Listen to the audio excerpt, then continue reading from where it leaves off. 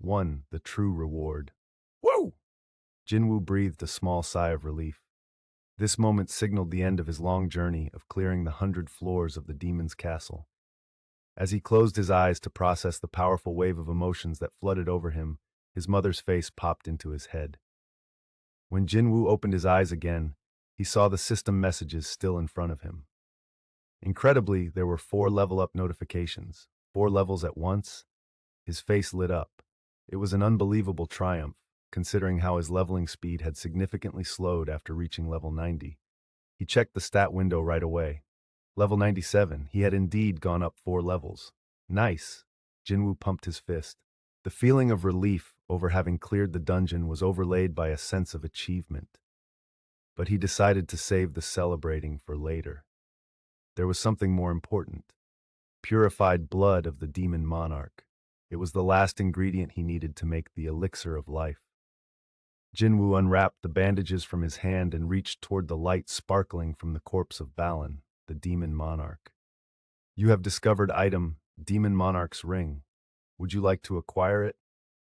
You have discovered item, Demon Monarch's Sword. Would you like to acquire it? You have discovered 2 items, Demon Monarch's Daggers. Would you like to acquire them? You have discovered 2 items, Balan's Horns. Would you like to acquire them? You have discovered material item, Purified Blood of the Demon Monarch. Would you like to acquire it? Jinwoo was more anxious than elated as the notifications for items other than the one he wanted popped up one after another. He shouted for joy when the notification for the purified blood of the demon monarch finally appeared. There it is! Jinwoo acquired all the items and then called the purified blood of the demon monarch to his hand.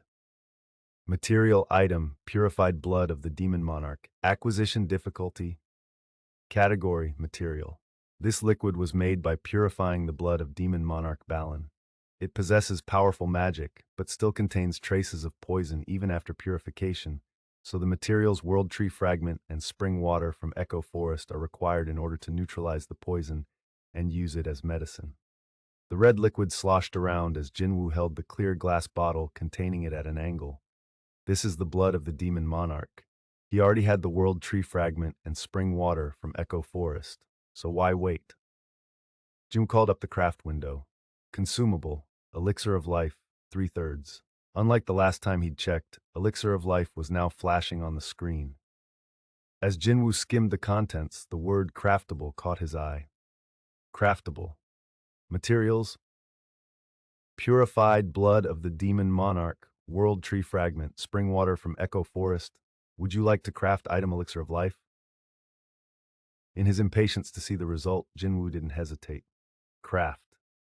Crafting item. He held his breath. 7, 6, 5. The rate of success and item quantity will vary based on the crafter's intelligence level. Jinwoo stared, incredulous. Does that really say the rate of success and item quantity depends on my intelligence level? Did that mean he wouldn't be able to craft this at all if he was stupid? Jinwoo found himself nodding as the logic behind it strangely made sense. The countdown continued. 3, 2. Why did the words rate of success bother Jinwoo so much? His only comfort was that he'd invested every single ability point in the intelligence stat after belatedly realizing its importance. 1, 0. Crafting is complete. Crafting was successful. You have acquired 6 items, Elixirs of Life. Yes, Jinwoo threw both arms in the air as soon as he saw that it had worked. Huh?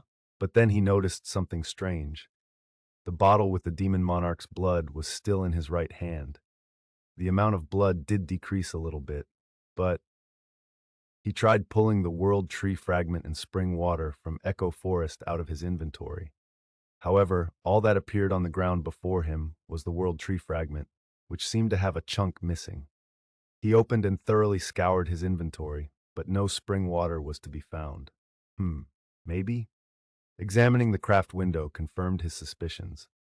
Materials: Purified Blood of the Demon Monarch, World Tree Fragment, 1-1, spring water from Echo Forest, 0-1. Out of the 3 ingredients, only spring water from Echo Forest was down to 0. So it uses only the amount necessary instead of the entire item. It appeared as though crafting had stopped because spring water from Echo Forest had run out. It seemed that not much blood was required for the recipe, and the world tree fragment had always been quite a large hunk of wood. It made sense that the small jar of spring water from Echo Forest had run out first. Jinwoo smiled. This isn't exactly bad news. It meant he could craft more elixirs as long as he acquired more spring water from Echo Forest. Now, the big question remained. Jinwoo had to forcibly calm himself when he saw not one but 6 wooden bottles of the elixir of life appear on the ground in front of him. Acquisition difficulty S. Category consumable.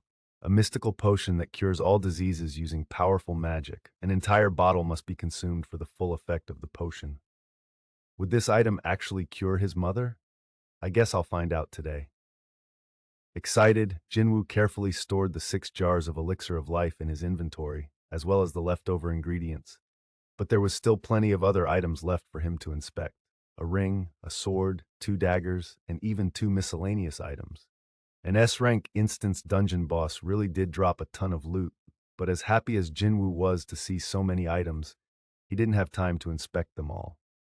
His priority was to get out of there and see his mother. Jinwoo stowed all the items he'd acquired from the Demon Monarch, then looked around as he dusted off his hands. He didn't want to miss anything just because he was in a hurry. After all, haste made waste. Jinwoo glanced over his shoulder and saw his shadow soldiers, who had just destroyed an army 10 times their number, all standing at attention in neat rows. Behind them, the corpses of demon soldiers were strewn all over. But where's the dragon? Jinwoo's eyes sought out the monster the demon monarch had ridden, but he could see only mounds of dead soldiers everywhere he looked. Did it fly away during the battle? His worry didn't last long as Iron approached Jinwoo, dragging something huge. It was the dead body of Kaiselen, the winged dragon. Dang, that's pretty impressive, Iron. Iron bashfully scratched the back of his head, or rather, the back of his helmet. It'd been a while since Jinwoo had last complimented him. Jinwoo patted Iron on the shoulder and stood in front of the body.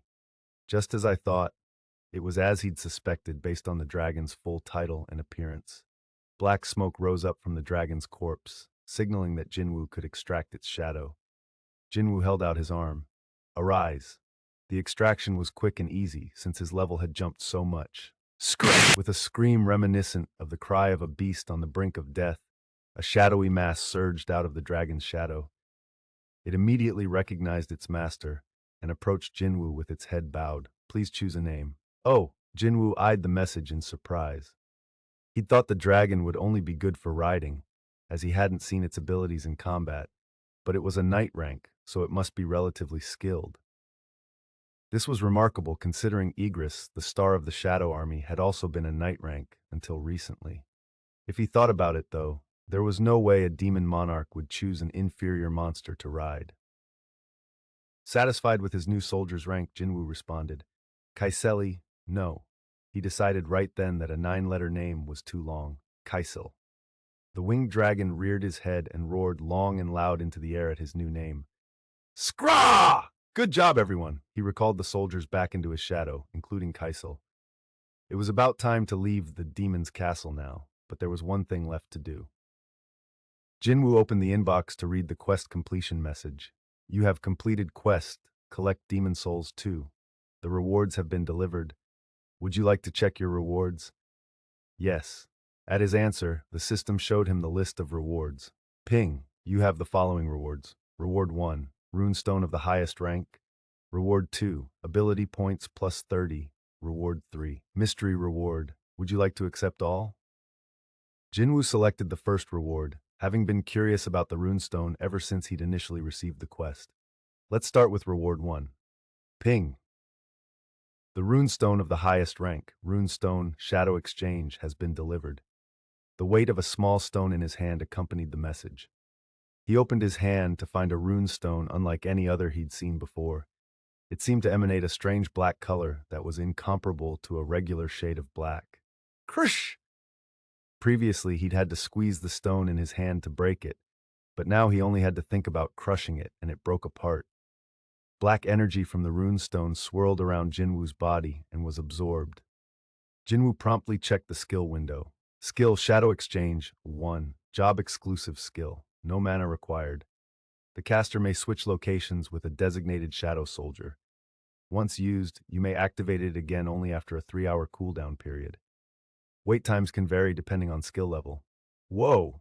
Jinwoo's eyes widened as he read the explanation. The cooldown period was a minor drawback, but it was such a handy skill, it made sense that it had some form of limitation. So I can swap locations with any shadow soldier no matter the place? In a nutshell, this skill enabled instant teleportation.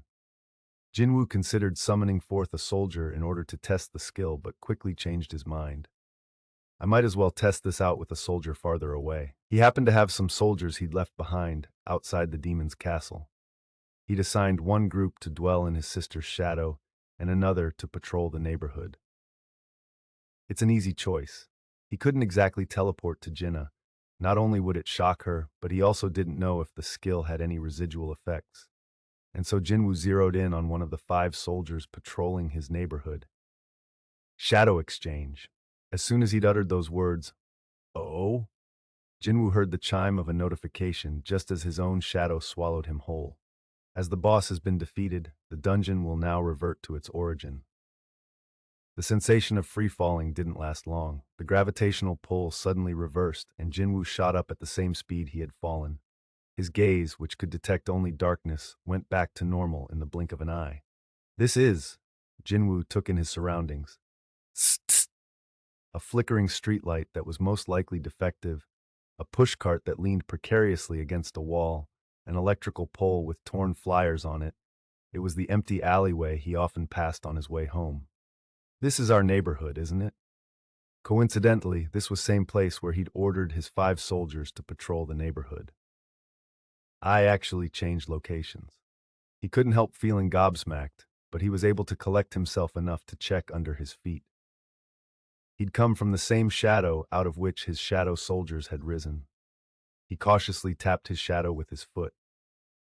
When the skill had been activated, his feet had sunk into the shadow as if he'd stepped into a pool of water. But the shadow was back to normal now.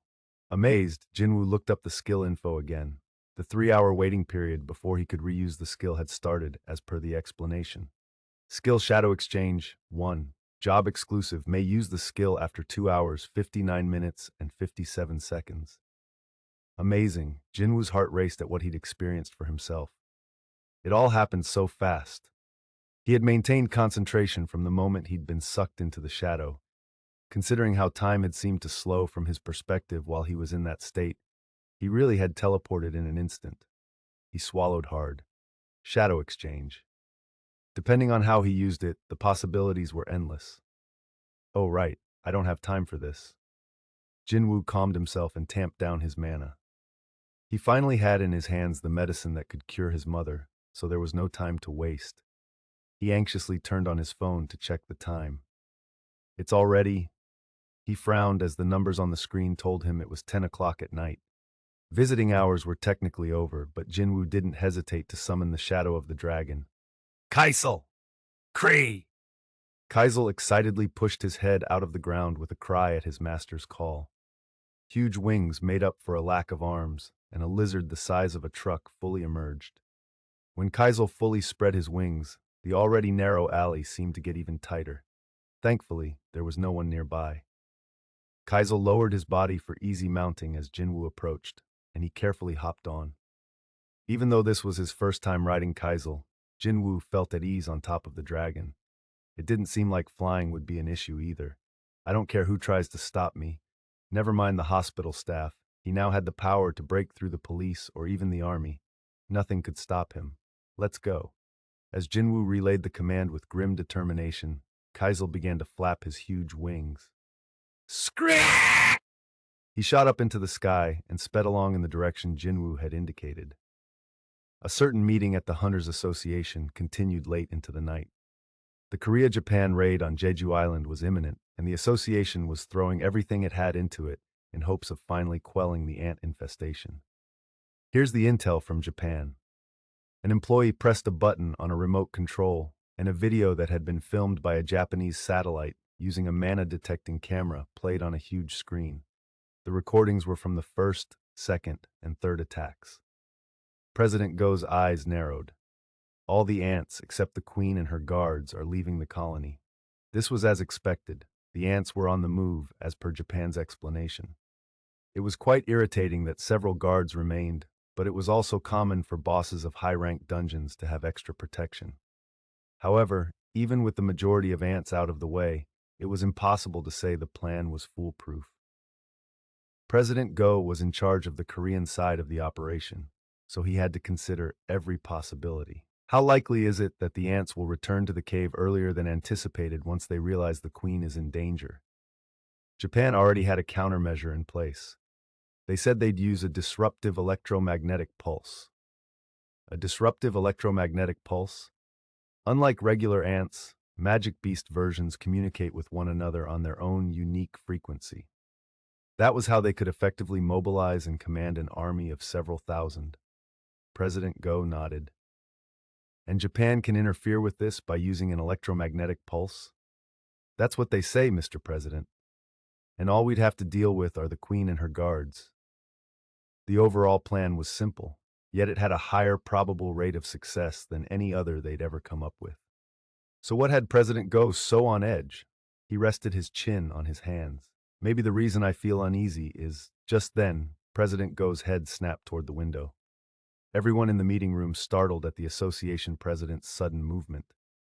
Manager Jin-Woo, who was acting as President Go's personal bodyguard, quickly approached him. "What's wrong, sir?" "Just now." President Go looked at Jin-Chul, but the other man's expression hadn't changed. "Didn't you feel that, sir?" "I'm not sure what you mean." An immense wave of mana had swept in from far away. Though fleeting, President Go had definitely sensed it.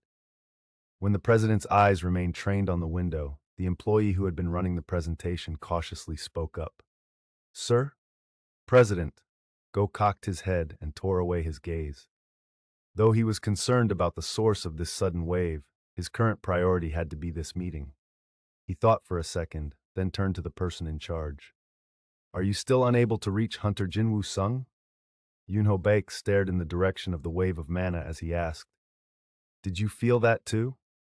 Byung-gu Min chirped back, "I may be retired, but my rank hasn't changed." A heavy silence fell between the two men drinking together at a neighborhood food stall. Yunho turned back around. "What do you think that was?" "Maybe Jonggin and Hein are having a showdown over who gets the Hunters Guild." The younger man giggled and tossed back his shot. Yunho looked at him as if he was being ridiculous. "Were you trying to be funny, wasn't it?" "No, never mind." Then again, Byung-gu was known for being rather odd, including his sense of humor. He's probably the first S-rank hunter in the world to retire with all his limbs intact. He wasn't just the first, he was also the only one to do so. Considering how much money an S-rank could earn, one would be hard-pressed to find another human who'd suddenly quit being a hunter because they were no longer interested. It wasn't like he came from a well-to-do family either. Byung-gu sensed Yunho's stare and asked, "Are you really going to go?" "Yeah. You saw how Unsuk died. All the more reason to go back." Byung-gu looked at Yunho, caught off guard by his answer. Yunho drained his glass before continuing. "If we let the ants be, soon the whole of Korea will be infested. Since when are you such a patriot?" "I'm making up a cool excuse, since I have to go anyway." Guilds weren't in a position to defy the Hunters Association's orders.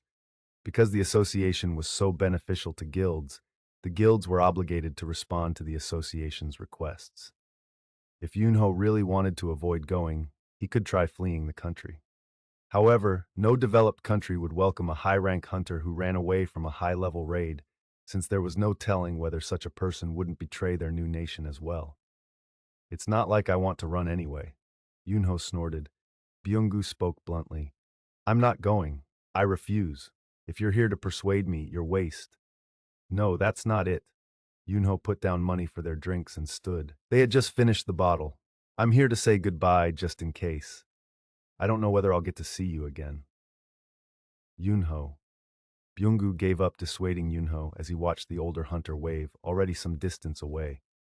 Yunho must have been aware of how dangerous this operation was, but he's still going regardless.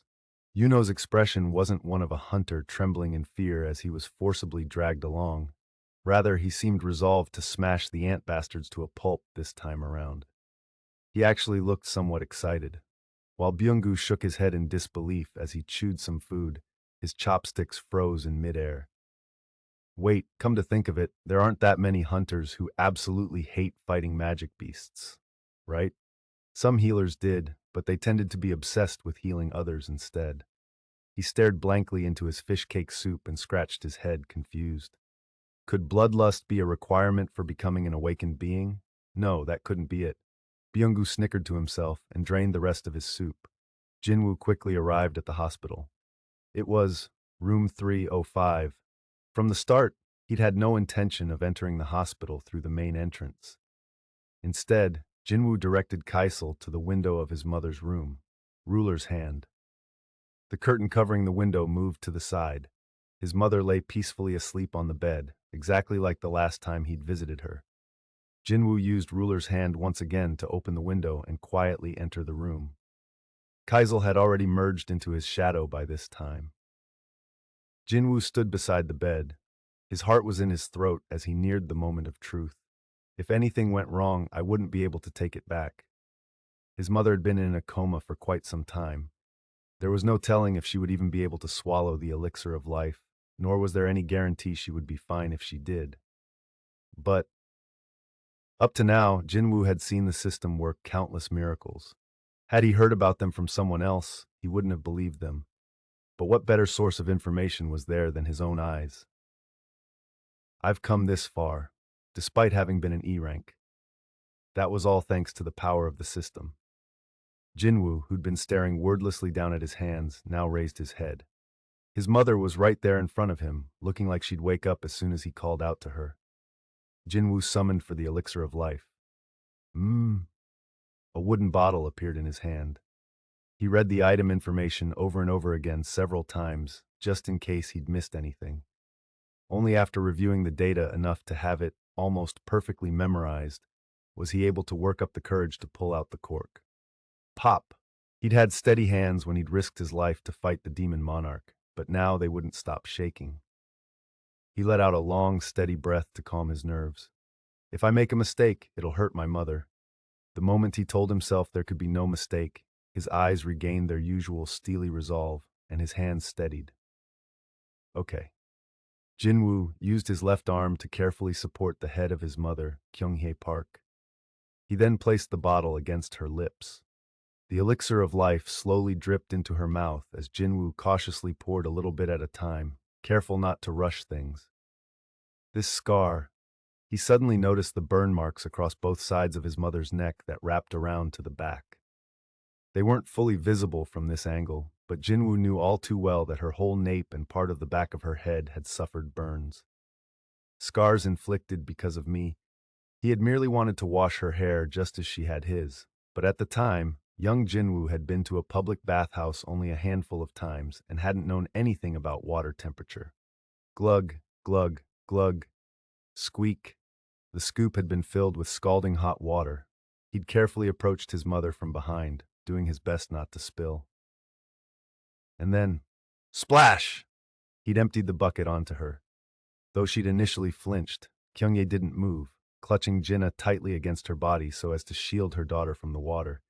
Even as her skin turned bright red, she didn't make a sound. The screams afterward came not from her, but from the other ladies nearby. Oh dear! Kyung-hye! That was when Jin-Woo had realized something was wrong, even though he'd simply been trying to help. He dropped the scoop and was about to burst into tears when his mother grabbed his shoulders tightly and asked, Jin-Woo, are you okay? Are you hurt anywhere? Jin-Woo had thought he was in big trouble at the time, but to this day, he'd never forgotten what had happened at that bathhouse and her words.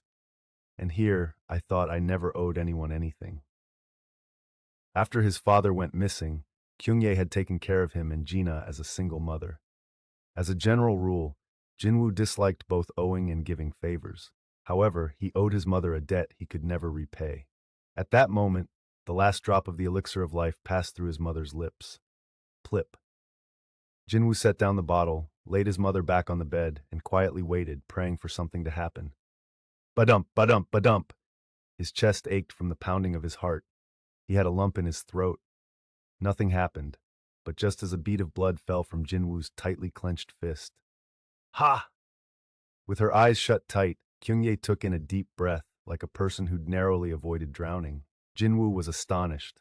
A flush was returning to her pale face like color spreading across a black and white screen. Each second felt like an hour. How much time had passed? His mother slowly opened her eyes. Her gaze roamed around the room before landing on Jin-Woo. Who? Is that you, Jin-Woo? Jin-Woo's heart pounded in his chest, but he managed to nod. It was understandable that his mother took a moment recognizing him. It had been 4 years, and his physique had changed quite dramatically. He didn't rush her and waited patiently. Memories from 4 years back gradually filled Kyungye's head like water slowly filling an empty pitcher. It didn't take too long for her to recall why she was lying in a hospital bed. How long have I been here? 4 years. Jin-Woo could have told her the exact number of days if she asked. He spoke softly to keep his mother as calm as possible. She was startled to hear how long it had been, and asked, "What about Jinna? Is she okay?" Jin-Woo suppressed a sob. His mother had just returned from a limbo between life and death after 4 years, and her first concern was her daughter's well-being. He bit his lip to keep from crying. Now's not the time to worry about Jinna. That was what he wanted to say, but he kept his emotions in check as much as he could and gave a slight smile. Yeah, she's fine. Kyunghae exhaled, clearly relieved. Though Jinwoo wished his mother would take care of herself more, he found solace in the fact that she hadn't changed. Everything will go back to normal now. As it started to sink in that his mother was actually cured, his heart skipped a beat. Jinwoo suddenly jerked in surprise. The sensation of his mother grasping his hand brought him out of his thoughts. Mom? Thank you, son. You kept your promise? Promise? Oh, right. It had slipped his mind, since it was such a given. He didn't even consider it a promise. The eternal sleep disease was an illness that plunged a person into deeper and deeper slumber until they couldn't awaken. When it became harder and harder for Kyunghae to function as the sleeping disease worsened, she had asked Jinwoo for a favor. If I don't wake up one day, you'll take care of your sister, right? She'd smiled lightly like she was asking him to run an errand. That was why Jinwoo had carried on until now without an ounce of resentment. All he'd done was shoulder the burden she had been carrying. His mother squeezed his hand tightly as if she knew everything. Jinwoo, it must have been hard for you, wasn't it? Jinwoo wanted to reassure her by laughing and waving off her concerns, but he couldn't. The tears he'd been holding back streamed down his cheeks as he answered reflexively, Yeah. To the Korea-Japan alliance. What? Dr. Sung-Chul Lee, chief physician of Seoul Ilshin Hospital, was stunned by the incredible news. A patient with eternal sleep disease had awoken. Are you sure? Yes, Dr. Lee, I've confirmed it myself. This news would have piqued the doctor's interest, even if it had occurred at another hospital, but to think it had happened to a patient in their own hospital. I can't believe my luck. The highly intelligent Dr. Lee started mentally crunching some numbers. This is completely unprecedented, isn't it? That's right. Kyung-gi's attending physician nodded. Dr. Lee's smile was so wide, it seemed his face was about to split. Good job, Dr. Choi. I beg your pardon, Dr. Lee, I didn't do any. Oh, come now. Dr. Lee gave Dr. Choi a knowing look. It doesn't matter how it happened. If a patient is cured, then of course the physician should be praised, and naturally the hospital that employed the doctor should as well. Oh yes, thank you, Dr. Lee. The attending physician reluctantly bowed, but the lukewarm reaction did nothing to quell Dr. Lee's huge grin from this unanticipated but excellent news. If I play my cards right, I can have the eyes of the whole world on Ilshin Hospital.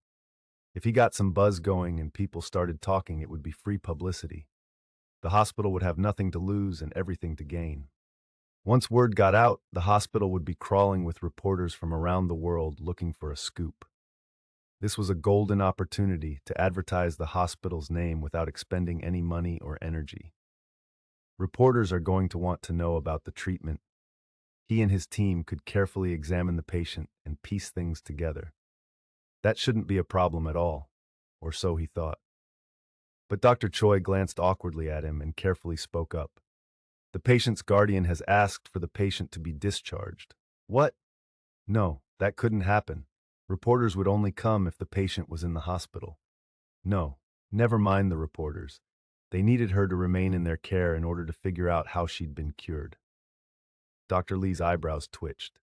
How is the patient doing? Everything is normal. She's physically okay after being bedridden and asleep for 4 years. Perhaps it's thanks to the life support system?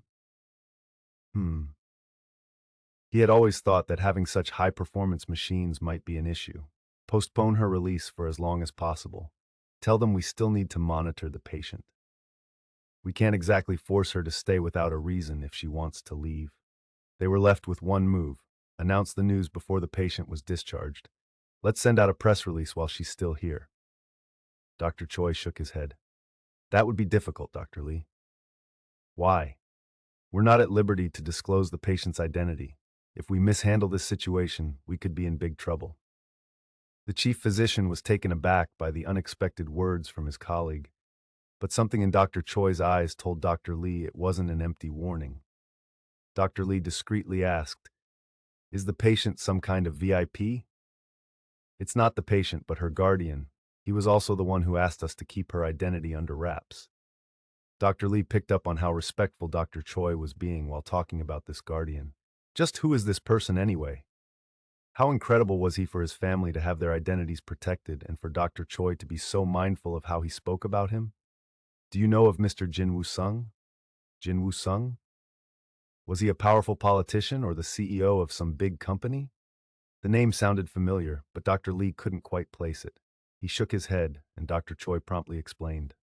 He's the hunter who was recently evaluated as an S rank. An S rank?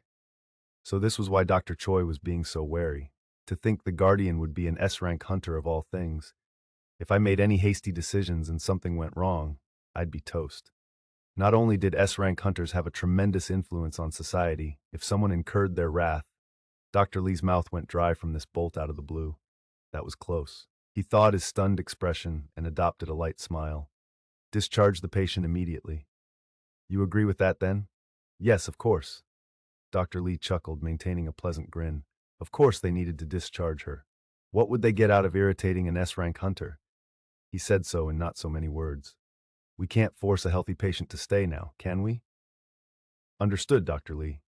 Dr. Choi left right away, and once Dr. Lee was alone, phew. He let out a sigh of relief as he stared at the closed door to his office. Jinna dropped everything and rushed to the hospital as soon as she received the call.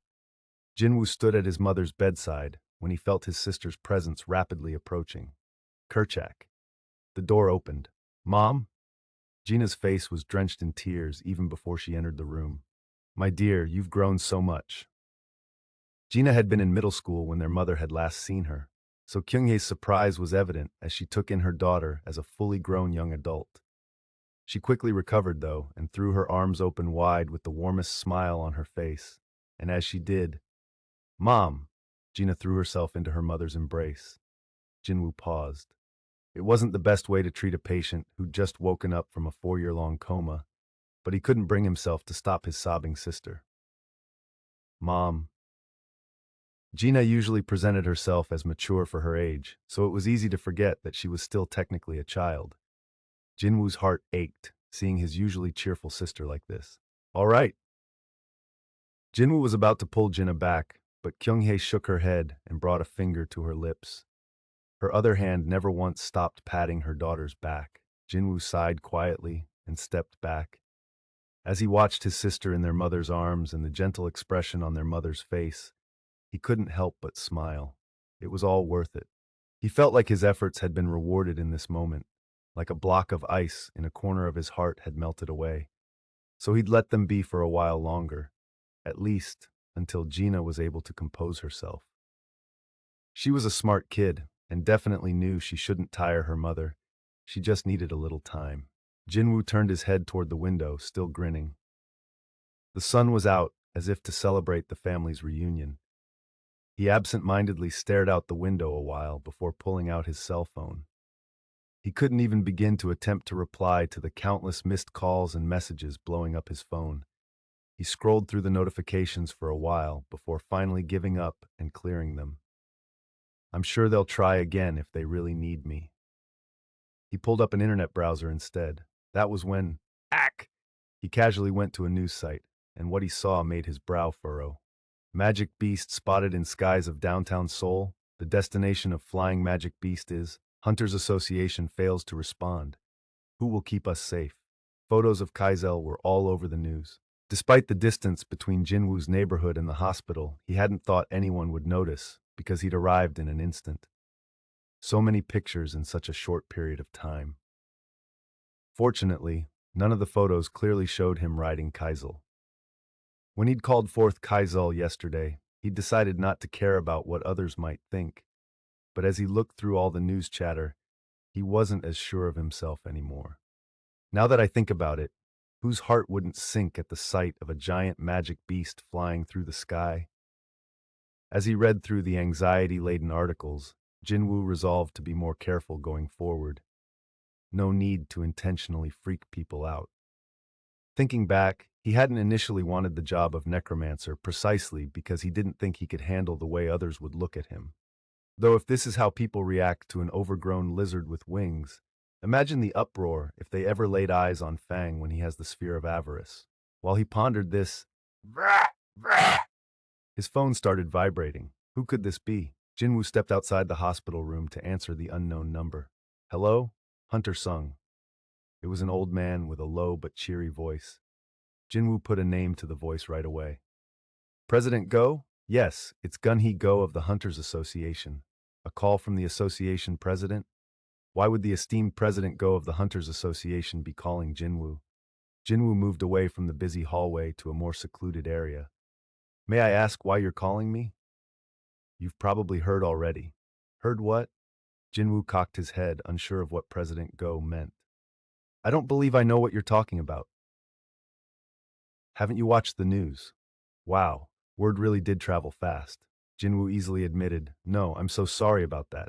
I'll be careful from now on. Pardon? At the president's confused tone, Jin-Woo suddenly realized they weren't talking about the same thing. This isn't about Kaisel. What else would be on the news? The double dungeon, the red gate, clearing an A-ranked dungeon, the sphere of avarice. The more he thought about it, the more Jin-Woo realized how much of his adventures would be newsworthy. What's going on? I guess you really haven't heard yet. I've been somewhere a little hard to reach and just got back. This wasn't a lie per se. President Go's voice went even deeper than usual. Hunter Sung. From Jin-Woo's experience, this change in tone usually meant the caller was getting to the point of the conversation. May we speak in person? Jin-Woo was even more curious now than when he'd first picked up the phone.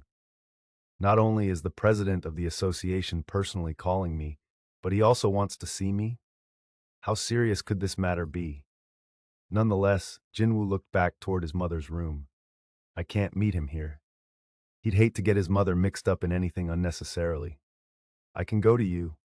Would you please? Of course. That would be more convenient for Jin-Woo.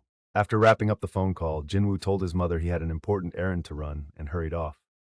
The sunlight irritated his eyes after having spent so much time within the sunless demon's castle. He squinted up. Should I just ride Kaisel there?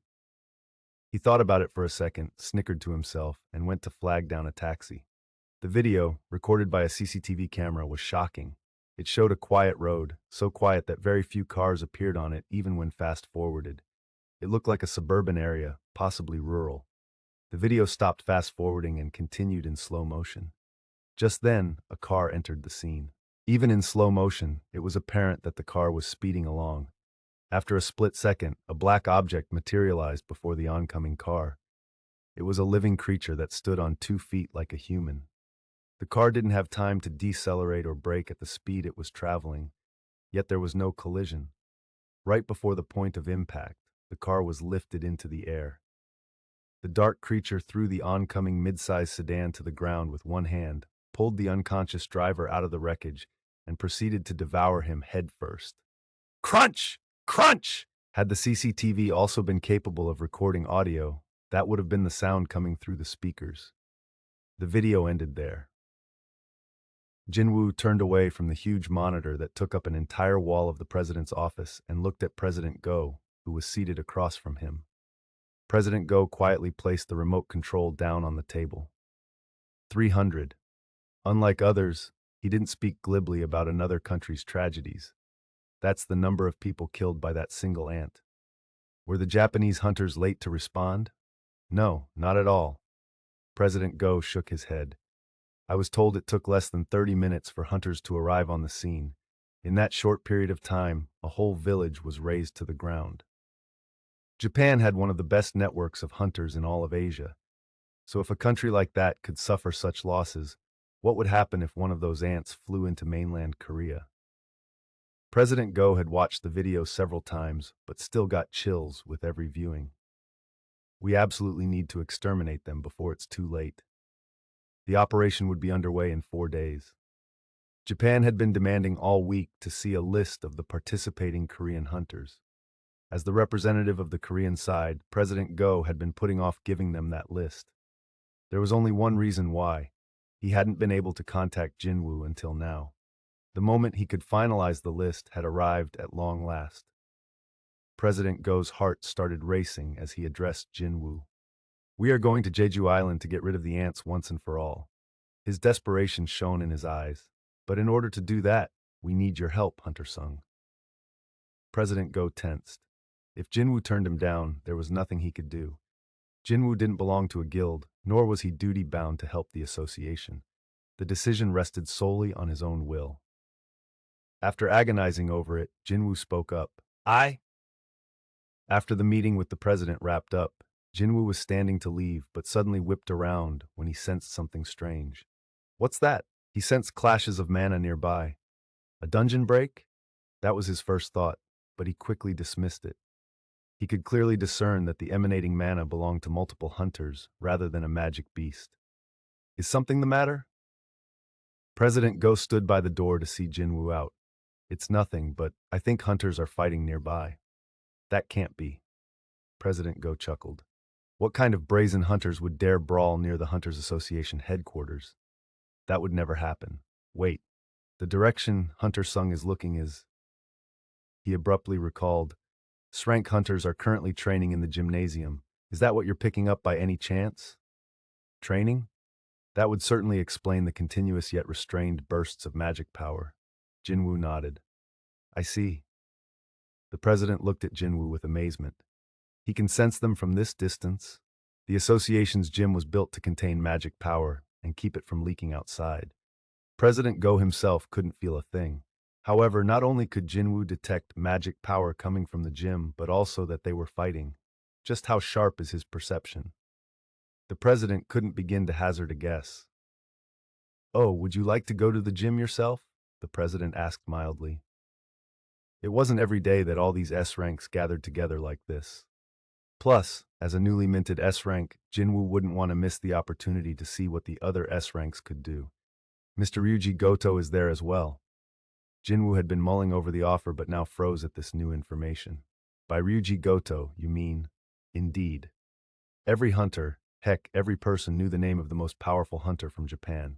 Yes, the Ryuji Goto. He's here to help train the Korean and Japanese hunters to work together. But he's leaving tomorrow, so this would be your only chance to meet him. The best Korean hunters and Japan's most powerful hunter, all in the same place? I can't miss this. Jin-Woo excitedly accepted President Go's invitation. Meanwhile, Ryuji was fighting back a yawn. These are the best Korea has to offer? They were terrible. No, they were pathetic. Terrible was an objective evaluation, while pathetic had some sympathy mixed in. If Korea's safety is in their hands, wouldn't it be better to have Japan protect them? Ryuji smirked as he watched the hunters. There was one, though, a single decent candidate among the Korean S ranks. I believe her name is Hein Cha, right? Still, she was only comparable to Japan's high-rank hunters. She couldn't hold a candle to the Japanese elite. Well, I guess that's expected. Korea was a country that was small in both size and population. For their most powerful awakened being to be an old man who could no longer fight and whose days were numbered. Gun-He-Go is on par with our strongest hunters, but this was unfortunate for Korea. He'd finished assessing the abilities of the Korean hunters, which had been his real reason for staying in Korea. If we withdraw during the attack, they won't even last 5 minutes. Ryuji concluded that he'd seen enough and turned to leave when he noticed someone entering the gym. His eyebrows twitched. He hadn't realized someone was approaching until they were this close. In fact, He still couldn't sense the person's presence despite looking straight at him. Is this an assassin-class hunter? He turned to the translator assigned to him by the Hunters Association. Who's that person? The employee adjusted their glasses and stared at the newcomer for a while before finally recognizing the face and smiling. Oh, he's the newly registered S-rank hunter. Ah! The reawakened being with the mysterious background. Ryuji had intended to dig up information on this person while he was in Korea, so this was an excellent turn of events. He offered a wide grin to the translator. I assume he's quite an excellent assassin. Pardon? He wondered why the translator was looking at him funny. Did I say something wrong? No, I mean, the translator gestured at the man standing in the entryway. He's a mage-class hunter. How's that possible? Ryuji pulled up the Hunters Association website and looked through the list of S-rank hunters in disbelief. The browser automatically translated the text for him. Jin-Woo Sung, S-rank, mage class. It was true. The picture on the profile matched the man's face. He's really a mage? Shocked, Ryuji looked up from the screen. The hunter had approached the group. That's Ryuji Goto? Jin-Woo recognized the strongest hunter from Japan at once. He was tall and smartly dressed with a neatly trimmed mustache. At a glance, he could be mistaken for an actor. But why is he staring at me? Just as Jin-Woo began to feel uncomfortable from the piercing gaze, Ryuji nodded at Jin-Woo. Perhaps it was because they'd never met before? Jin-Woo returned the nod, then looked around the gym. In the center of the room, a shirtless Yunho Baek was sparring with a massive middle-aged man. Everyone except Ryuji was watching the fight intently. Whoosh! Yunho batted away the other's hand, twisted his lower body, and delivered a powerful low kick. Whack! And yet it was Yunho who grimaced. Oh, Jin-Woo could tell why. The larger man had instantly protected his leg using a reinforcement skill. Based on his body type and abilities, the man appeared to be a tank, but his agility stat was way above average, as expected of an S rank. The man snorted. Come, Master Baek, how come a young man such as yourself is so weak? I'm not a master, Master Ma. The larger man, Master Ma, guffawed and tightened his uniform belt. The sight of someone with the body of a sumo wrestler wearing a judo uniform looked quite strange. In that case, after fixing his uniform, he quickly lunged at Yunho, who in turn unleashed his magic power to counter him. The two men appeared to be having fun. Both Master Ma on the offensive and Yunho on the defensive seemed to be enjoying themselves. They were relishing the rare opportunity to cut loose and spar with a fellow S-rank. If Yunho unleashed his full power, Master Ma wouldn't stand a chance. Jongen approached Jin-Woo and struck up a conversation. The two exchanged nods in greeting, and Jongen continued. The man in the judogi is Dongwook Ma from the Fame Guild. Ah. Jin-Woo thought he'd heard the name before, and sure enough, the man was a guild master of one of the top guilds. Curious, Jin-Woo asked. It's not like he has to go easy on him, so why is President Baek holding back? He doesn't like using his full power with so many people watching. He transforms into a real monster when he goes all out. Back at the Red Gate, Jin-Woo had seen Yunho's beast-like eyes. I guess it's not just his eyes that transform. Some of the highest rank hunters had unique abilities, similar to Baek's transformation ability. In other words, monstrous abilities. Jin-Woo's would probably be described in the same terms. What's the difference between a person who transforms into a monster and a person who summons monsters? Jin-Woo laughed in spite of himself, thinking how other people would find him fascinating the same way he considered President Baek. But that's all he thought of President Baek's power. Fascinating. There wasn't much else to see during the battle between President Baek and Master Ma. They're slow. Jin-Woo was able to track their blows without even trying. Right then, Yunho spotted something and came to a halt. At the same time, Master Ma froze. Both their eyes simultaneously fixed on Jin-Woo, as if they had choreographed it. Was it that obvious he was bored? But too many people were looking at him for that to be the case. Jin-Woo soon realized why. It's not me, it's something behind me. He turned his head to see Ryuji Goto there, staring at him intensely. The translator spoke to Jin-Woo in his stead. Sir, Mr. Goto has a request. Jin-Woo had known that Ryuji was approaching him slowly, but he hadn't expected the man to want to address him directly. He raised an eyebrow. He's been looking at me strangely for a while. Was Jin-Woo telegraphing his discomfort? Ryuji softly asked. Will you spar with me? Through Ryuji Goto, Ryuji didn't have an ulterior motive. He was in Korea to evaluate with his own eyes the highest-ranking Korean hunters, and his curiosity just happened to be piqued by a slightly unique individual among them. It should be easy to confirm whether this guy really is a mage. Ryuji still wasn't convinced that the man standing in front of him wasn't a brawler. Data. He needed more information on Jin-Woo in order to eliminate any unknown variables during the mission. Though this should also be fun, a smile tugged on his lips. The translator was unnerved by his request. Mr. Goto, are you serious? Please tell this gentleman exactly what I just said. But sir, is there a problem? Ryuji's question was innocent enough, but his actual message was clear. Why couldn't he work out with the Korean hunters himself? The translator began to sweat and reluctantly agreed. I'll ask. The translator hesitated as they turned and met Jin-Woo's eyes, but eventually managed to speak. Mr. Goto is asking if you would like to practice with him? There was no need to explain what Ryuji meant by practice. Jin-Woo looked at Ryuji, who awaited his answer. It was hard to tell what the Japanese man was actually thinking behind that smile. Is he trying to see what I can do? Someone as renowned as Ryuji Goto wasn't interested in merely flaunting his skills. If he only wanted to show off, he would have challenged Jonggin or Yunho, the leaders of the top 2 Korean guilds. I'm not sure what his end goal is, but Ryuji had had his eye on Jin-Woo from the start, so it seemed as if he was genuinely interested in Jin-Woo. In any case, Jin-Woo wasn't opposed to the suggestion. In fact, he was eager to accept. He wanted to test the skills he'd nurtured in the demon's castle and was curious about the abilities of Japan's best hunter. Ryuji wasn't the only one who was curious about his opponent's abilities. Huh? Ryuji's grin slid off his face and his brow furrowed. He's smiling? He had expected Jin-Woo to be intimidated and bow out, but the other hunter looked relaxed. Did he have some kind of ace up his sleeve? Or was he feeling troubled and letting out a nervous smile? He soon got his answer. Jin-Woo said something startling to the translator, who seemed to be trying to change the hunter's mind, but Jin-Woo assuaged their worries with a laugh. Ryuji frowned at not being able to understand Korean. Just what are they saying? It should be a simple yes or no. What was there for a translator as a third-party observer to make such a fuss about? Ryuji was getting impatient when the translator finally reported back to him while carefully eyeing Jin-Woo. Mr. Goto? Had no one else been watching, Ryuji would have barked at the translator to spit it out. Instead, he raised his eyebrows questioningly and forced a smile as he waited for the translator to continue. Hunter Sung accepts your challenge, but he'd like to set a condition.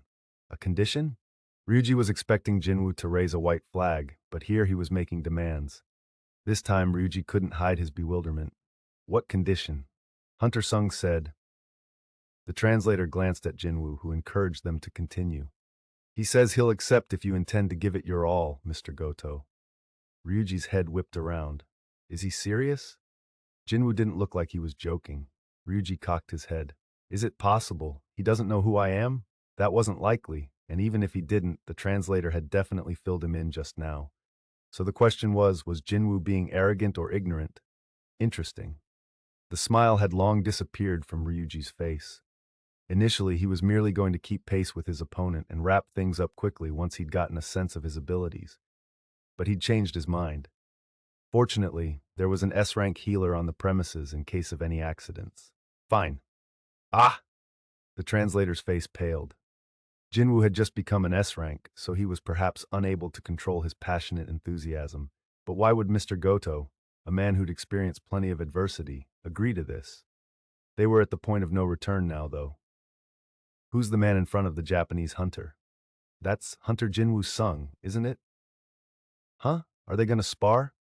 The other S-rank hunters and association employees gathered around the 2 men who were about to face off. They looked on, equal parts excited and concerned.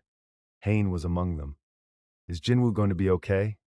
His opponent was the best hunter in all of Japan, a country that boasted more than 20 S-rank hunters. Jin-Woo, who'd been reevaluated as an S-rank just a few days ago, was a mere rookie if one disregarded his experience as an E-rank hunter. Under normal circumstances, it would only be right to stop Jin-Woo. Jin-Woo was the savior of the elite strike squad of Hain's Hunters Guild. She wasn't the type of person who would stand idly by and let her hero get into a dangerous situation with an obvious outcome. Except, when she stepped forward to defuse the situation, she recalled something from that day.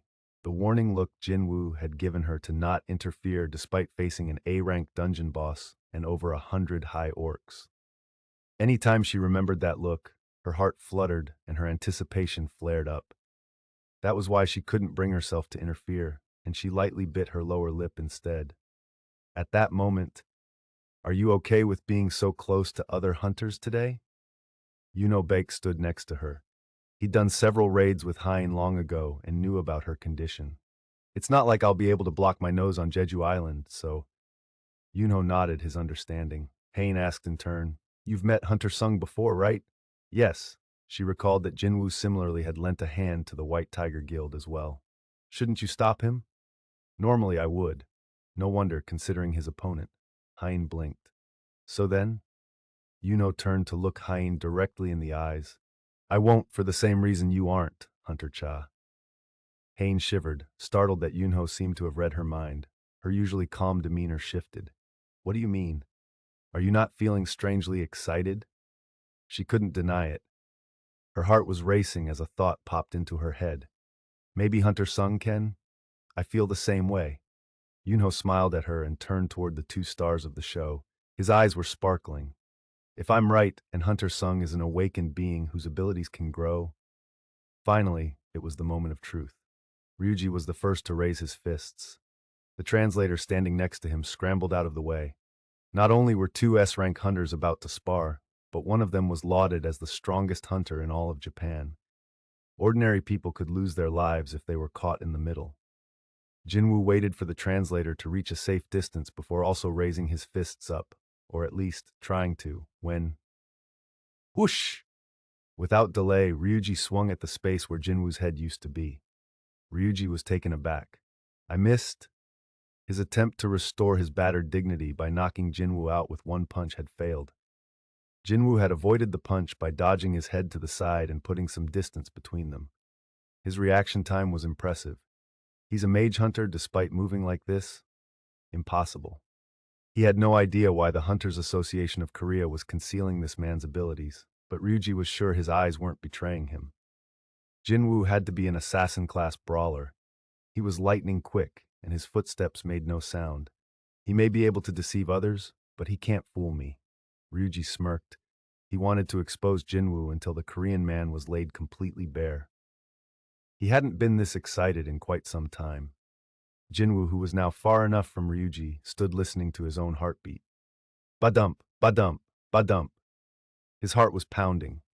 He could sense that Ryuji's strength was on a completely different level from the other S-rank hunters, but what rose within Jinwoo whenever he felt Ryuji's incredible mana wash over him was confidence. This man is the best in Japan.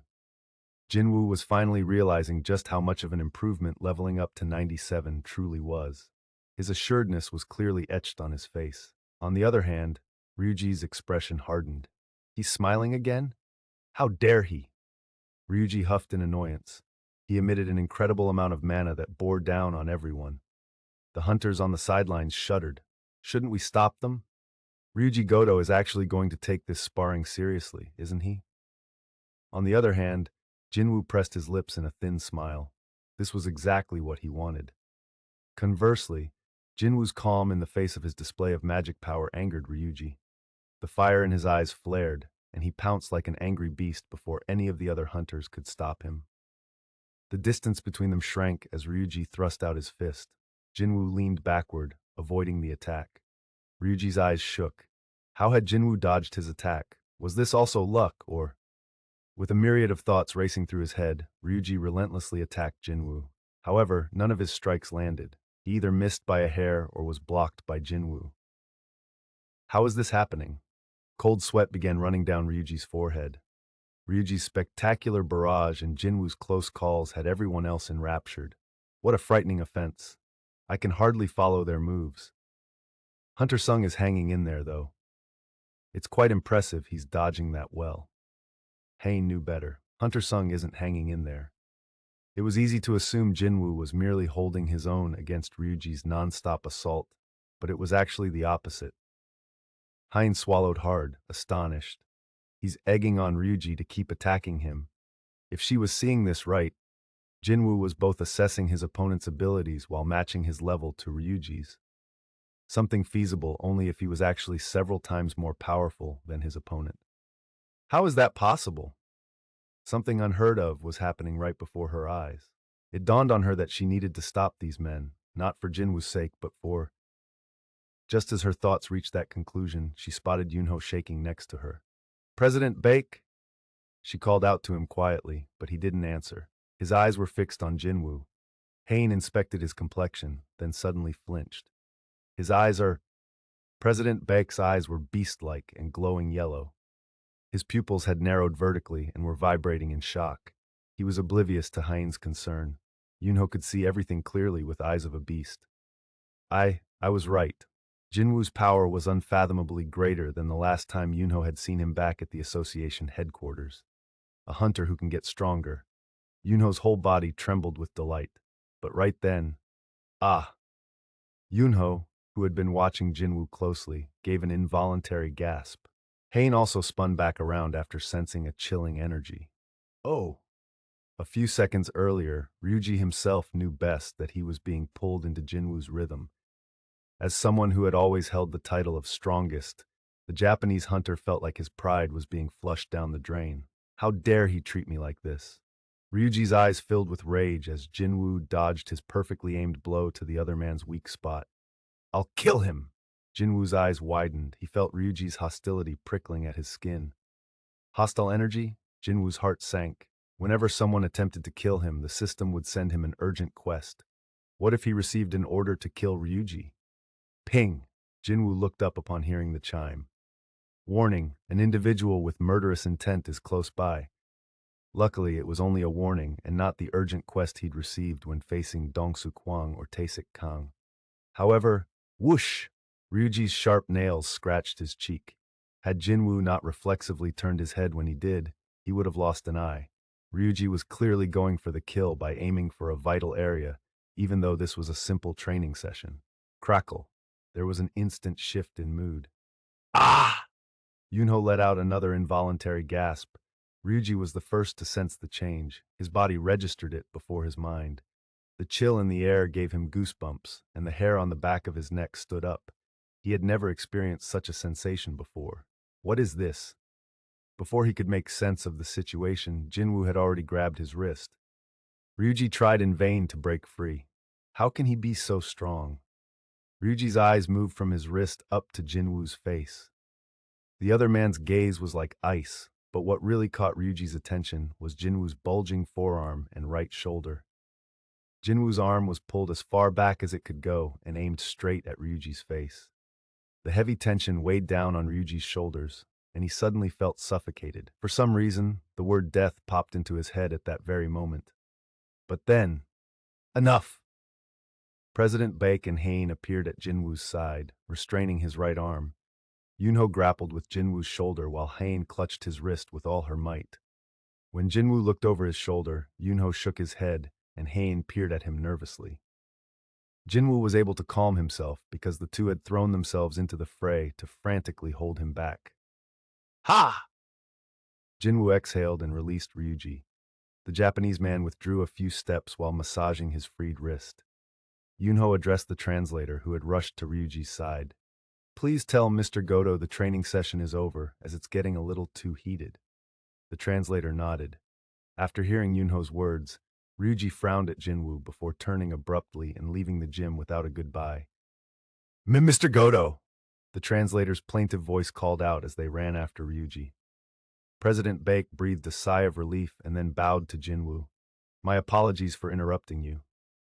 He has to lead the Japanese team in a few days, so I had to put a stop to things before it got out of hand."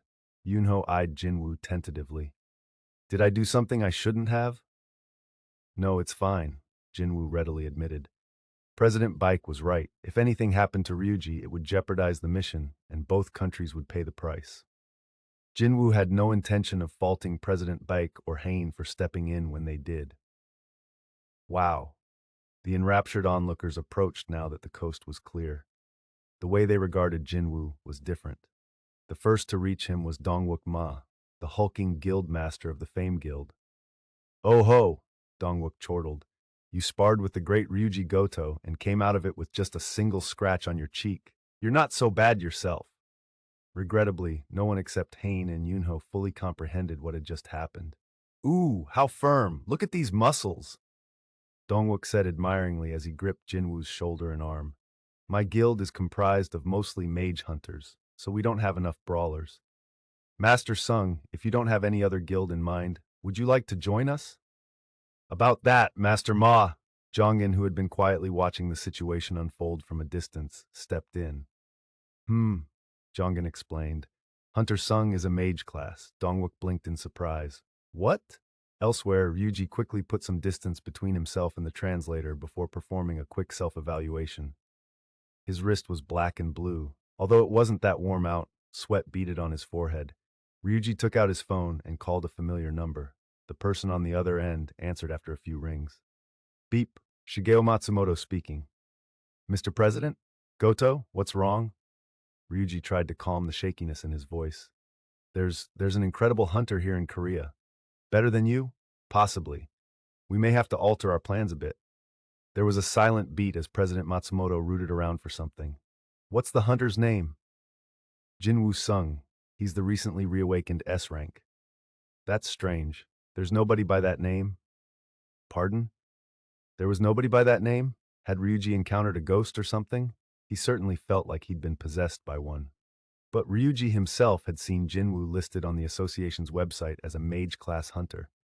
"There's no Jin-Woo Sung? What do you mean?" "Actually, I just received the finalized roster of Korean hunters." "Are you saying there's no Sung on the list?" That couldn't be. Was President Go crazy? Why would he plan for a raid without including such a strong hunter? President Matsumoto read off the list. Jongin Choi, Dongwook Ma, Yunho Baek, Hain Chaegyu Lim, Byung-gu Min. He spoke with conviction, as if trying to convince Ryuji that everything would be fine. Those 6 are the only members of the Korean team due to depart in 4 days. President Baek took a deep breath. His heart was still racing, even after the 2 who had caused a sensation in the gymnasium were long gone. To think it'd be actually possible. He was amazed he'd witnessed something that had been a mere theory in his mind. An actual reawakened being who can increase his abilities. What would Jinwoo's net worth be? Yunho couldn't even begin to guess. That was why he had only watched Jongin, Dongwook, and Taegyu from a distance, as they'd tried to recruit Jinwoo for their respective guilds. Yunho recalled Jongin's baffled gaze at his lack of effort. If I were Jinwoo, I too wouldn't join a guild. Yup, trying to recruit Jinwoo was a lost cause. But there were many ways to maintain a working relationship without recruiting him. It was time to execute Plan B. Just then, his cell phone vibrated once, indicating the arrival of a text message. President Baek distractedly fished his phone out from his pocket. It was a notice from the association announcing the final list of hunters going on the ant extermination mission in 4 days. He scrolled past the Japanese names to check the list of Korean hunters. His eyes bulged, and he sprang up from the bench he was sitting on. "There's no Jinwoo Sung." The story went viral. South Korea and Japan joined hands to exterminate magic beasts that turned Jeju Island into a wasteland.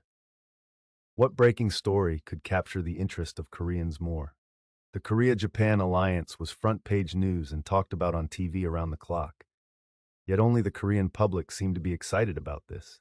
Despite having triple the number of Japanese hunters assigned to go, the Japanese media was strangely quiet on the subject, though Korea didn't pick up on the lack of coverage.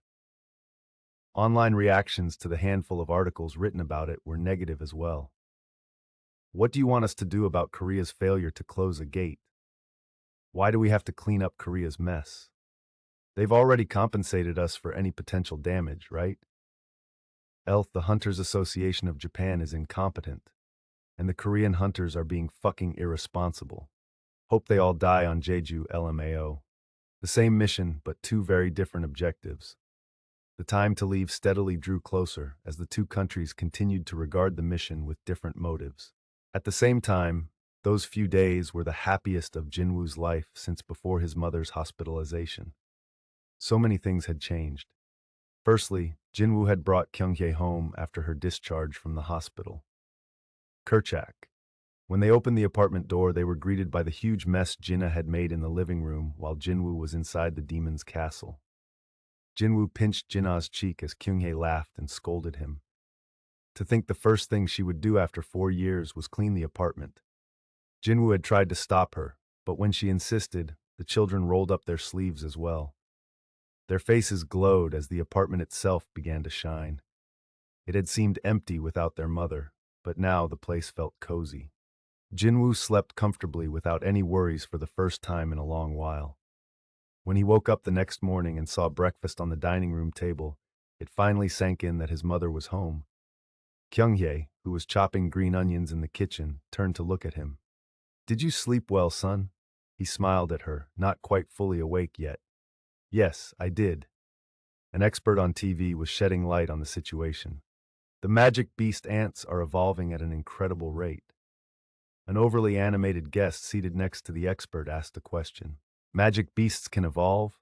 Wasn't the ant that was discovered in Japan just a mutation? You're right. When the mutants multiply and dominate the whole group, we call that evolution. A video clip flashed on screen, showing a look at the ants recorded during the first and the second extermination missions. When they had first appeared, they'd crawled on the ground like ordinary ants. They were, in essence, just gigantic ants. But soon after, this is footage of the ants from the third mission. The ants were walking upright on 2 feet, just like humans. Their huge heads were smaller, they were more agile, and they could use the remaining 4 of their feet like hands.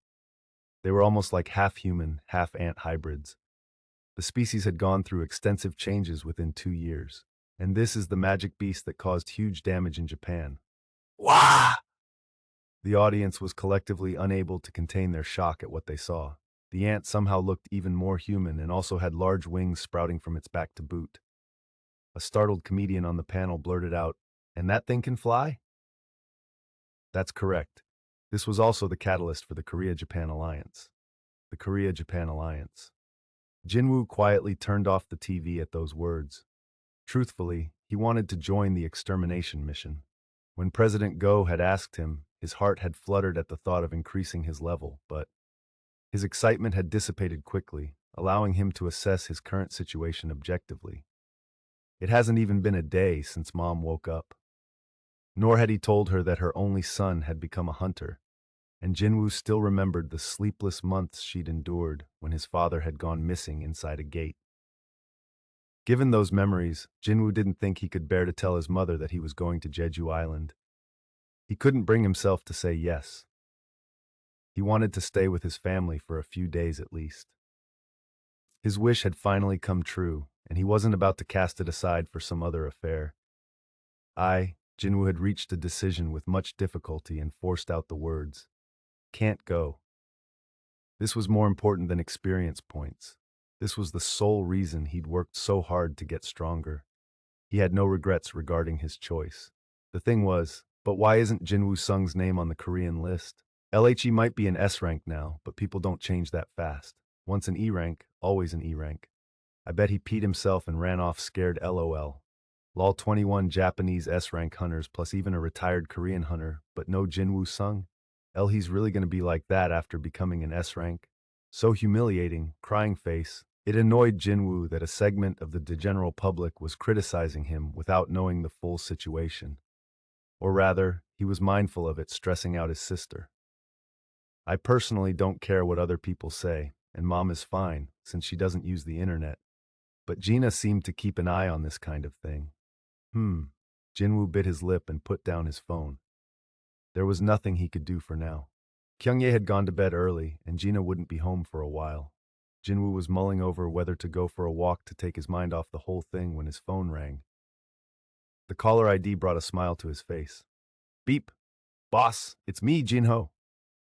"Hey, speaking of, was Gino still staying in a motel? Have you found a place, or are you still at that motel?" "Oh no, I got my own place recently. Thankfully, my mother contacted me, so..." Listening to Jinho's laugh for the first time in a while felt strangely comforting. Jinho rambled on about how he was doing before abruptly remembering the reason for his call. By the way, boss, I've found an office space. Can you come check it out? What was he talking about? Office? At Jinwoo's quizzical response, Jinho confidently replied, for our guild headquarters, of course. We need an office space in order to form a guild, boss. This kid, as future vice president, Jinho seemed to have huge ambitions of creating a guild to rival the Hunters or White Tiger guilds. Jinwoo scratched his chin. He'll be shocked when I tell him I'll continue to be the lone raid member in the guild. Jinwoo had casually asked Jinho to join him, but now that the time had come to explain his vision for the guild, he was at a loss for words. So what do you think, boss? Jinwoo understood why Jinho had sounded so self-assured when talking about this space. He nodded as he looked around the office. It was in a good location. I picked the best space I could find in the vicinity of your apartment. It was clean. I purposely got us a new place too. New wine should be poured into new wineskins after all, right? Finally, it was absurdly spacious. I'm going to cultivate a guild that trumps the top 5, boss. Jinho was on fire with determination. I get that he's excited, but I wish he'd leave me out of it.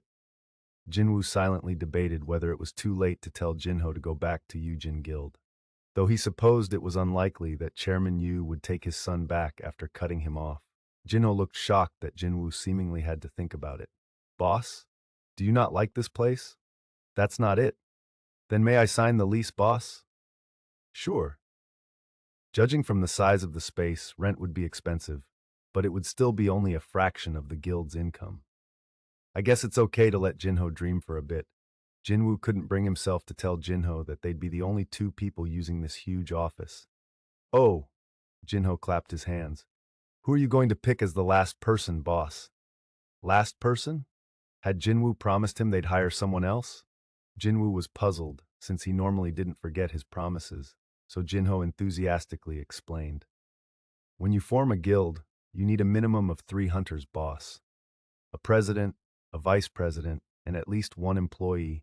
Were those 3 members the minimum number required to start a guild? Considering how a minimum of 3 squad members was required to tackle an E-rank gate, that made sense, although no guild would bother raiding E-rank gates. Founding members. Jinwoo mentally went through his various acquaintances for a potential 3rd. The only condition was that they had to be a hunter, preferably someone who had no intention of working as a hunter and was just there to help fill the quota. How come I can only think of women? The faces of the high school girl who'd given up on becoming a hunter and the healer who had moved back to Busan flashed through his mind. At that moment, "Oh, right," exclaimed Jinho. "You have someone in mind?" asked Jinwoo. "No, that's not it, boss. Someone was asking for you." "Me? Yes, boss." Jinwoo's interest was piqued. Someone had investigated deep enough into his affairs to know that he could be indirectly contacted through Jinho. We're not affiliated as far as the public knows. If anything, the only known association they had was as a strike squad leader and member. Yet someone had expressly gone through Jinho to reach Jinwoo. Jinwoo narrowed his eyes. Who's looking for me? I don't actually know, boss. Some foreigner who spoke English. Hold on a sec. Jinho patted his pockets and took out his wallet, from which he produced a note.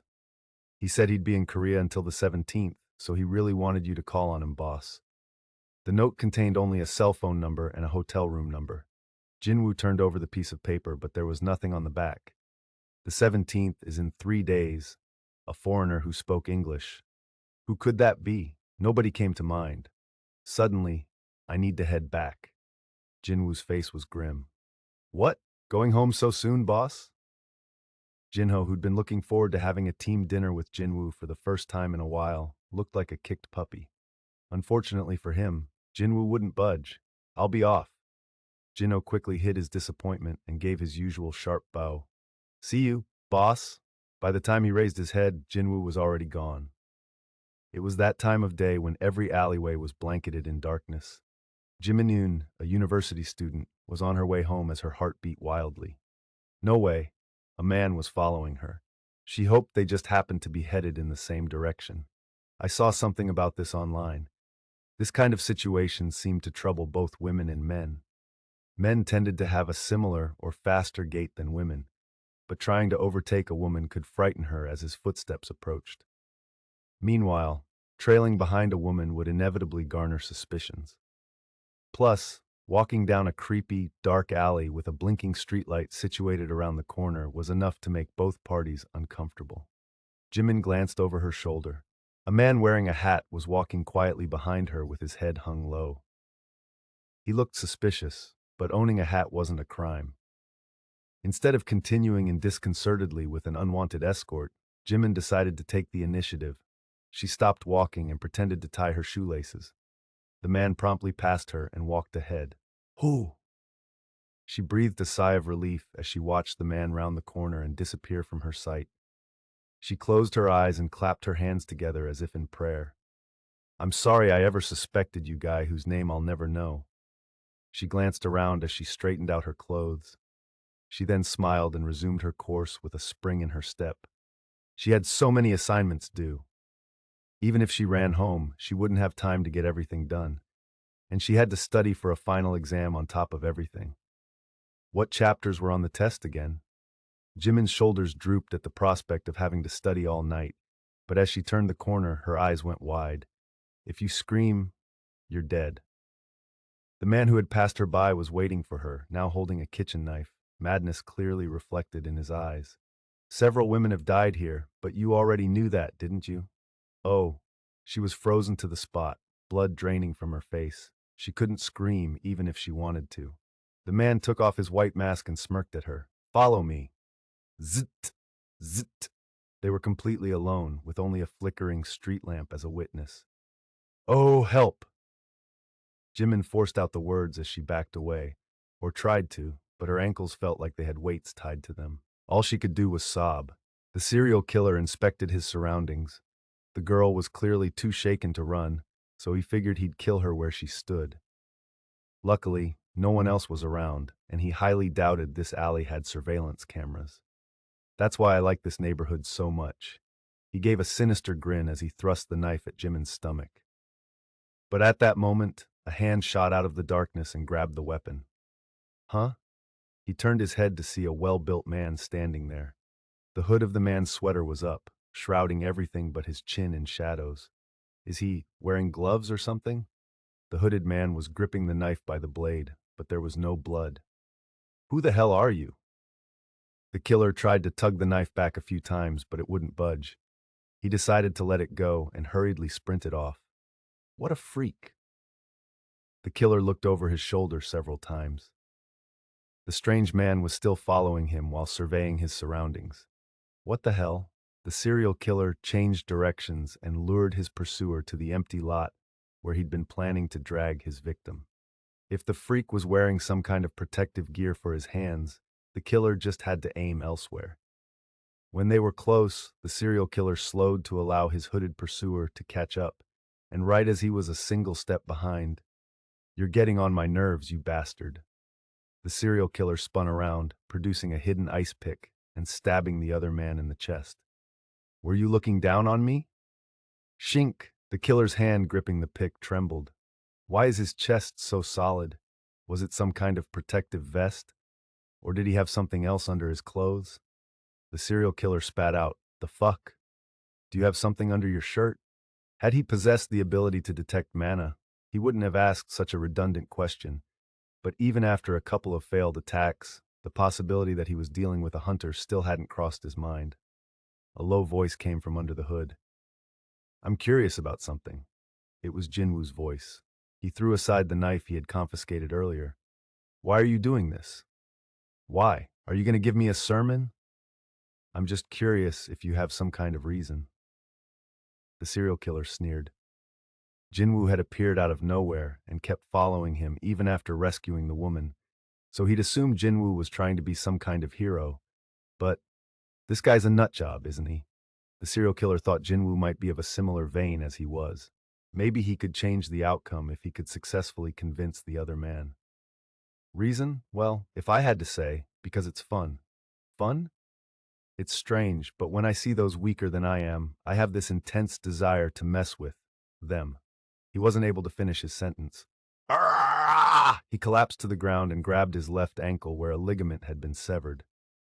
When he looked up, the kitchen knife had somehow returned to Jin-Woo's hand. When did he have time to pick it back up? Just then, Jin-Woo's form faded away again. Arr! This time, it was the right ankle. The serial killer writhed on the ground, unable to move with both ankle ligaments severed. Jin-Woo searched through the killer's pockets and fished out his wallet and cell phone. What the fuck is with you, you bastard? Jin-Woo ignored his victim's snarls, called for an ambulance, and checked the ID in the wallet before depositing everything back in the shaking man's hands. Give yourself up by midnight tomorrow. What? If you want to live. Jin-Woo had said all he wanted to. He proceeded to deposit one of his shadow soldiers into the serial killer's shadow and relayed the same orders to him. I don't know how much patience a high orc shadow soldier has, but high orcs weren't the best at waiting, but the second set of instructions catered to their expertise. Personally, I hope you survive. He'd need to be alive if he was to reflect on his crimes for years to come. Seriously, who are you? Jin-Woo leisurely strolled out of the park, leaving the serial killer trembling in pain and fear behind him. In the distance, he could hear the siren of an ambulance. Once he was some distance away, he checked for others before lowering his hood. He'd arrived at the scene just in time, thanks to the shadow soldier who had successfully tracked down the serial killer and alerted Jin-Woo. Shadow exchange. The more he used the skill, the more Jin-Woo realized how convenient it was. It's definitely reflective of a skill from a rune stone of the highest caliber for sure. The few times he'd used shadow exchange had left him satisfied without fail. He couldn't even begin to imagine how much more useful it would be at a higher level with a shorter cooldown period. Later, on his way home, he looked up to see the moon high in the sky. Come to think of it, that's tomorrow, isn't it? It was nearly showtime for the Korea-Japan alliance to undertake their mission. Jin-Woo wasn't part of the team, yet his heart was racing. How would the members of the actual raid be feeling? He thought about the few S-rank hunters he was acquainted with and hoped for their safe return. In the dead of night, Ryuji was in the training hall of the Hunters Association of Japan. He was surrounded by 2 S-rank hunters in front of him and 1 behind. Ryuji took a deep breath and opened his eyes. Hiya! The 3 hunters who had been waiting for an opportunity charged fiercely toward him. However, thud. The opposing 3 fell to the ground. Good job. Great work, Mr. Goto. We're no match for you. The 3 hunters brushed themselves off and got back on their feet, a feat possible only because Ryuji had been holding back. Ryuji wordlessly nodded his thanks. Like I thought, I'm in good form. If he had to evaluate himself, he'd say he was in perfect condition. He felt an adrenaline boost every time he thought about conquering Korea. So why? After the others left, Ryuji stared into space, thinking back on that particular day. Jin-Woo sung. Just who was that man? The more he recalled, the more bitter he felt. He shook his head to clear it. Well, it doesn't matter. Jin-Woo wouldn't be attending the raid, and President Matsumoto's plan would proceed without any setbacks. When Korea lost all their S-rank hunters on this mission, they'd have no choice but to hand leadership over to Japan. The Japanese people were demanding proper compensation from Korea right now, but they'd be cheering by then. When the time came, what would Jin-Woo Sung alone be able to do? Regardless of how strong he actually was, or whether Ryuji had made a mistake, it boded well for Japan that Jin-Woo wouldn't be attending tomorrow's raid. It meant that there wouldn't be any trouble. Everything rested on tomorrow. Ryuji smiled quietly to himself as he stood in the desolate moonlit gym. Thank you so much for doing this. The executive director of the broadcasting company feverishly bowed to the cameraman. It was quite a backward situation, but the man before him was no ordinary cameraman. He was a licensed A-rank hunter. Everything is riding on this for our network. The company had spent half its annual budget for the broadcasting rights due to the high number of competitors. However, they'd made such a bold decision for a reason. Only a handful of S-rank gates opened worldwide, and even when an S-rank gate appeared, it was impossible to bring recording equipment inside to film. In other words, this was the first and last opportunity for ordinary people to witness an S-rank raid unless, of course, another dungeon break tragically occurred at an S-rank elsewhere sometime soon. What's more, the broadcast was going to be streamed live with a 10-minute delay. What kind of ratings would that bring? 70%? 80? It was an excellent investment considering the revenue from selling the foreign rights alone. As long as the raid doesn't fail, no audience would want to see their top hunters get eaten by magic beasts, nor would the broadcasting company want to air the footage. The director was betting everything on this fourth extermination mission, so lowering his head to the cameraman who would provide this valuable footage meant little to his ego. Had the man asked, the director would have gladly kneeled. "Don't worry too much, sir." The cameraman put the director at ease. The camera had been his livelihood before his awakening, and he'd thoroughly done his research after accepting this particular job. He had absolutely zero intentions of ruining the stream for all his fellow Koreans watching. Besides, he would be receiving a hefty compensation. "I can't believe I'm getting royalties from the broadcast." He already made a good living as an A-rank hunter, but the amount was enough to galvanize him. Plus, if things went as planned, he could have fame and fortune equivalent to the S-rank hunters on this mission. He would be the most famous A-rank hunter in Korea. The cameraman smiled at his daydreams. "Out of curiosity, how did you get President Go to agree to filming the mission?" "I'm sure it wasn't about the money since he's so by the book." The director nodded. "Yes, President Go said he would divide the money we paid among the participating hunters." "Then why? Why would President Go allow the mission to be filmed?" The director could only hazard a guess. "I think it's because President Go wants to comfort the people." The Hunters Association of Korea had already failed 3 times against the ants. As a result, Koreans had lost faith in the association and had felt helpless against these seemingly indestructible monsters. This was an opportunity to change the narrative. It's clear what the public opinion of this entire affair is if you look online. And President Go wanted to take it a step further and memorialize the precise moment of victory on film. This decision reflected his hardened determination to prevent any more failures. The cameraman agreed with the director's explanation. His expression turned grim as he checked his wristwatch and stood. "It's already time. I'll be off." The director gave him one last deep bow. "Godspeed, sir." The helicopter transporting the hunters lifted off. Even the cheerful Dong-wook, the ever-confident Jongin, and the optimistic Yoon-ho sat with solemn expressions. The cameraman ran a final inspection on his filming equipment, which consisted of a head-mounted camera for ease of movement. "I would never have accepted this mission if the camera was going to hinder me in any way." The helicopter was headed to the most dangerous place in Korea, and quite possibly the world. The cameraman gulped at the thought. Despite his efforts to stay calm, he was slowly but surely growing nervous. He wasn't the only one. Yoon-ho struck up a conversation with his close friend in an effort to shake off the nerves. "Hey, Byung-gu, I didn't expect you to come." Byung-gu grinned. "I'm here because I thought you'd be the first to die without a healer. You leap at magic beasts without a second thought as soon as they come into view." "Why do you have to say it like that? Since when have I ever leaped at magic beasts?" The other S-rank hunters laughed quietly at the exchange. Byung-gu was the lone S-rank healer in Korea. Everyone had been immensely relieved to hear that the retiree would be joining the raid. Having a healer in their ranks would make a huge difference. Namely, they could fight without worrying about injuries. As Yoon-ho and Byung-gu's conversation cut through the heavy atmosphere, Hain turned to Yoon-ho. "President Baek, did you meet with Jin-Woo by any chance?" "Jin-Woo?" "Yes." Yoon-ho shook his head. "Nope. Why do you ask?" "Oh, no, it's nothing. I must have misunderstood something." Just then, Dong-wook guffawed. "Oh ho, it's showtime." The hunter's eyes all turned to what the bigger man was gesturing at. The blackened ground that had been claimed by magic beasts slowly came into view through the helicopter's windows. For an ominous presence.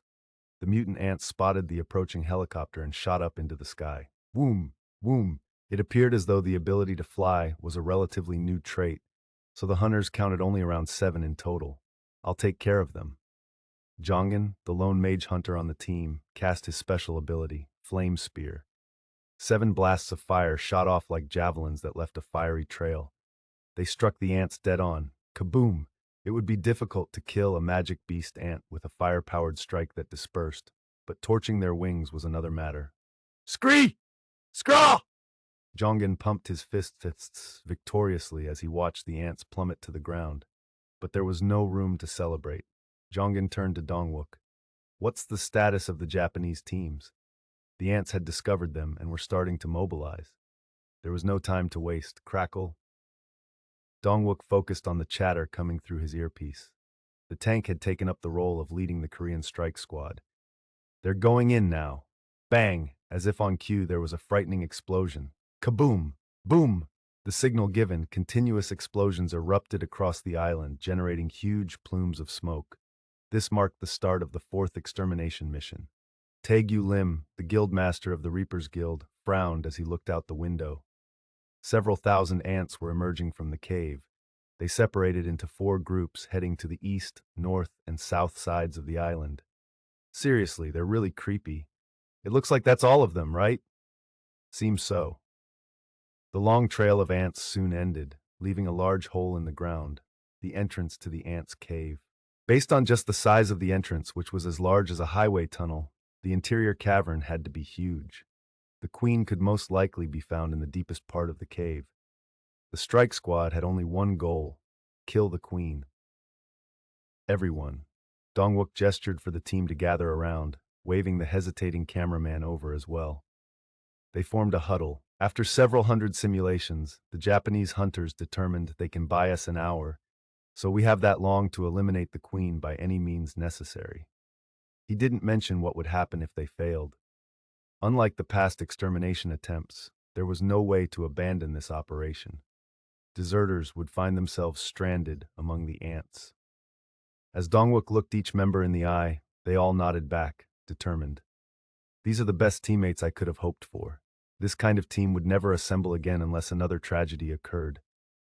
Dongwook considered it an honor to be their leader. After giving everyone a moment to steel themselves, let's go. 7 hunters, the 6 strike squad members plus the cameraman, jumped out of the helicopter. How long has it been since the Koreans went in? Asked Ryuji. Hold on, please. As team leader, Ryuji was supposed to be in charge of communications with the command center, but since he hated having his movement hampered, he'd assigned that duty to someone else. It's been a little less than 10 minutes. 10 minutes? Ryuji decided it was about time to start their retreat. He briefly looked around to check whether they were okay to do so. There were mounds of slaughtered ants. On the surface, the Japanese team's purpose was to distract the enemy. Their objective was to buy time for the Koreans, so instead of outright killing the magic beasts, they'd employed a hit-and-run strategy. Despite all this, the body count was still quite high. These ants may be a challenge for the Koreans, but not for us. A confident grin spread across his face. Ryuji kicked an ant carcass out of his way before he commanded his team to prepare to withdraw. It was time for the next step in Japan's master plan. But before he could, Mr. Goto? Yes? The hunter in charge of communications had a grave look on his face. Command says they haven't heard from Team 3 in a while. Is their equipment malfunctioning? It wasn't unheard of for equipment to work perfectly during field exercises, only to fail right before or during an actual mission. Team 3 had been deployed on the south side. Ryuji's Team 1 had touched down on the west side and moved south, so they should be relatively close. How far are we from Team 3's last known location? Command says we should get there in 10 minutes at our current speed. As per Ryuji's calculations, they weren't that far. There would be dire consequences if they fell back without Team 3 and left them on the island. Japan couldn't afford to leave 5 S-rank hunters behind if they were considering an all-Japanese extermination mission down the line, especially not Team 3, which consisted of some of their best. There was a reason they'd been assigned the location closest to the entrance of the ant cave. It would be a huge blow to Japan if they lost any hunters from that group. I'm sure they're fine. Ryuji assumed there had simply been a small miscalculation. He considered it for a second before giving the order. Let's go find them. Tak. As soon as Jin-Woo came to a stop, a familiar chime rang. Ping. Total distance run, 10. You have completed running 10 kilometers. Unlike that first time he'd done the daily quest, Jin-Woo wasn't winded at all. He'd been doing this every day for so long that it had become a part of his routine. Soon, the quest completion awards were delivered, along with the usual notification. Stats. He invested 2 of the 3 ability points in agility, and the last one in strength. Strength, 219. Stamina, 200. Agility, 230. Intelligence, 250. Perception, 200. Available ability points, 0. Physical damage reduced by 46%. Jin-Woo smiled in satisfaction as he watched most of his stats go up to a number ending in 0. If only I had one more point. It was unfortunate, but it wasn't like he could make points appear out of thin air. Still, he couldn't stop smiling as he looked at his relatively even stats. Nice. Jin-Woo had been increasing his stats across the board once the intelligence stat had reached 250. Each one of these is invaluable. He'd come to this conclusion a while ago. A stat raised to a high enough value would always be of some use to him, no matter the situation. So, unless he had a reason to do otherwise, Jin-Woo would continue spreading out his ability points evenly and maintain balanced stats. He closed the window contentedly, then looked around. The neighborhood was relatively quiet anyway, but today one could hear a pin drop. He could easily guess why. Jin-Woo took out his phone and checked the time. I knew it. The Korea-Japan Allied raid was in progress. Everyone in Korea was probably glued to their screens. Jin-Woo headed off. Though he'd completed the daily quest already, his footsteps were still quicker than usual on his way home. The mission was going smoothly. Just like Japan had outlined in their plan, Dongwook's team met no resistance as they went farther into the tunnels. The inside had a similar structure to other cave-type dungeons. The only difference was that hunters had to light their own way due to the lack of glowing stones. Gulp. Despite having plenty of experience being in dungeons, the cameraman couldn't help feeling nervous. He made up the very back of the group. Jongin, who had a flame lit in his hand, led the other hunters, who stuck closely behind him. The cameraman also had a flashlight attached to his head for filming purposes. But because it was nowhere near as powerful as an S-rank hunter's magic, it was barely able to cut through the mana-laden darkness to illuminate the space right in front of him. It's quiet, Jongin blurted out, and Dongwook nodded beside him. As a tank and as the leader, Dongwook had a duty to protect the mage at the forefront of the group. Perhaps that was why Dongwook continuously scanned their surroundings with keen eyes, his usual cheerfulness nowhere to be seen. Yunho was also acting differently than usual. He'd entered the ant cave with eyes of a beast activated, and on the lookout for even the faintest trace of mana. Byung-gu and the cameraman were quite tense as well. Only Heen seemed unaffected, as she walked in silence with her hand on her sword, wearing her face set in her default blank expression. That was when, over there, Jongin had discovered something. Oh, ah! The hunters gasped in shock. Countless ant eggs covered the walls and ceiling for as far as the eye could see. Black larvae could be seen writhing within through translucent shells. The hunters felt only one emotion as they stood in the midst of this dreary, moldy-smelling spawning ground: disgust. Should I burn them all? Jongin wrinkled his nose. Dongwook laughed for the first time since they'd entered the ant cave. I'm dying to do that, but there's no time. Even if every one of these eggs hatched, they would last only a year. They didn't need to worry about these eggs as long as they eliminated their mother. They're coming! Cried Yunho, pointing into the darkness as a warning. Hain had already drawn her sword. Dongwook lifted his shield, which was almost as tall as he was, and stared ahead. Tak, tak, tak, tak! About 10 worker ants appeared. Their vestigial eyes matched those of the others born on Jeju Island. Are they the Queen's guards? Jongin shook his head. No, they seem to be guarding these eggs. This shouldn't be too hard, then. If these ants were regular magic beasts and not the Queen's guards, they wouldn't last long against a squad of S-rank hunters. Dongwook knew very well that they didn't have much time to spare, so he attacked the ants first.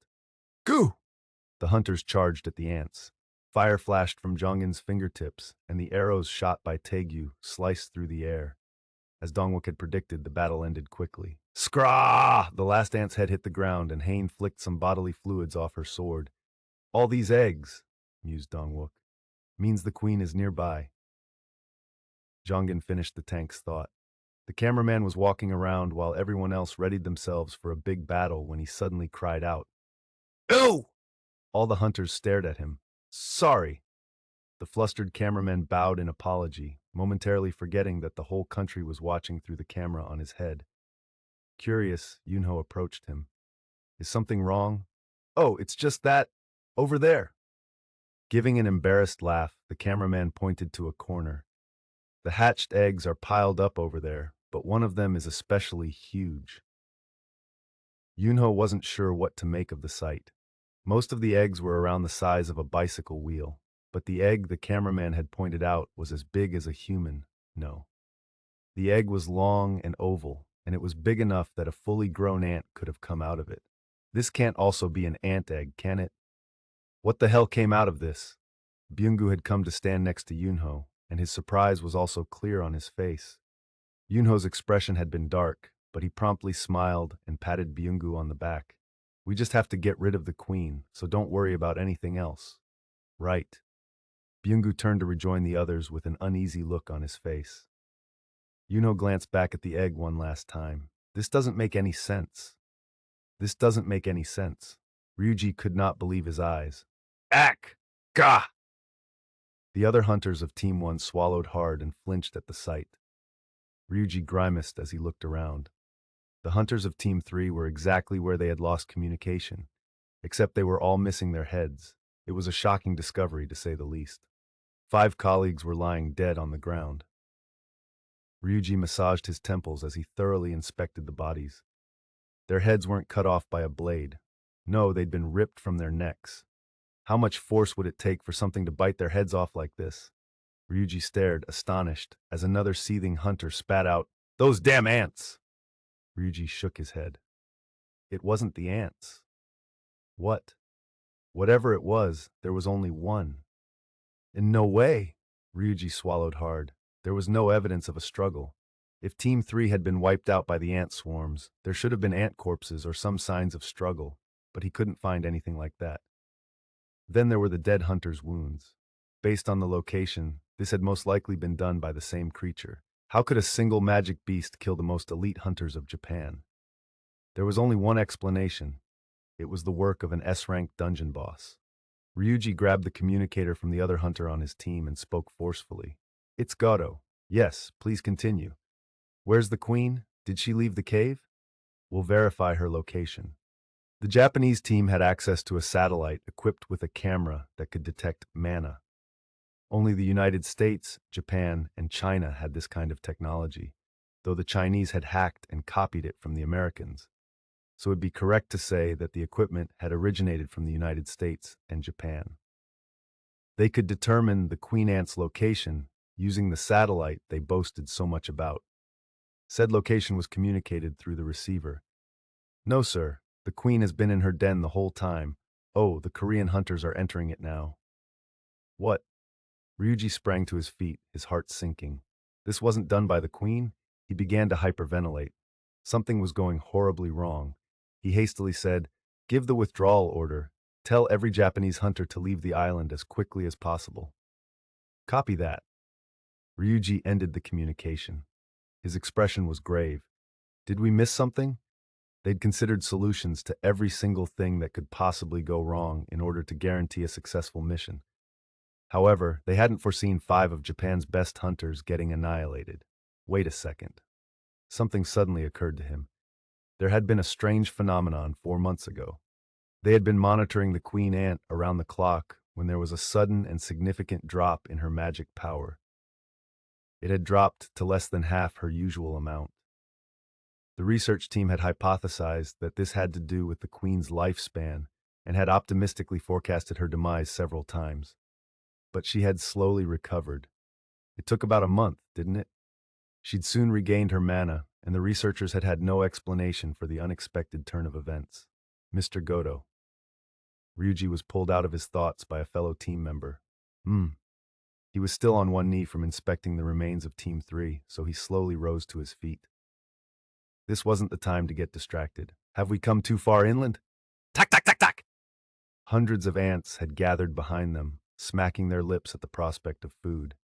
Meanwhile, the Korean team entered the Queen's den, the boss's lair of this particular place.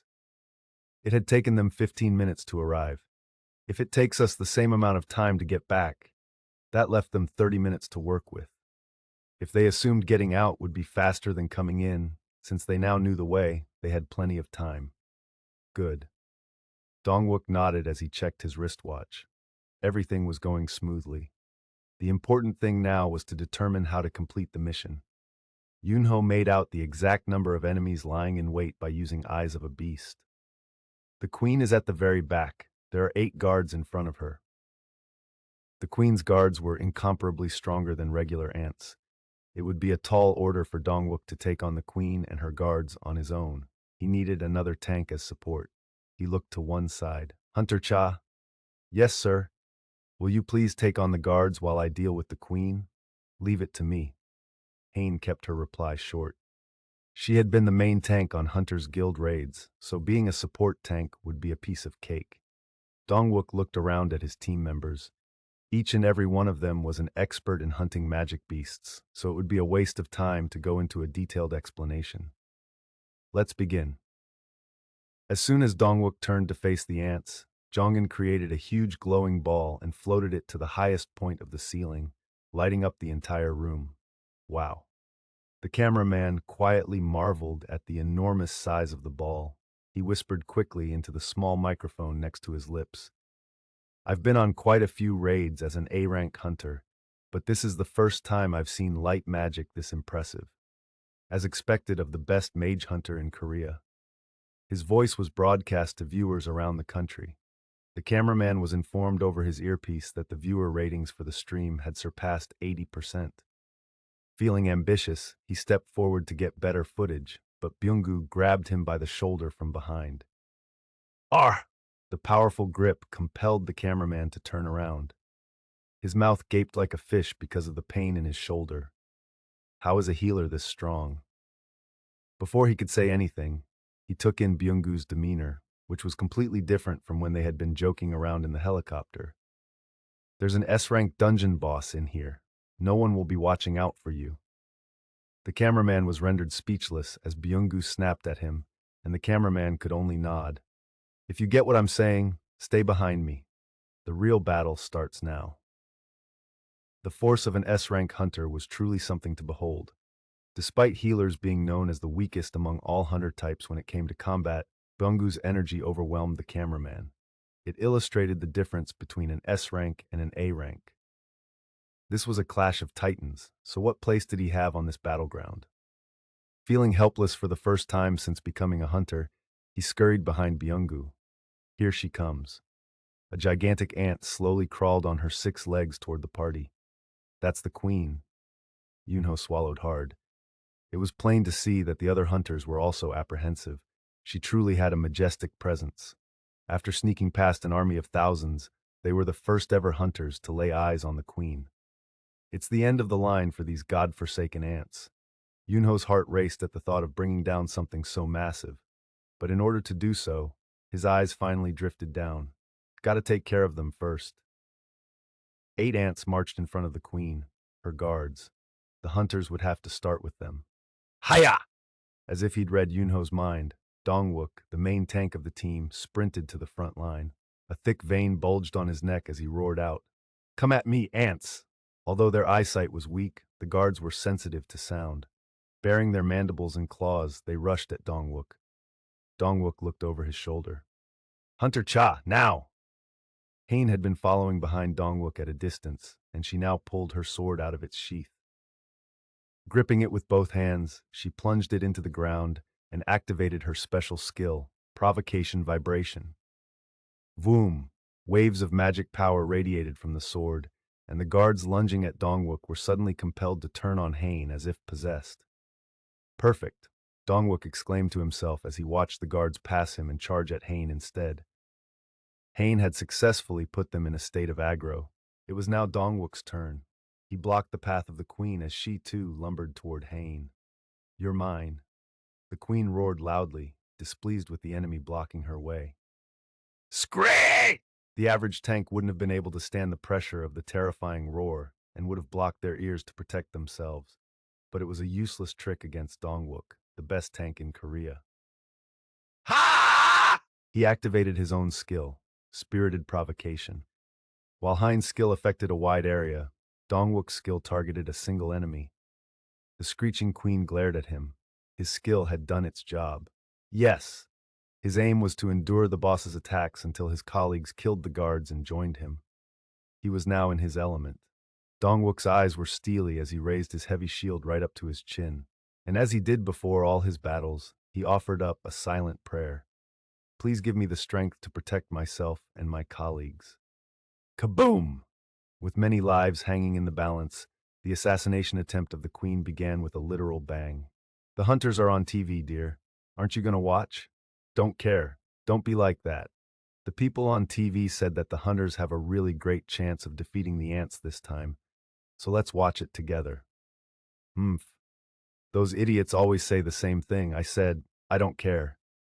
The elderly man turned his back on his wife and continued reading his newspaper. Soon, a tutting sound came from the hunched back.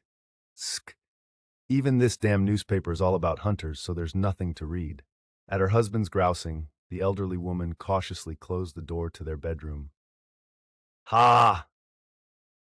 Until 2 years ago, her husband had religiously followed news stories about Jeju Island and had even cheered on the hunters. They'd lost their one and only child to the ants. The deep despair they'd felt when their world collapsed had turned into a great rage against magic beasts. Her husband had supported the hunters by donating money to the Hunters Association every time there was another extermination mission. The night before each operation, he was a sleepless bundle of nerves. However, the greater his expectations, the deeper his disappointment. When the third mission involving the full force of the association also failed, the light in his eyes faded and he wasn't himself for a time. Ever since then, he'd stopped talking about hunters. The elderly man had let go of all expectations and hope. The elderly woman sighed once again and picked up the remote for the living room TV. She turned it on and the emotional voice of the show host blasted out. The hunters, the pride of Korea, have taken the first steps to confront the queen ant. She'd tuned in right when the battle was about to begin. The elderly woman clasped her hands to her heart and watched nervously. She looked away whenever hunters got hurt and clapped excitedly when their attacks landed. Oh my! Oh my! Oh! Finally! They defeated the first magic beast. That was just the beginning. Thanks to the hunters' joint efforts, the ants fell one after another. Each time one collapsed, the entire apartment building seemed to quake from the tenants cheering and applauding. Oh dear, oh dear. 4. There are only 4 left. They've already taken down half. Her eyes stung with sudden tears. She felt an overwhelming gratitude for the hunters risking their lives to protect their people, as well as grief at the memory of her son, who had been over the moon about landing a job at a huge company on Jeju Island. There are only 2 guards left. Once the hunters defeat just 2 more guards, they can attack the queen. Victory is within reach. Just then, slam! The door to the bedroom flung open, and the elderly man rushed out. Dear. The old man didn't respond to his wife's calls, staring at the TV screen with red eyes. His clenched fists trembled. The host continued to monitor the raid situation with bated breath. The hunters have defeated every one of the queen's powerful guards. Only the queen is left. Once they kill her, all other ants can be eradicated. The hunters are attacking the queen without wasting any time. Dongwook had successfully preoccupied the queen. The other 5 hunters sprinted out from behind him, and as they did, tears were already streaming down the old man's face as he thrust both fists in the air and shouted, Rah! At the TV station, the executive director cried out joyously as phones rang off the hook. Words of encouragement were pouring in from all over the country. Sir, our ratings just went over 85%. We did it. He clenched both his fists tightly. Of the overall audience, 85% would be a record that wouldn't be broken even if the Korean soccer team somehow made it to the World Cup finals. And when he considered the revenue they'd already generated and would generate from overseas markets, cha-ching. The director scrubbed his face with both hands as he plopped down in his chair. The other employees in the control room exhaled in relief as they saw how the director couldn't hide his elation. The stream showed the Korean hunters soundly thrashing the queen. The United States, China, Russia, and France! South Korea is about to be added to the list of countries that have cleared an S-rank dungeon. The director wiped the sweat beading on his forehead with his handkerchief. Excellent. Excellent. The queen was on the brink of death, and all that was left was for the hunters to get out of the ant cave safely after defeating her. However, Scrah! Whoa! Shocked, the director turned as a producer rushed to turn down the volume. The director approached him, perturbed. Producer Na, what was that sound? It's raw footage transmitting from Jeju Island. I think that sound came from the queen ant. From the queen? The TV broadcast was on a delay, as due to the unpredictability of the raid, it would be too risky to broadcast in real time. The director looked up from the footage with a grin. Nobody wants to hear a magic beast screaming during this historical moment of victory. Why don't you edit it out or decrease the volume? Yes, sir? Producer Na nodded, and the director patted their right shoulder in encouragement. Just then, another employee rushed in with a severe expression. Sir! Producer Na! The director turned. From his experience, someone who looked like that during an operation such as this wasn't there to report good news. He was struck by an ominous feeling even before he heard the report. He desperately hoped his gut was wrong for once. What's going on? The thing was, his gut was rarely wrong. The employee sounded perplexed. The Japanese hunters seem to be leaving Jeju Island right now. What? Dongwook yelled out encouragements. We got this. Keep going. The queen was about to collapse, so they just had to push forward a little harder. Taegyu's arrows sprouted from the queen's head, making her look like a porcupine. Shk! Another arrow flew and hit the queen square in the forehead. She screamed and shook her head in pain. Scree! The queen soon snapped back to her senses and spewed poisonous acid all over the den. Shh! The attack had such a wide range that the hunters couldn't avoid getting sprayed, but fortunately, Byung-gu was there to heal their blackened skin. Scree! The queen was enraged that her poison was ineffective. She proceeded to bite down on Dongwook's torso with her gigantic saw-like mandibles. Crunch! However, he had also protected himself with an advanced reinforcement skill, so he was able to endure the queen's bite. He used his shield to block one mandible while his left hand pushed the other side back. As he bought time, a huge ball of flame struck the queen in the side. Kaboom! It was Jongin's magic. Krah! As the queen attempted to regain her footing, Yunho, who had transformed into an animal-type magic beast, leaped on her back and ripped out one mandible with his bare hands. Krk! He gently landed on the ground and panted. Yunho was certain of one thing. The queen is done. Experience told him it was about time for the boss of the creatures that had stained the land with the blood of too many victims to sleep for eternity. They were so close. As that thought entered his mind, powerful emotions surfaced from deep inside him. But just then, before they could stop her, the queen reared her head up toward the sky and Scrah! An ear-piercing screech echoed throughout the whole cave. Yunho's eyes twitched. What was that? A roar? A final cry? No, this sound was different. The high-pitched noise was more like a desperate call for help to something far away. She's calling for someone? The thought brought chills to his spine. Shut her up! As Yunho was about to make his move, Hain gracefully jumped through the air and swung her sword as hard as she could. Shk! The queen's head landed on the ground before Hain herself. Thud. The cameraman had been holding his breath throughout the entire battle. Now he raised both hands up high with tears in his eyes. The 4-year ordeal had finally come to an end. Huff, huff! Dongwook panted as he gave his teammates a big thumbs up. Hain exhaled a sigh of relief. Jongin gave a big smile while adjusting his glasses. Taegyu pumped both his fists in victory. They each expressed their joy in their own way. However, Yunho was trembling as an inexplicably ominous feeling rose from the pit of his stomach. Hey, we just became the 7th team in the whole world to clear an S-rank gate. So why do you look? Hold on. Right then, Dongwook, who had been talking with command, looked up with a stunned and angry expression. There was no time to waste.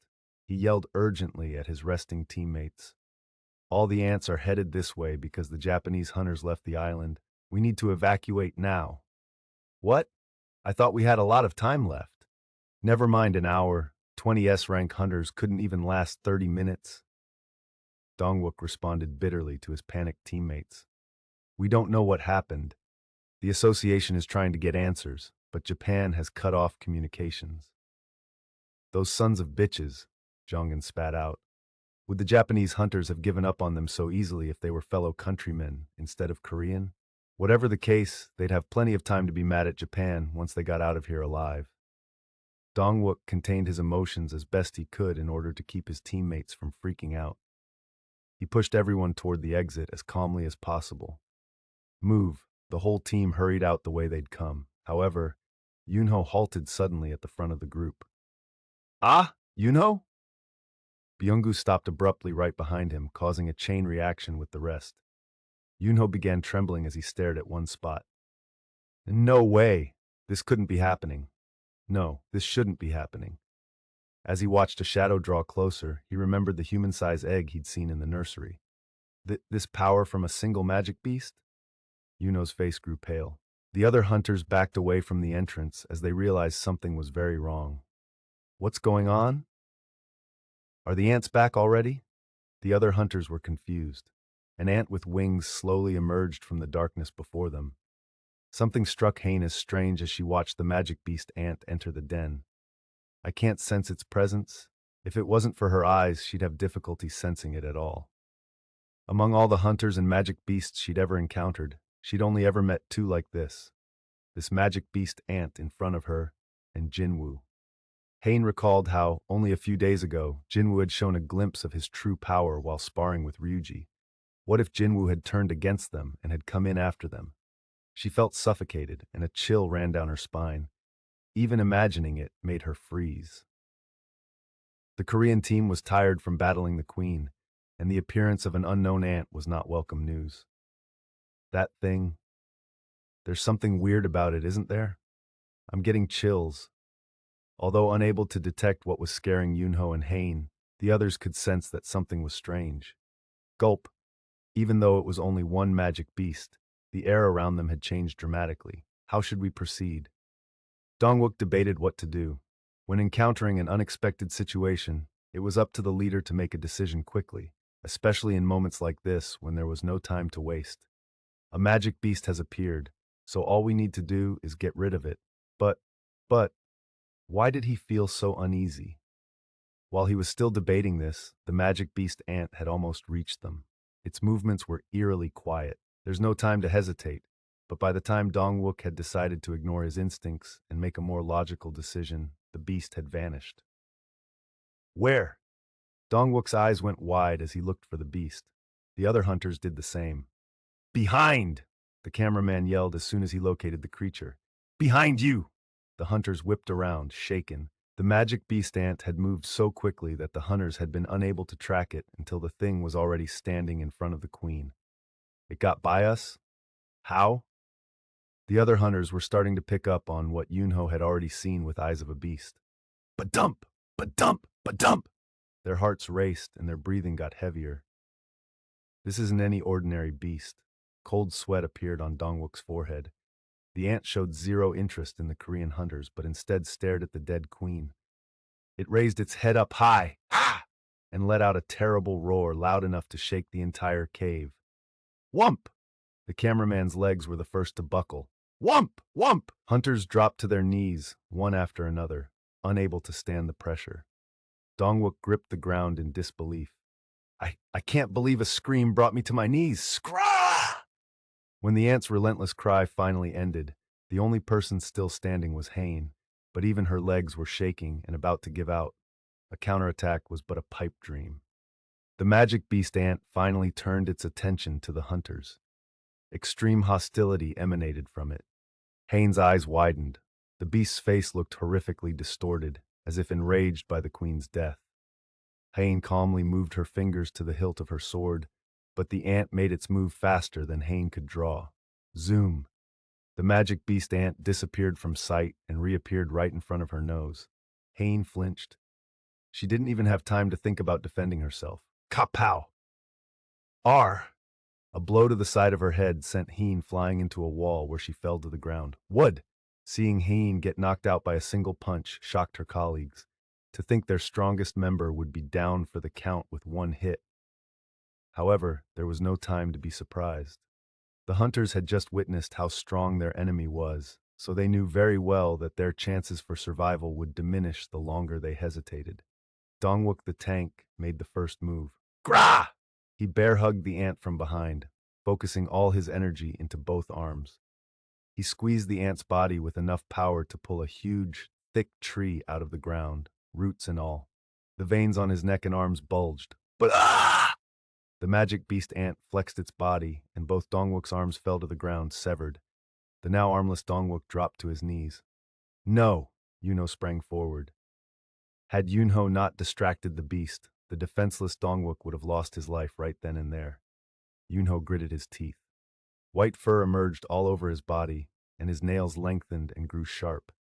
The transformed man bounded toward the ant like an animal. Whoosh! The magic beast disappeared again. Where? It was impossible to follow the ant's movements even with his eyes of a beast ability. A scream came from behind him. Arr! It was Jongen, who'd been casting a spell. The ant slashed at the man's torso with its claws, and the mage fell to the ground with a moan. Taegyu, who was situated about 5 paces from Jongen, had hidden his presence while waiting for an opportunity to attack. He now shot an arrow imbued with mana at the ant. There's no way I'll miss from this distance. He confidently watched the arrow fly. Duck! Taegyu was incredulous. How? The ant had snatched the arrow out of the air and broke it in half. Crack! Taegyu tried to fire again, but the beast was already standing right in front of him by the time he knocked another arrow and raised his bow. Shit! Pow! Taegyu was punched in the face and flew back. As soon as the ant turned its back on Yunho, the hunter lunged at him. But the beast reacted instantly, grabbing Yunho's skull and smashing his face into the ground. Crunk! Yunho's body twitched. When the ant tried to pound his face into the rock once more, Dongwook charged at the beast's shoulder first. Bam! The magic beast ant tumbled to the ground but was soon back on its feet. Dongwook's missing arms had regenerated, and the tank tackled it, his body back in prime condition. The ant struck Dongwook down. It defeated the other hunters again and again. But the wounded hunters recovered quickly and leaped back into the fray. The ant came to realize that there was a healer present and started searching the area. Byung-gu remained calm. He had one self-defense skill, camouflage. Similar to stealth, it concealed his presence, but the one drawback was that he had to keep still. Despite that, it was a valuable skill for a healer. It allowed him to stand in one spot and focus on reviving the others. The magic beast changed its tactic as it sensed healing magic coming from a hidden source. It grabbed Dongwook, the sturdiest of the hunters, by the legs and held him upside down in the air. What the hell is it doing? Byung-gu was unnerved by the change. The ant slowly began breaking Dongwook's bones. As it did, Byung-gu poured his healing magic into the tank. He had no other choice. Dongwook would die if Byung-gu stopped. He sweated profusely as he continued casting. The ant's gaze suddenly zeroed in on Byung-gu's location. It can't be. Byung-gu's heart sank. When he blinked, the ant had vanished. Huh? Where had it gone? Byung-gu, Yunho cried out. At that moment, shunk! Gah! Blood spurted out of Byung-gu's mouth. Feeling like he'd been set on fire, Byung-gu looked down and saw a huge hole in his stomach. Protruding through said hole was the black arm of the ant. Byung-gu raised his head and met Yunho's eyes. He called out, Yunho, run! Byung-gu! Yunho tried to stand, but his left leg was wounded and wouldn't support his weight. Crunch! The ant bit off Byung-gu's head. Crunch! Crunch! No! Yunho hobbled toward them. The ant abandoned Byung-gu's headless body and grabbed Yunho by the neck. The hunter struggled to escape the beast's powerful grip, but it was no good. The magic beast ant opened its mouth. Yunho, run! Yunho, run! Yunho was taken aback. The beast was emitting a perfect replica of Byung-gu's voice. It sounded just like him, save for some strange cracks. Run! Yunho. The ant repeated the words over and over until it finally looked Yunho straight in the eyes. You are weak. What came out of the magic beast's mouth was a familiar language. Though a little stilted, it was clearly Korean. How? Yunho's eyes widened. Our queen was killed. I killed your soldiers, but it's not enough. Who is your king? King. The ant tightened its grip on Yunho's neck. Gah! Where is your king? Yunho's mind raced. Hain was the strongest among the Korean hunters, but she was out cold. He tried to think of someone who could buy them some time. The Japanese team that had abandoned them sprang to mind. Among them, Yunho thought of Ryuji, the strongest of that bunch. Outside. Outside. The ant lifted its head as if searching for something. After a while, it spoke in a satisfied voice. There is a strong one. The beast dropped Yunho like a sack of rocks, as if he were a waste of time and effort. It then disappeared in a flash. Cough, cough! Yunho tried to catch his breath, then took stock of the situation. There was no time. They had to escape from this place before the beast returned. However, tuck, tuck, tuck! While the hunters had battled the formidable beast, the army of ants had made their way back to the nest and were now pouring into the queen's den. Ryuji sheathed his sword in its scabbard. There were mounds of ant corpses around him, numbering over 100. The power of Japan's strongest hunter had been on full display. It looks like the coast is clear. Yes, sir. Having witnessed Ryuji's performance, his teammates nodded. It seemed they were invincible as long as they had him by their side. Everyone else has left, so it's just us now. A hunter relayed the messages coming from the command center. Ryuji nodded and turned toward the coast. This way, but Ryuji was unable to finish his sentence. Whoom! A magic beast ant suddenly appeared before his very eyes. Ryuji took in the enemy's capabilities at once. This is no ordinary ant. Mr. Goto! Ryuji stopped his colleagues from trying to help him. I'll take care of this. With an enemy this powerful, his subordinates would only get in his way. It was better to handle this on his own. His teammates stepped back as he commanded, putting their full trust in him. Ryuji carefully drew his sword. Ant, you have quite a presence. The ant didn't budge, as if it sensed Ryuji's power and was now frozen to the spot. Of course, had it moved, Ryuji would have sliced it into 100 pieces. The ant opened its mouth. You're the king? King? Ryuji was startled. He couldn't believe he had actually heard an ant speak. It was a known fact, though, that intelligent magic beasts had their own language, so it didn't seem too far-fetched for them to be able to mimic human language. Ryuji smirked. King. When President Matsumoto established an empire of hunters, Ryuji would be the only one with the right to sit on the throne. Yeah, I'm the king. Kree. As soon as the ant got the answer it'd been looking for, it unleashed its full magic power. Womb. Ryuji had severely underestimated the beast. His eyes bulged from his head. What in the world? The sudden drop in temperature gave him goosebumps and made the hair on the back of his neck stand up. He had experienced this kind of sensation once before. Jin-Woo sung, shunk! Ryuji's head fell to the ground as soon as the magic beast ant made its move. Arrgh! The Korean team was overwhelmed by ants. Dongwook, Taegyu, Jonggin, and even the cameraman fought off the swarm, but there seemed no end to the continuous wave. Huff, huff, huff! Yuno could hear only his own labored breathing. Is this the end? He wiped some blood from his brow with the back of his hand.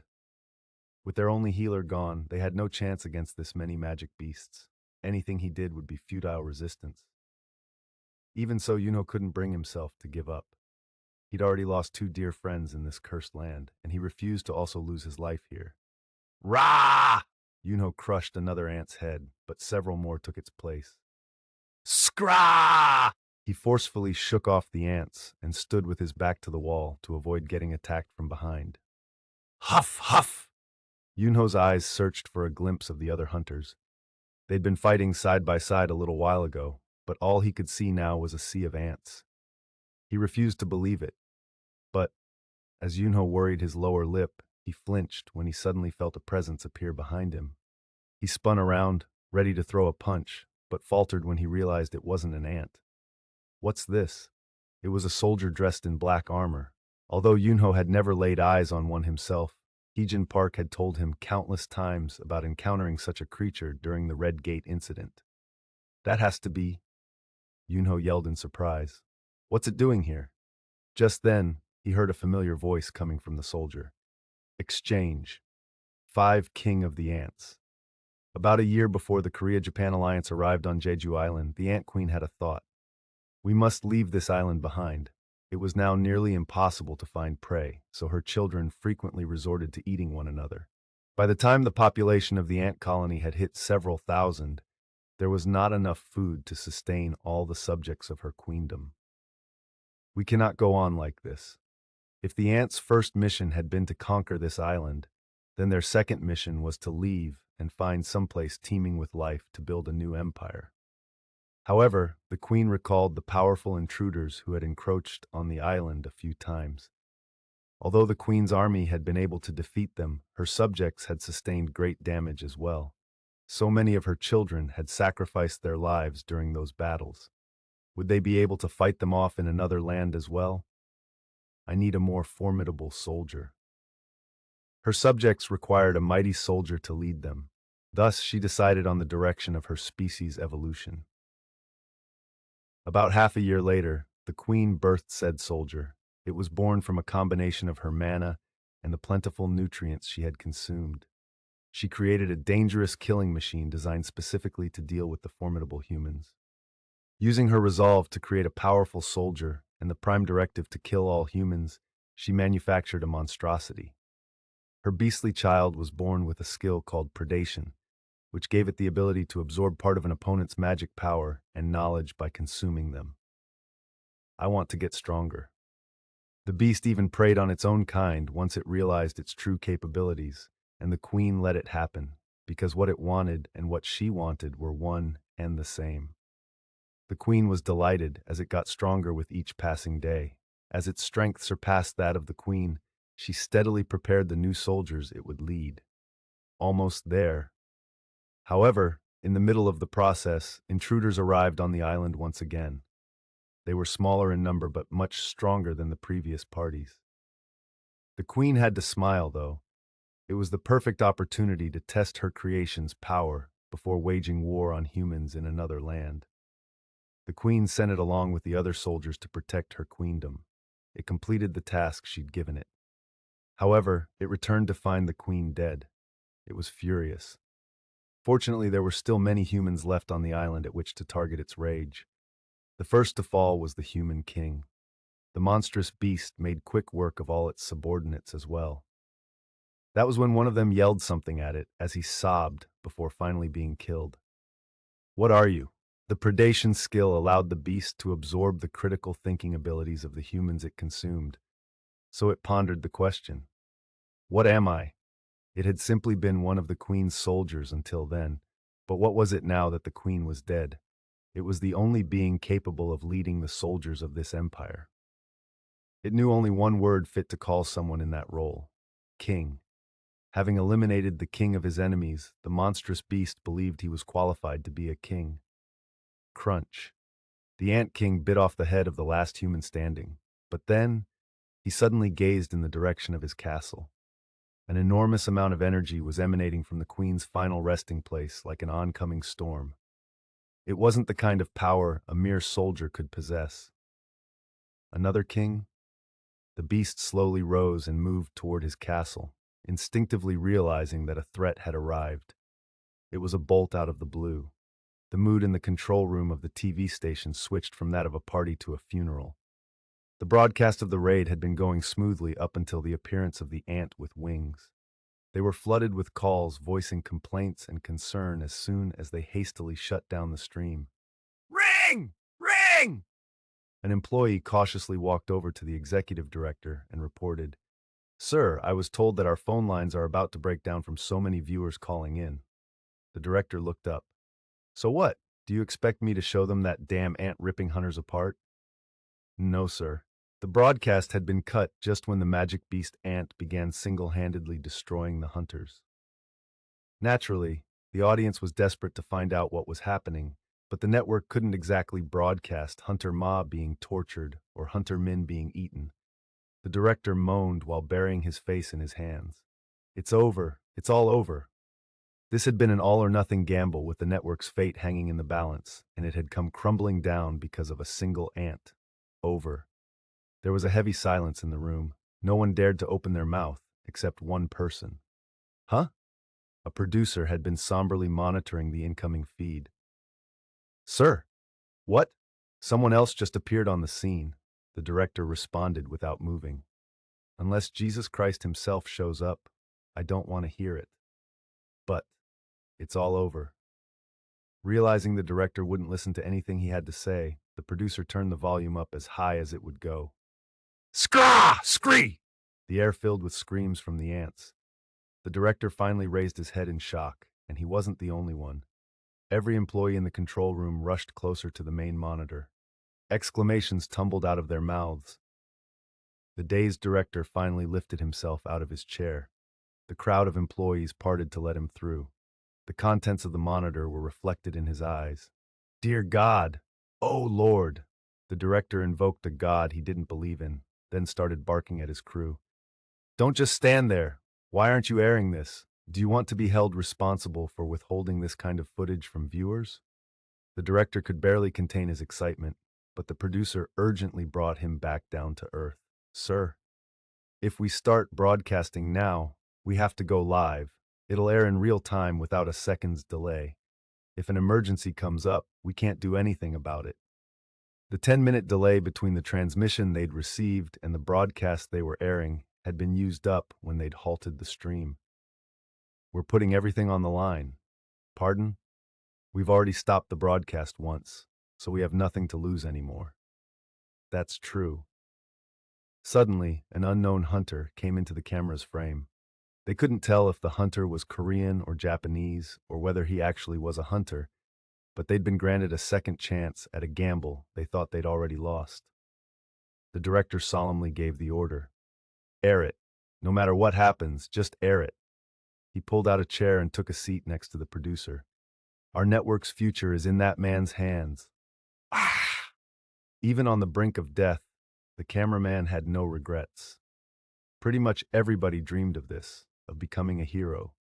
He would have even been happy being a hero's sidekick if he couldn't be the hero himself. When he'd been working the odd assignment for the network as a cameraman, he had never dreamed he'd get that opportunity.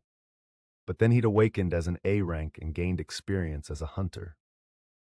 And finally, he'd ended up on this raid. Because of that, he'd had the chance to capture the spectacle of Korea's representative hunters successfully taking down an S-rank boss on film. I'm the one who did that. This footage would let people know of the sacrifice made by the S-rank hunters in order to exterminate the ants. That was good enough for him. He felt like all his efforts as a cameraman and as a hunter had been rewarded. He did have one regret, though. Dad, after his mother had died of cancer, his father had raised him as a single parent. The cameraman now felt a profound sadness at not being able to see his father ever again. Crunch! He didn't feel a thing as an ant bit down on his shoulder, as he'd already lost the use of his arm a while ago. He'd endured until now because of his natural resilience as a tank, but he was reaching his limit. Thud! He dropped to his knees. Even in this moment, his father was the only thing on his mind. I can't believe the last conversation I had with him was whether he'd eaten dinner. Had he known this would happen, he would have made more of an effort to speak with the old man. He wished he'd canceled his previous engagements and spent the day with him that time his father had visited Seoul. Alas, time had flown by and regret had come too late. The cameraman looked up. The horrifying mandibles of the magic beast ant descended toward his head. His mana reserves had dropped so low that he was unable to protect himself with reinforcement. Tears welled in his eyes. Sorry, Dad. But instead, krish! With the loud noise of a shell being cracked open, fluid splattered all over the cameraman's face. Huh? A silver blade had penetrated the ant's skull. The cameraman's eyes followed the length of the blade to land on another ant with some red plumage attached to its head. An ant killed its fellow ant? No, it wasn't an ant. He'd mistaken it for one because both figures were swathed in black. A mysterious warrior dressed in black armor withdrew their sword out from the ant's carcass. Thud. The ant fell lifelessly to the ground, and when the shadowy warrior stepped aside, a familiar man approached and yelled at him. Open your mouth. Pardon?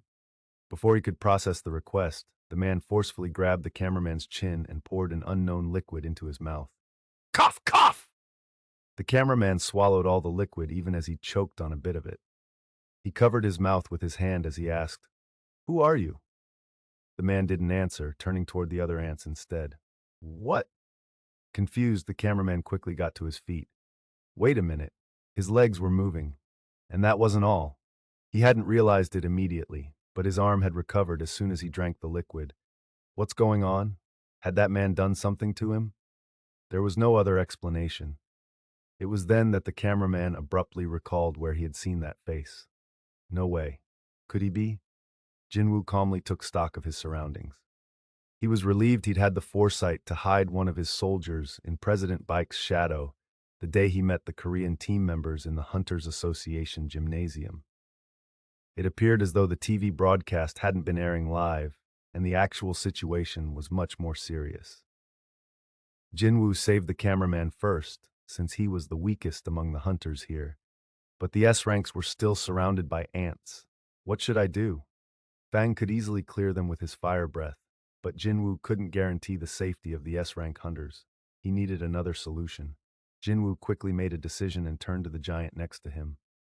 Iron! The soldier smacked his chest as if to say that he knew exactly what to do. Iron's heavy body lumbered forward. He puffed up his chest and gave a great shout. Grawr! Ping! Iron is using skill, epic taunt. The effect was incredible. Every single ant in the vicinity quickly turned their attention to Iron and rushed him. Good job. Jin-Woo patted Iron's shoulder and summoned the 2 daggers he'd acquired after killing the demon monarch. The demon monarch's daggers. The dagger's blades shone under the glare of Jongin's light magic. Scraw! Scree! A tidal wave of black filled Jin-Woo's vision as several hundred screaming ants simultaneously rushed him. He gripped his daggers tightly and then disappeared from view. Ska! Soon, Jin-Woo's soldiers and the ants were locked in a fierce battle. Meanwhile, Yoon-ho, who was in better shape than the others, hurriedly moved his fellow hunters to a safe corner. Thankfully, everyone was still breathing. The cameraman hastily lent him a hand. The 2 men were able to safely finish their task because Jin-Woo, or rather, Jin-Woo's minion, had lured the ants' attention with an aggro skill. Huff, huff, huff! Dong-wook leaned against the wall to catch his breath and grabbed Yoon-ho's arm. What's going on? Who's fighting now? His vision was blurry due to an injury to his eyes. Yoon-ho covered his hand with his own. Master Ma, it's okay now. Everything will be fine. Yoon-ho turned to watch Jin-Woo. While the others were still unaware, Yoon-ho had a rough estimation of how powerful Jin-Woo was. He couldn't help but be alarmed when Jin-Woo had suddenly appeared where the soldier in black armor had stood. Before he knew it, though, he'd yelled at Jin-Woo for help.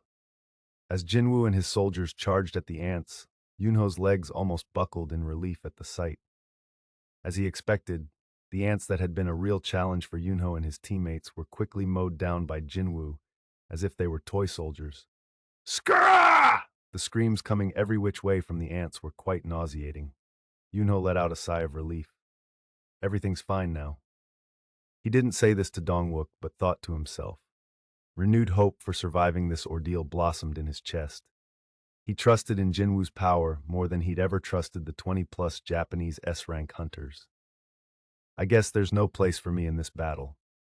Yoon-ho settled down beside Dong-wook with a smile.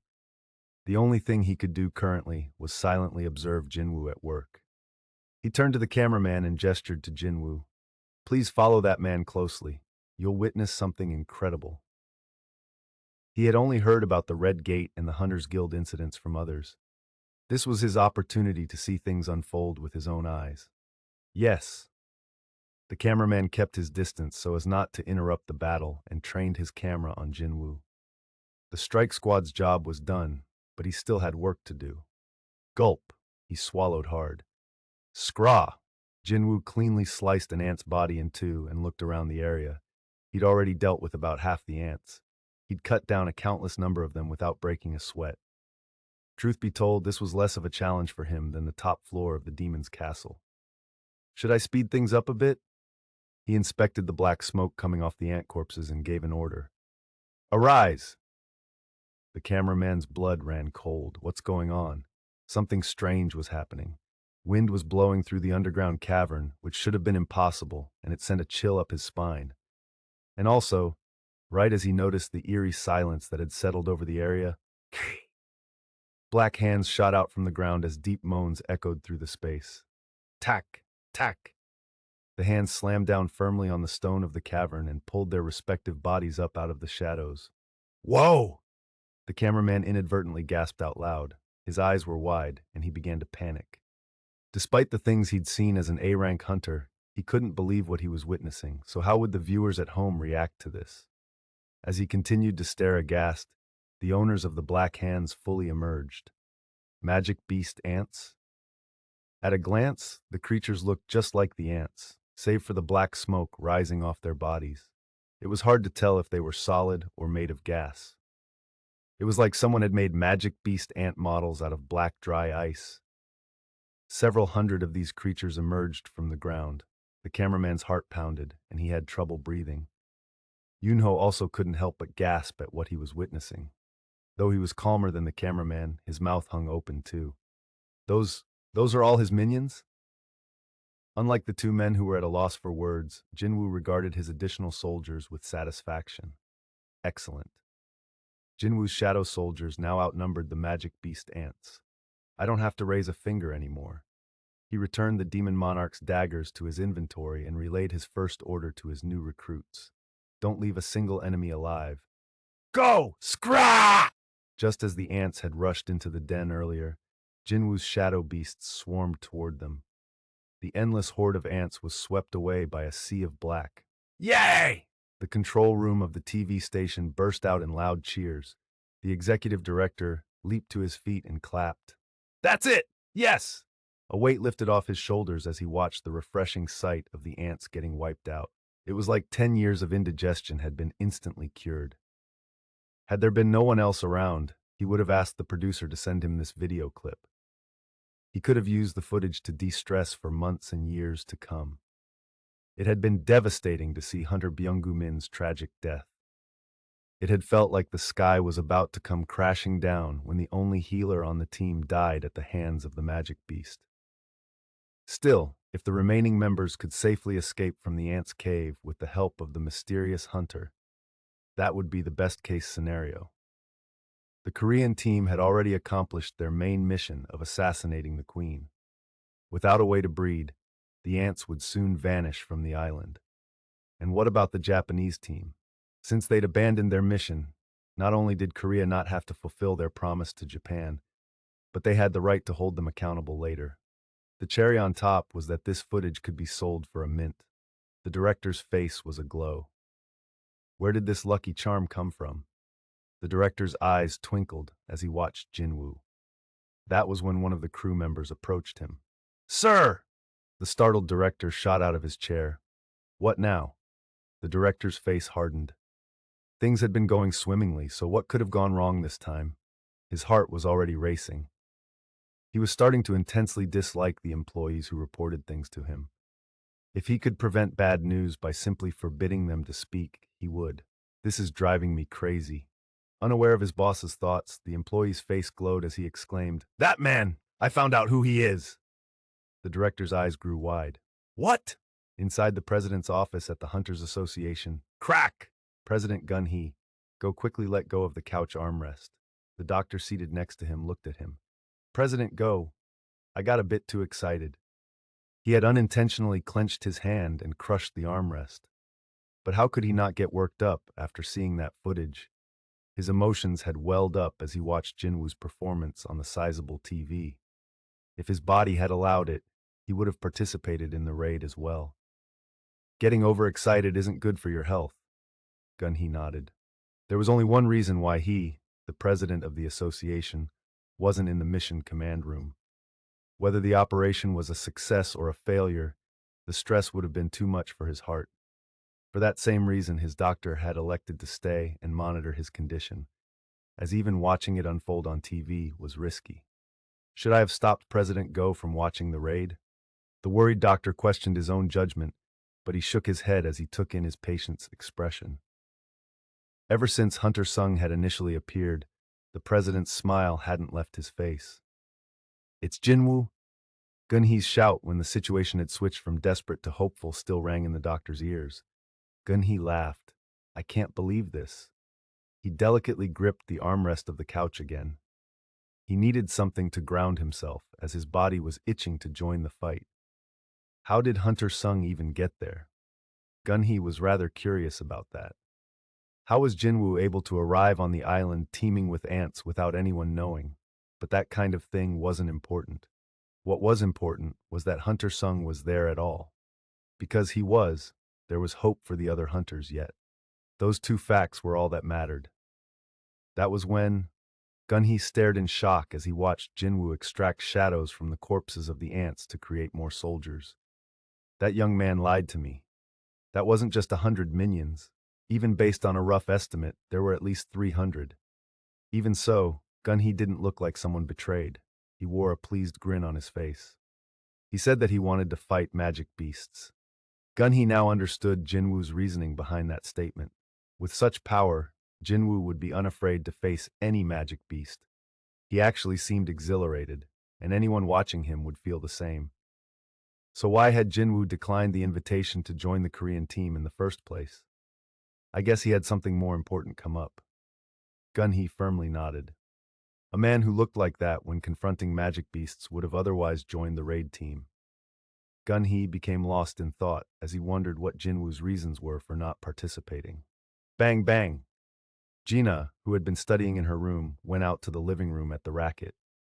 Mom? I'm sorry, that was too loud, right? Gina shook her head.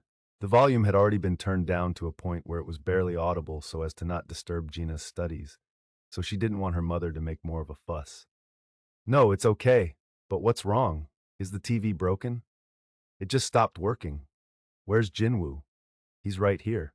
Her mother blinked in surprise. Oh, where did your brother go? He was here a minute ago. Jinna shrugged and opened the door to Jin-Woo's room. Jin-Woo? He wasn't in the bathroom either. After searching the whole apartment, Jinna turned to her mom.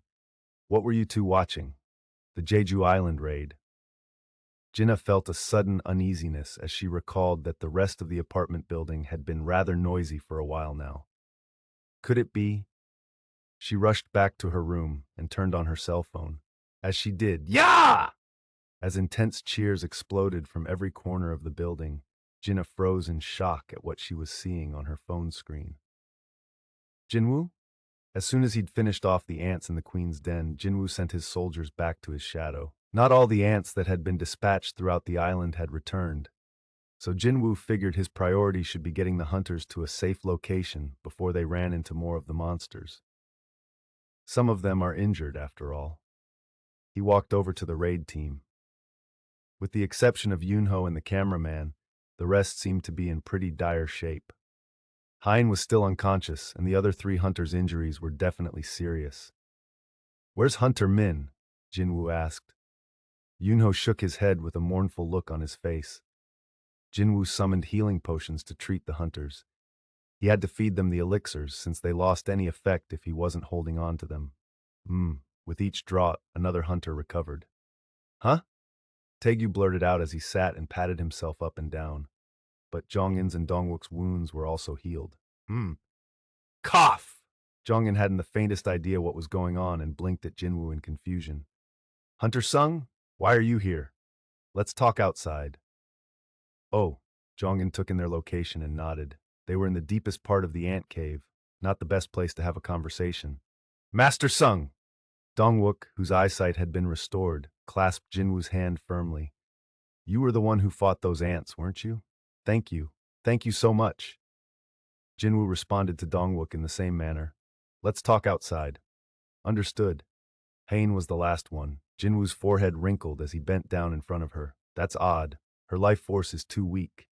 He was filled with a sense of foreboding as he carefully poured the potion into Hain's mouth. Sure enough, a message immediately popped up. Ping!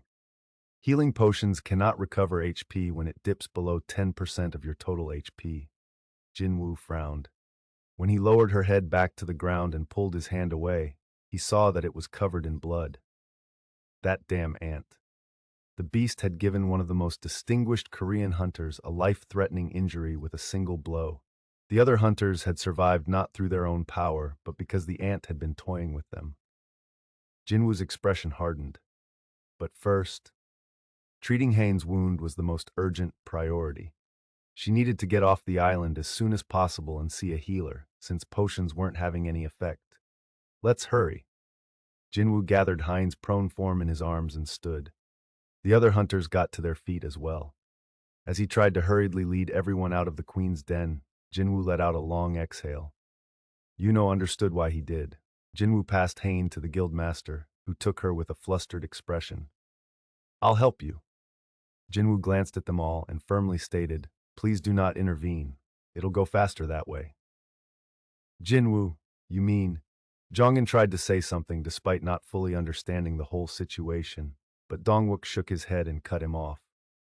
Though the tank hadn't seen it with his own eyes, he'd been able to sense what Jin-Woo had done to the ants from start to finish.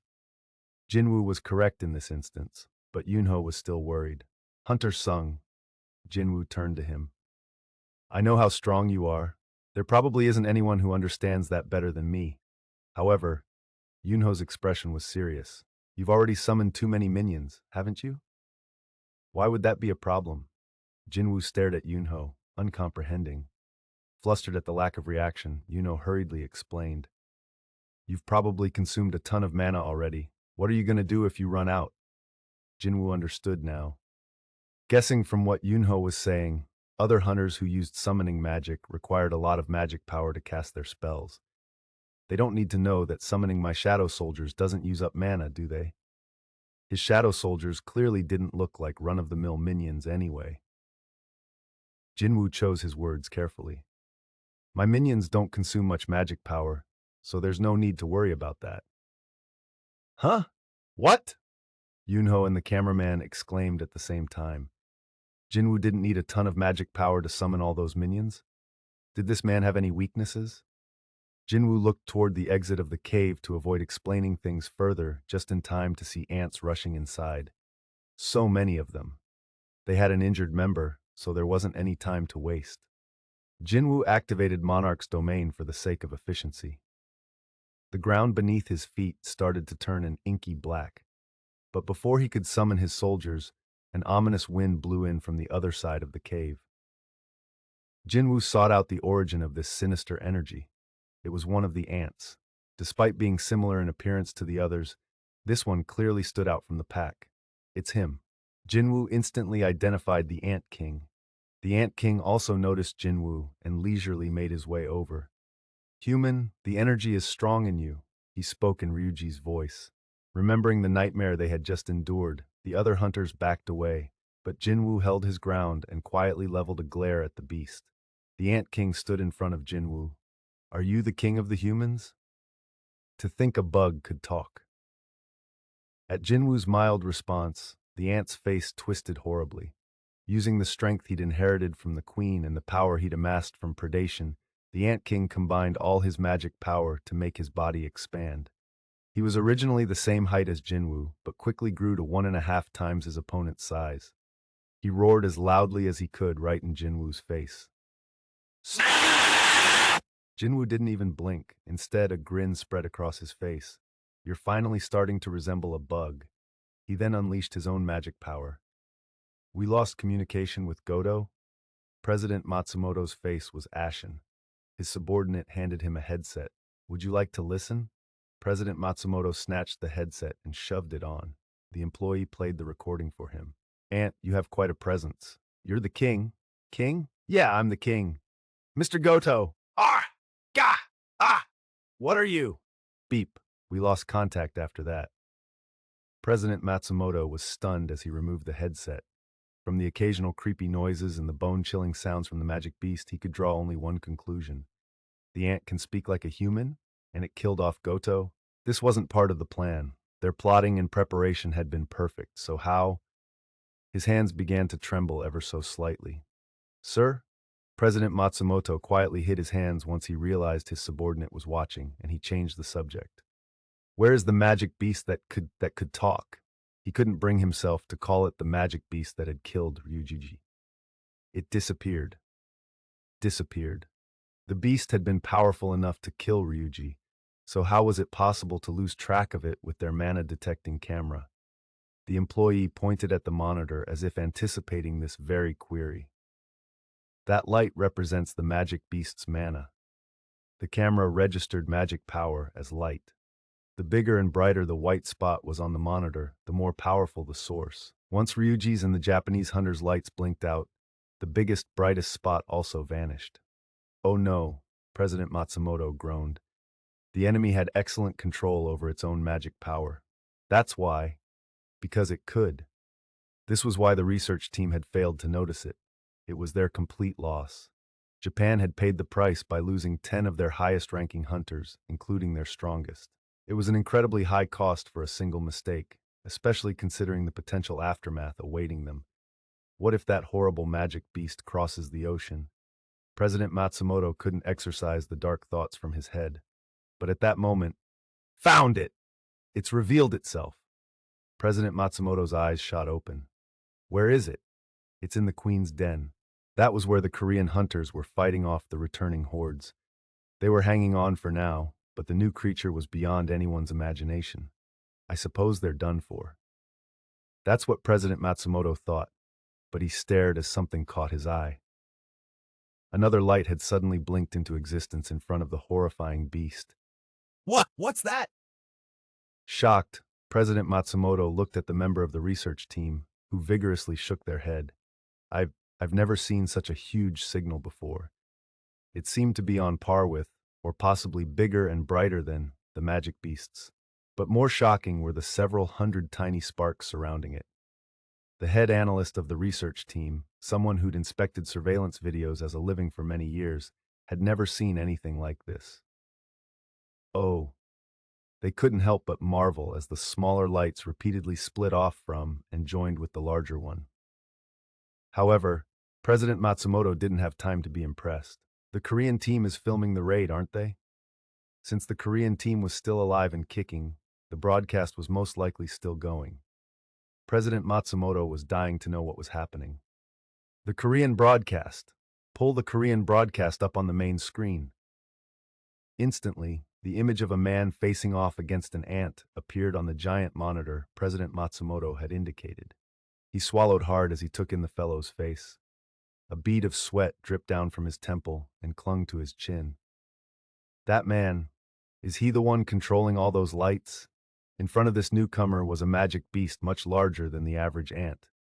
President Matsumoto's heart raced as he felt the ant's overwhelming presence through the screen. He was stunned.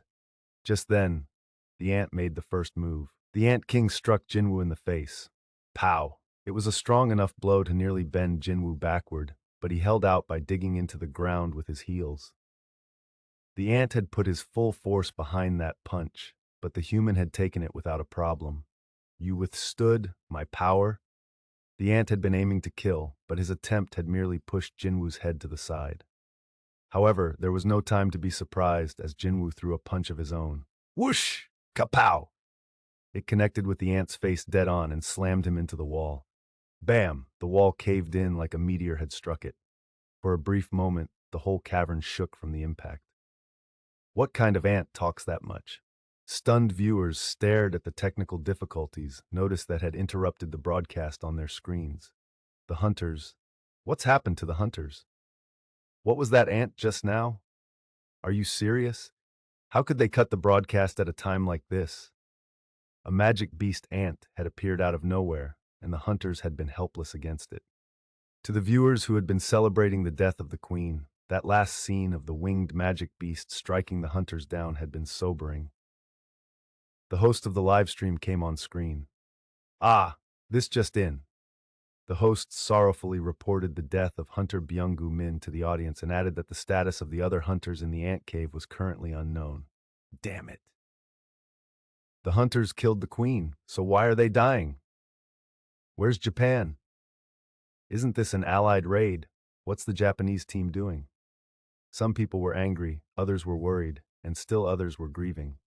The news of the possibility of the hunters not making it out alive, despite risking their lives to fight the magic beasts, ran rampant. Despite the stream cutting out, the audience rating shot up even higher. Oh!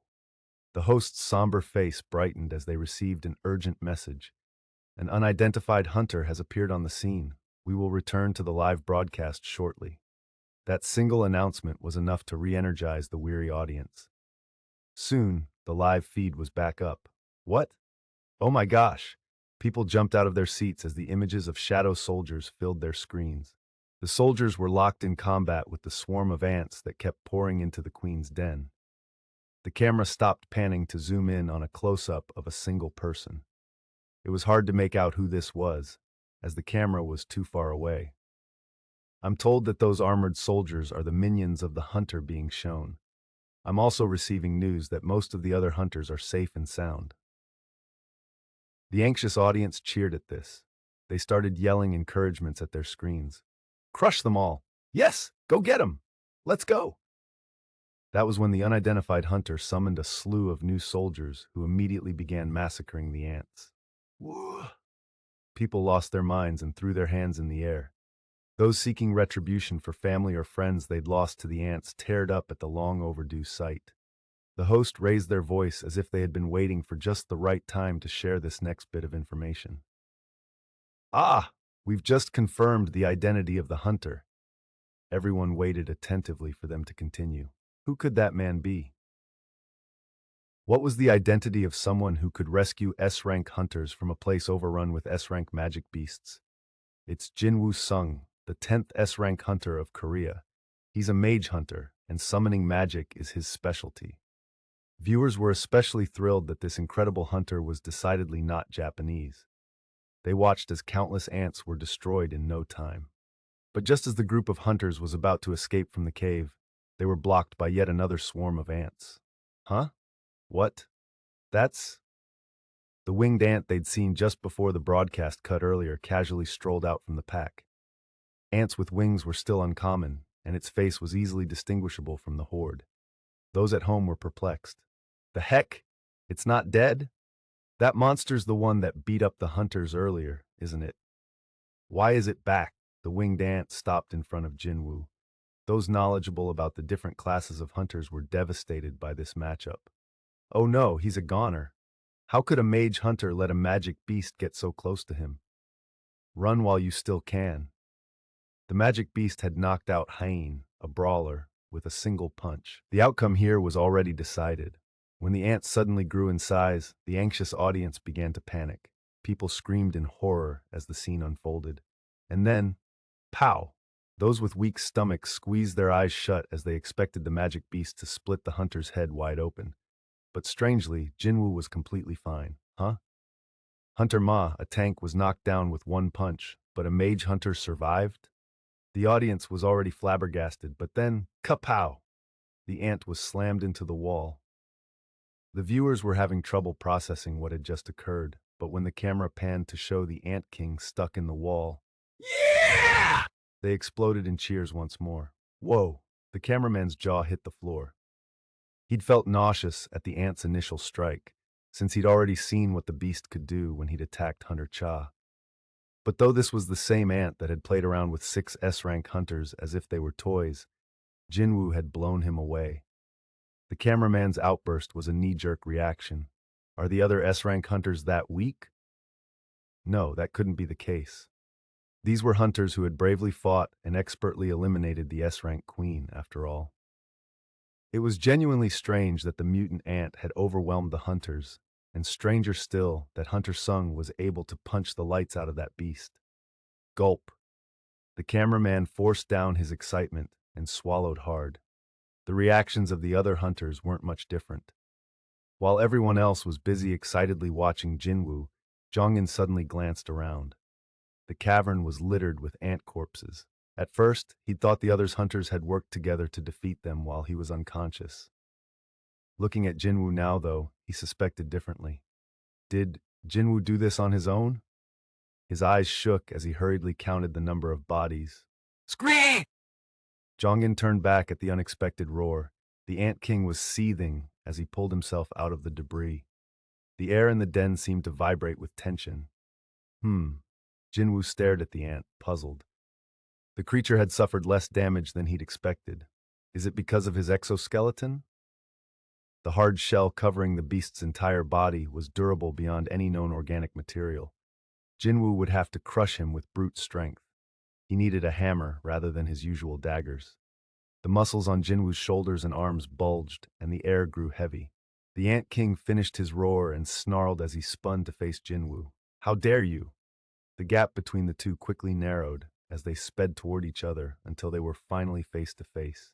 They exchanged heavy blows without holding back. Kapow! Bam! Thwack! The other hunters were astonished as the cave trembled from the clash of magic powers. The waves of mana made even the S-rank hunters feel sick. Herc! Are you okay? Yes, I'm fine. Compared to the rest of them, the cameraman was only an A-rank hunter and so was trying his best not to vomit from nausea. His face was pale, but the reason he could keep smiling was ba-dump, ba-dump, ba-dump. To think a lone hunter could keep pace with such a creature, because he saw hope. Kaboom! Jin-Woo was definitely taking damage as well, but the Ant King's shell was clearly starting to crack, and these changes to his impressive frame hadn't escaped the beast's notice. Crick! Crick! His exoskeleton, which was harder than any known metal, was starting to show hairline cracks. In comparison, his enemy seemed to be enduring the ant's blows. Could it be? An impossible theory popped into the Ant King's head. A. Am I physically weaker than the human? Even though the human was only half the magic beast's size? Unfortunately for him, that was when… Crack! The ant sustained a hit on his side that both felt and sounded different than earlier. His exoskeleton didn't hold any nerves, so he spared a glance down to check the situation and discovered something shocking. It split open. There was an actual crack. It was small, but it was spreading like a spider web. It was a clear message that the Ant King didn't have much time left. He quickly turned his attention back to the fight, but Jin-Woo wasn't an inexperienced newbie who'd pass up an opportunity while his opponent was distracted. Wham! The beast's face turned around to one side. He staggered as he felt the blow even under his impenetrable facial exoskeleton. He was barely able to regain his balance before he took another punch under the jaw. Thud! The ant's chin snapped upward. This inferior creature is… The ant could only glare down as his head was forced upward. This human was powerful, but brute strength was all he had. The Ant King had several deadly weapons up his sleeve. As soon as the Ant King righted his head, he opened his mouth and shot out a venomous needle attached to the end of a long tentacle. It was an unavoidable close-quarter attack directed straight at the enemy's face. The human immediately jerked his head out of the way to avoid getting stabbed, but the ant was pleased with the result. The needle had scratched the human's cheek. Got him! That should suffice. The Ant King had consumed cone snails and absorbed a skill from them called paralysis venom. The most lethal toxin created by any living creature had been mixed with his magic power to create a concentrated venom. The Ant King had used predation to manufacture a deadly poison. You've given me a hard time, human. Even the slightest scratch would paralyze the nervous system in the blink of an eye, causing the opponent to lose control of their body. His enemy unable to resist him, all the Ant King would have to do was crush the opponent once and for all. The human looked bewildered as the poison began spreading through his body. Behold the power of a king! The ant gleefully lashed out at the human's face. However, Wud! The human raised his left hand to block his claw. The ant had but a brief moment to wonder how the human could move his arm before… Kapow! The man swung his other fist and sent the ant tumbling across the den. Ket! For the first time, a cry of pain spilled out from the ant. Ping! Jin-Woo checked his notifications at the sound of the electronic chime. Detoxing is complete. So I guess this is why he was so happy? No wonder Jin-Woo had sensed confusion from the ant when his opponent could move unimpeded. What a fascinating development. What Jin-Woo found marvelous wasn't his detox buff, but the fact that, at some point, he'd gained the ability to sense the emotions of magic beasts. I think it started with my battle with the high orcs. He'd just assumed that he'd been able to understand their emotions through their facial expressions and gestures. But unlike the high orcs, the ant wasn't a humanoid magic beast. Other than occasional distortion, the ant was rather expressionless. Is this due to the perception stat? Since all his stats had increased drastically, his perception stat had likewise increased exponentially. It was possible that he'd unlocked some kind of ability when it had reached a certain level. Anyway, no time to think about that now. His focus had to be on killing the beast and getting off the island. Jin-Woo ran toward the Ant King as he tried to get back up. Jin-Woo could feel the beast panicking. His continuous attacks had almost broken through the exoskeleton. Just a little more. Jin-Woo closed the gap between them in an instant and executed a flying kick. Blam! But the ant was already gone, and his foot slammed into the ground. Where did he go? He disappeared. While the hunters scanned their surroundings for the ant, Jin-Woo calmly looked up. The creature had used his wings to fly above their heads. This is quite convenient. Jin-Woo smirked. It was a simple task to track the ant by his emotions. The creature had gone from panicked to nervous and was now delighted. The Ant King changed his tactics. If the human's specialty is physical strength, there's no need to face him head on. The ant's true specialty was his speed. That was how he'd done away with the man who had lied about being the king of humans without a shred of resistance. Trying to defeat Jin-Woo in combat had been an attempt to show off. The Ant King decided to give up on this vain gesture and put his other abilities to good use. The ant shrank back to his normal size, and his claws lengthened into sharp blades. His claws, as he watched the ant's physical transformation, Jin-Woo had a hunch the creature would change his method of attack. Jin-Woo brought out 2 daggers from his inventory and held them tightly. Whoosh! The Ant King dived toward Jin-Woo at an incredible speed. Jin-Woo concentrated. As time slowed for him, Jin-Woo was able to see each and every movement the ant made. Jin-Woo was most confident in high-speed combat, so he was finally in his element. The king's claws came fast, but Jin-Woo easily blocked them with the tips of his daggers. The ant landed on the ground, and Jin-Woo spun to face him. They collided spectacularly. Ka-clang! Clang! Clang! The ant was growing more and more unnerved with each attack they exchanged. Impossible. His enemy was as fast as he was. Not only that, but he was getting faster with each passing moment, as if his muscles had just finished warming up. How can this be? The king had been able to resist losing ground during their battle of strength, but now he was slowly sliding backward. One step, then another. The farther back he fell, the more cracks appeared on his exoskeleton. And the farther he retreated, the more confident Jin-Woo grew. I can finish this. Jin-Woo could sense the ant's increasing distress. He was starting to falter. In Jin-Woo's opinion, the ant wasn't any stronger or faster than Balan, the demon monarch. Objectively, the ant might actually be the same level as Balan, or perhaps even higher. However, Jin-Woo himself was much stronger than back then. He had leveled up quite a bit thanks to the completion rewards he'd received from the Demon's Castle quests. Putting myself through all that was worth it. He was finally able to experience how much his abilities had increased thanks to this particular opponent. He was absolutely exhilarated. When the king took another step back, Jin-Woo pushed 2 steps forward and Fatal Strike! His dagger finally penetrated the ant's armor. Fatal Strike was a skill that granted extra damage when he precisely targeted an enemy's weak point, and thanks to the cracks spreading across the Ant King's entire exoskeleton, the beast's whole body was a vulnerable spot. Shh, shh, shh. Tens of Fatal Strikes consecutively hit the magic beast. Skill: Fatal Strike has been upgraded to its ultimate version, Skill Mutilation. Mutilation? Since he had acquired a new skill, he decided to use it. In an instant, the dagger stabbed the Ant King's weak points multiple times, mutilating him. The Ant King howled. While he writhed in pain, Jin-Woo cut off an arm. Slash! The long black limb fell limply to the ground. Grah! With that, the Ant King hurriedly launched himself into the air, abandoning any pride and desire for revenge. His survival instincts kicked into full gear. However, Jin-Woo wouldn't give him so much as an inch. The Ant King sensed someone chasing after him and looked back. The human is flying? Jin-Woo had flung himself into the air using Ruler's hand, and he proceeded to cut off one of the king's wings. What? The Ant King started to fall to the ground. As he did, in his shock and fear, he desperately tried to think of a way to escape his fate. I have to think of something I'm better at. Strength, speed, and even the ant's secret weapon, venom, hadn't worked on the human. The ant couldn't think of anything else. Did he not have a single advantage? Then, just before he lost hope, the magic beast remembered one last thing he had in his arsenal: numbers. The human was but one enemy while he commanded an army of several thousand ants. His brave warriors were awaiting his orders at this very moment. The Ant King pointed at Jin-Woo with his remaining hand as he awkwardly pulled himself up.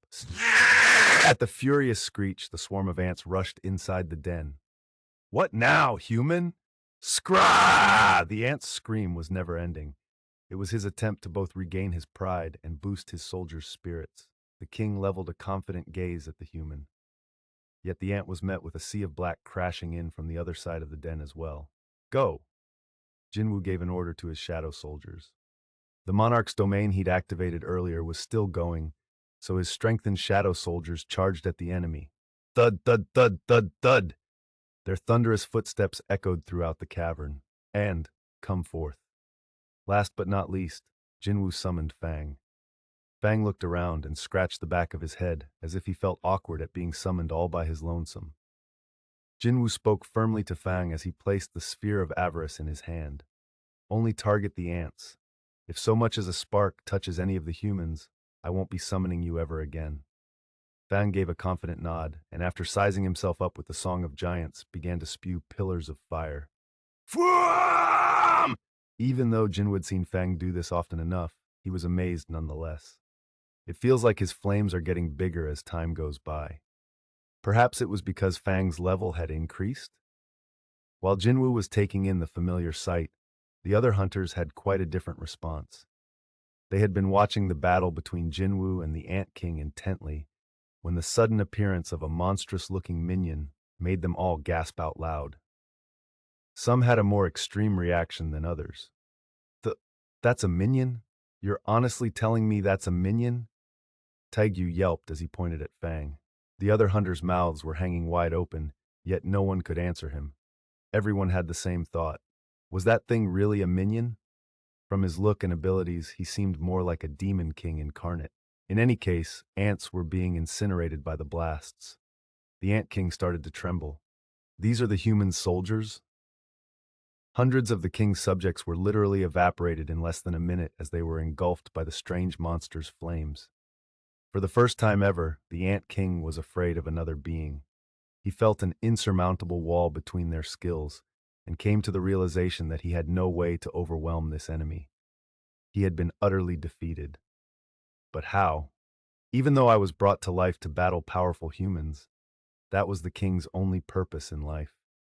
He'd nurtured his power for the sake of his mission. He'd even absorbed the abilities of humans. And yet the ant couldn't defeat Jin-Woo. The Ant King quivered and turned his back on the fight. He needed to get as far away as possible from this human. In that instant, his concern for his kingdom and soldiers was erased from his mind. Thanks to the healing skill he'd acquired from one of the humans, his severed wing had regenerated quickly. He flew into the air. I must get as far away. But then, thud, the magic beast ant plummeted to the ground as an invisible force pushed down from above. Grah! Fluid sprayed out of his mouth as he smashed into the floor of the cave. Jinwoo had used Ruler's hand like a fly swatter.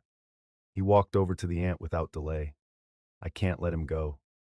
The king was a powerful magic beast, and Jinwoo wanted to extract his shadow no matter what.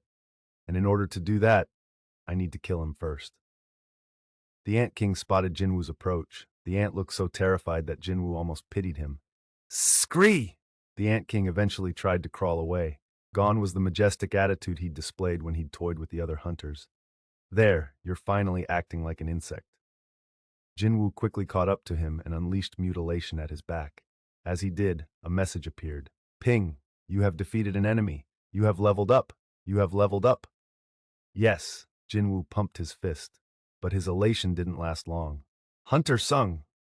Jinwoo turned around at Yunho's call and saw the guild master's dark expression. He quickly made his way toward him. The other joyous hunters turned to face Yunho as well. Hunter Cha is... Yunho didn't finish, but Jinwoo could sense Hane's dwindling life force. It didn't look good. Jinwoo's face hardened. There wasn't much time. Even if he used Kaisel to fly Hane out, who knew how long it'd take to get to a hospital and find a healer who could treat her? There has to be another way. After thinking deeply, he sensed a solution pop into his head. Jinwoo stood from where he'd been crouching by Hane's side. Then he turned to the cameraman. Could you please turn off the camera for a moment? 6 a fruitful harvest. Excuse me, the camera? Yes. The cameraman looked at him, surprised. Jinwoo's expression was sincere. Why the camera? Jinwoo didn't provide an answer. This was a tough call for the cameraman. Jinwoo had saved his life. Even now, he held multiple lives in his hands, so there was nothing the man wouldn't do for him. But to turn off the camera, it wouldn't be an exaggeration to say that everyone in Korea was tuning in. So for a professional in the broadcasting industry, it was a very difficult request to hear. Jin-Woo spoke up as he hesitated. If you don't turn it off, I'll break it. The cameraman flinched at Jin-Woo's icy tone. If he chose to do so, would the combined efforts of the other hunters be enough to stop him? Whatever Jin-Woo's reason for this request, the A-rank hunter had no choice but to agree. Yes, sir. He removed his head-mounted camera and turned it off. Once Jin-Woo confirmed that it had stopped recording, he took Hain from Yunho's arms. I didn't want to have to threaten him, but there was no other option if he was going to help Hain. With her limp body cradled in his arms, Jin-Woo surveyed his surroundings. He took a deep breath and closed his eyes. What is he trying to do? All the hunters waited for Jin-Woo's next move. Soon Jin-Woo opened his eyes. Having located what he needed, he started briskly walking deeper inside the ant's cave, careful not to jostle Hein. The others weren't sure what to make of this, but eventually followed behind him. Before long, Jin-Woo stopped and carefully put Hein down. He then cleared the piles of ant corpses around him. Ah! The cameraman gasped as he spotted something on the ground. Oh, everyone else swallowed hard. There lay Byung-goo's cold, lifeless body. It was horrendous seeing the headless corpse. Everyone realized why Jin-Woo had asked for the camera to be turned off. No one would want to be subjected to that sight. Yunho had been closer to Byung-gu than anyone here. He turned away and squeezed his eyes shut. But then, wait a minute, a thought popped into his head. How did Hunter Sung locate Byung-gu among all these magic beast corpses? The answer was quite obvious. If Jin-Woo wasn't using a special skill, there was only one other explanation. The mana signatures of humans were slightly distinguishable from magic beasts. Jin-Woo seemed to have successfully located Byung-gu by the healer's residual mana. If that was truly the case, Jin-Woo's perception had to be off the charts. Even Yunho's eyes of a beast, a skill specializing in mana detection, couldn't have accomplished this. With that in mind, Yunho turned back to Jin-Woo. Although seeing Byung-gu like this broke his heart, he wanted to observe with his own eyes what happened next. Hunter Sung, what are you planning? Yunho broke into a cold sweat as he watched Jin-Woo standing between Byung-gu's and Hain's bodies. Jin-Woo inspected the black smoke emanating from Byung-gu's corpse. This should be an indication that it was possible to extract a shadow. And as expected, ping, shadow extraction is possible. The familiar electronic sound and accompanying notification helpfully reminded Jin-Woo of this possibility, though Jin-Woo had already been certain from the moment he'd heard of the healer's demise. He simply hadn't wanted to. He refused to turn an innocent person into one of the undead to use him as a soldier, even if that individual was an S-rank hunter. No decent person could do such a thing. However, Jin-Woo glanced down at Hain's face, which was growing paler by the second. This is the best I can do. In a situation where every moment counted, what if he had the ability to call on the best healer to cure her? There was no debate. If Byung-gu himself could choose, he would have made the same decision. With an apprehensive look on his face, Jin-Woo gave the command. Arise. The result wasn't as he expected. Ping! Shadow extraction has failed. Jin-Woo was both puzzled and worried. Had it failed because his shadow extraction skill level wasn't high enough? Or was it because he'd been too hesitant to extract the shadow? He cleansed his mind of any useless thoughts and spoke with conviction. Arise. The transformation began. Gah! A frigid wind swept around them as a deep sound that was a cross between a yell and a scream echoed heavily. The other hunters were wide-eyed as they felt chills crawl up their spines. Oh my gosh! Look at that! A black hand shot out from Byung-gu's shadow. It grasped the ground tightly as if it were desperate not to go back and pulled itself out. No way. Yunho felt like his heart would stop as he watched. It might be difficult for everyone else to tell what was actually happening, but it was as clear as day to him. Byung-gu's mana had risen from his shadow and taken on a human form. To be precise, it had taken the form of a soldier wearing black armor. Soon the minion was fully corporeal. The hunters were speechless and could only stare at the new minion Jin-Woo had summoned. They could sense that this minion possessed magic as powerful as an S-rank hunter. No, could that be? Jongin's eyes widened in shock as the quick-witted man caught on to the truth. While everyone else nervously held their breath, Jin-Woo calmly gazed at Byung-goo's shadow. When their eyes met, the shadow nodded. As soon as shadows were extracted, a bond was instantly created with Jin-Woo. They understood exactly what their master desired. Without a word from the hunter, Byung-goo's shadow started to cast healing magic on Hain. Vmm. No sooner had warm light begun emanating from the shadow soldier's hands than Hain's complexion started returning to normal. The soldier was using the highest level of healing magic possible. I was right. Jongin trembled as his observations confirmed his theory. The black soldier's identity was none other than Byung-gu. One by one, the other hunters also arrived at the same conclusion. Dongwook's mouth had been hanging open from the moment the shadowy hand appeared. Master Sung, you're no ordinary summoner, are you? Jin-Woo neither denied nor confirmed it, but he didn't have to. Each and every S-rank here was a great hunter in their own right, as well as a leader of a top guild, after all. They understood even without an explanation. Then, can you utilize the power of the dead, Hunter Sung? Jongin asked nervously. Jin-Woo nodded. He had no reason to hide his abilities anymore, and he didn't want to lie. They wouldn't fall for a lie if I tried anyway. It was a weight off his shoulders to be able to tell them. Others might fear this power, but Jin-Woo appreciated how far it had helped him come. He was proud of the power of the Shadow Monarch. Some of the guild masters felt a bit frightened of the source of Jin-Woo's power after hearing his confident answer. He can summon minions by using the powers of the deceased. The fiercer the battlefield, the stronger he grows. What a terrifying ability. I don't even know what to say. The hunters who had witnessed Jin-Woo's capabilities with their own eyes today had many thoughts, especially Yunho, who was also privy to Jin-Woo's other secret. Not only can Hunter Sung himself grow stronger, but he can also transform his defeated enemies into minions. It was already difficult enough to predict the limit of Jin-Woo's power. Yunho shivered as he imagined the level of power within Jin-Woo's grasp in the future. The cameraman came to a sudden revelation. So the reason you asked me to turn off the camera earlier was... Jin-Woo's power could frighten even the strongest hunters in the country. It made sense that Jin-Woo hadn't wanted to reveal such an ability to the entire nation. At that moment, Byung-goo's shadow stood up. The treatment appeared to be complete, and some pink was starting to creep back into Hain's cheeks. Woo! Jin-Woo breathed a sigh of relief. Hain was still unconscious, but her breathing and pulse were back to normal. Her wound was also completely healed. Jin-Woo placed his hand on Byung-goo's shoulder as a gesture of praise for a job well done. Based on the warmth coming from the shadow's eyes, Jin-Woo was able to tell what kind of person Byung-gu had been when he was alive. Jin-Woo removed his hand from Byung-gu's shoulder and then, release. With a light smile on his face, Jin-Woo released Byung-gu's shadow. The man had given up his life to fight against magic beasts, so Jin-Woo couldn't justify keeping him as one of his soldiers. He decided that wasn't the right way to honor a fallen comrade. Time to leave. He pushed any lingering regrets to the back of his mind and lifted Hain from the ground. After the magic beast ants lost both their queen and king, they'd retreated to different areas of the island to escape from Jin-Woo's shadow soldiers. The cave that had once been crawling with the ants was now completely empty.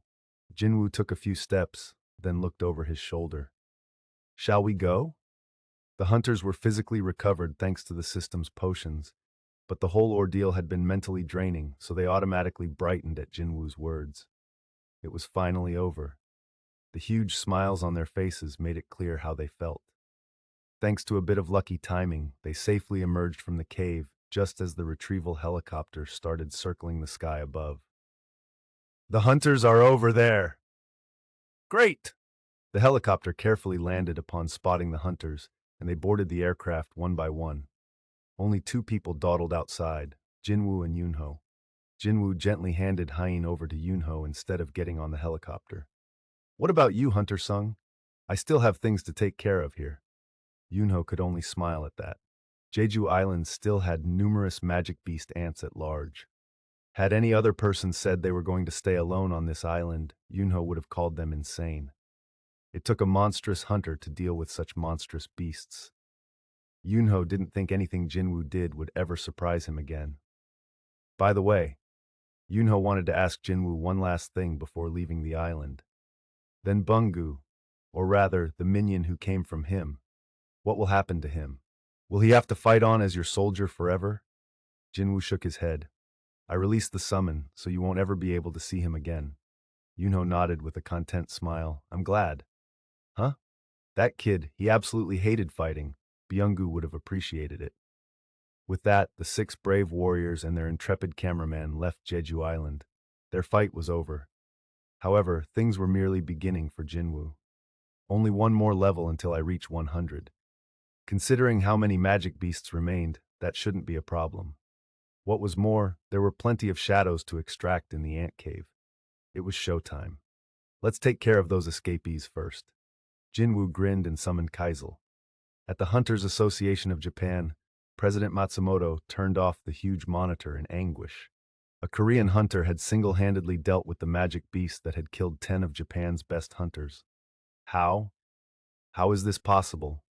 He tugged at the few remaining bits of hair he had on the side of his head.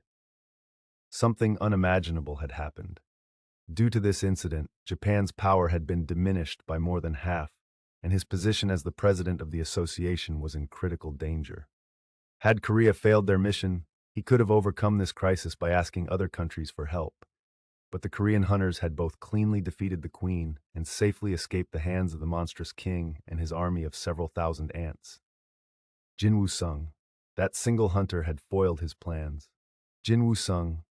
Jinwoo Sung. President Matsumoto recalled a phone conversation with Ryuji they'd had while the hunter was stationed in Korea. There's an incredible hunter here in Korea. Better than you. Possibly. We may have to alter our plans a bit. If only he'd listened to Ryuji at the time. Ryuji was better at analyzing the power levels of other hunters than anyone else, and this was the first Korean hunter he'd ever praised. How could I have been so arrogant? Had they thoroughly analyzed Jinwoo's abilities, they could have cooperated with Korea and avoided all these issues. In fact, had Japan left Korea to its own devices, Korea could have taken care of the problem on their own. President Matsumoto had dug his own grave by trying to trick them. Mr. President? One of his staff members worriedly called to him at his ashen complexion. President Matsumoto waved them away without looking up, wanting to be left alone. The employee bowed and hurriedly excused themselves. President Matsumoto frowned. There's only one way out of this situation for me. He needed to restore the power of the Hunters Association of Japan, and he needed just one person in order to do that. Jinwoo Sung. He had to recruit Jinwoo to the Hunters Association of Japan by any means necessary.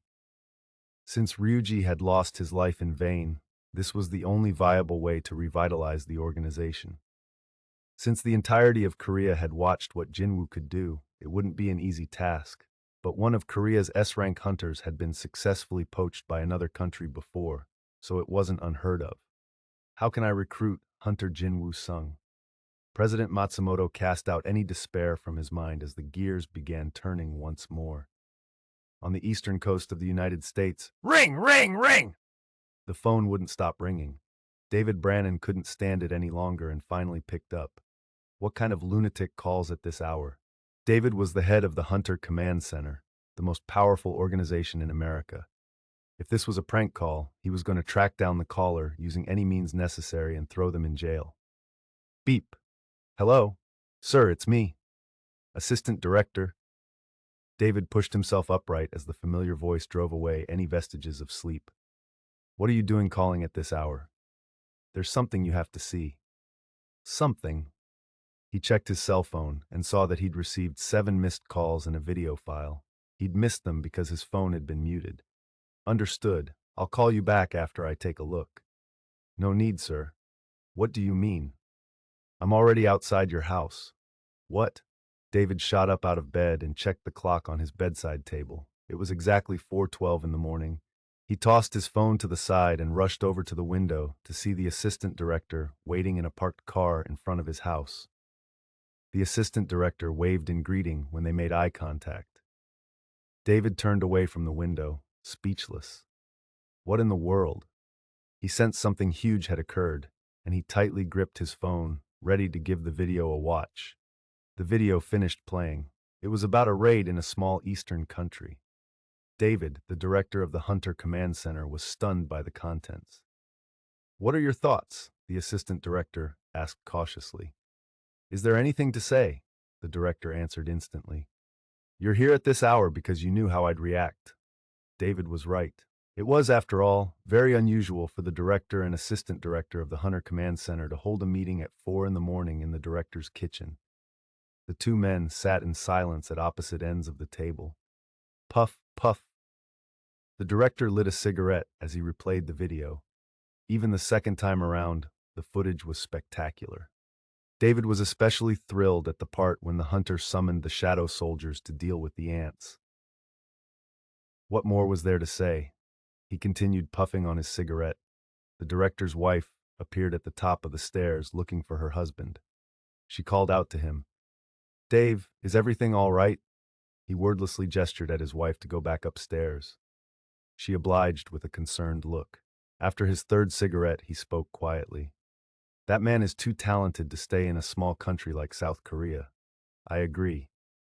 Do we know anything about him?" The assistant director took out a file containing Jin-Woo's personal information. The director gave a pleased smile as he skimmed the papers. "Good." The raid on Jeju Island had ended only about an hour ago, but he already had all this information at his disposal. The file was comprehensive, including details on what kind of hunter Jin-Woo was, as well as his personal relationships. Such was the power of the United States. Meanwhile, the assistant director kept his smile hidden. "We got lucky. Their intelligence network was certainly impressive, but luck had also been on their side this time, thanks to the previous Ilwan-sung incident. They hadn't been sure if the unidentified being discovered in a dungeon was a human or a magic beast. Said unidentified being had insisted that he was a South Korean hunter. The center had retained all the information they'd collected on him at the time. At this moment, other than Korea, no one else knew anything about Hunter Jin-Woo Sung, much less his name. America was 2 steps ahead of everybody else. God bless the United States of America. The assistant director couldn't help but think that the heavens were looking out for them. However, it took more than a little luck to succeed. Someone had to turn that luck into opportunity. The assistant director now put on a serious expression. He was never properly compensated despite losing his father to a gate. Additionally, before he was reawakened, he almost died numerous times trying to earn enough money to pay for his mother's hospital bills. Well, that's unacceptable. A hero had died while fighting magic beasts for his country, but his widow and son were neglected. This was unimaginable in the United States. Also, this is unconfirmed, but the director looked up from what he was reading, and the assistant director spoke in a hushed voice. "He hasn't joined a guild as of yet." That was interesting news. The director closed the file. This is different from the Dong-Soo Hwang case. At the familiar name, the assistant director's gaze changed. The director continued, "Poaching 2 S-rank hunters from the same country, that would be like turning our backs on our own." South Korea was a longtime ally of the United States. That meant whatever they did would cause a huge storm. Yet the assistant director confidently persisted. Still, isn't he worth it?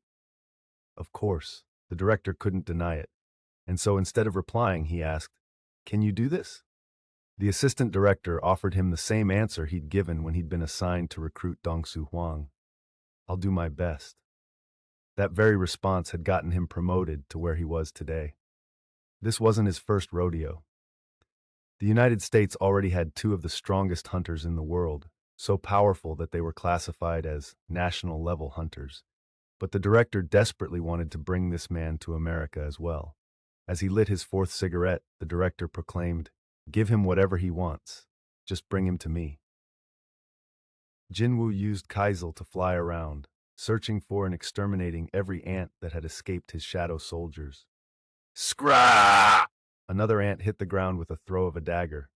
Jin-Woo easily recalled the blade without dismounting Kaisel by using Ruler's hand.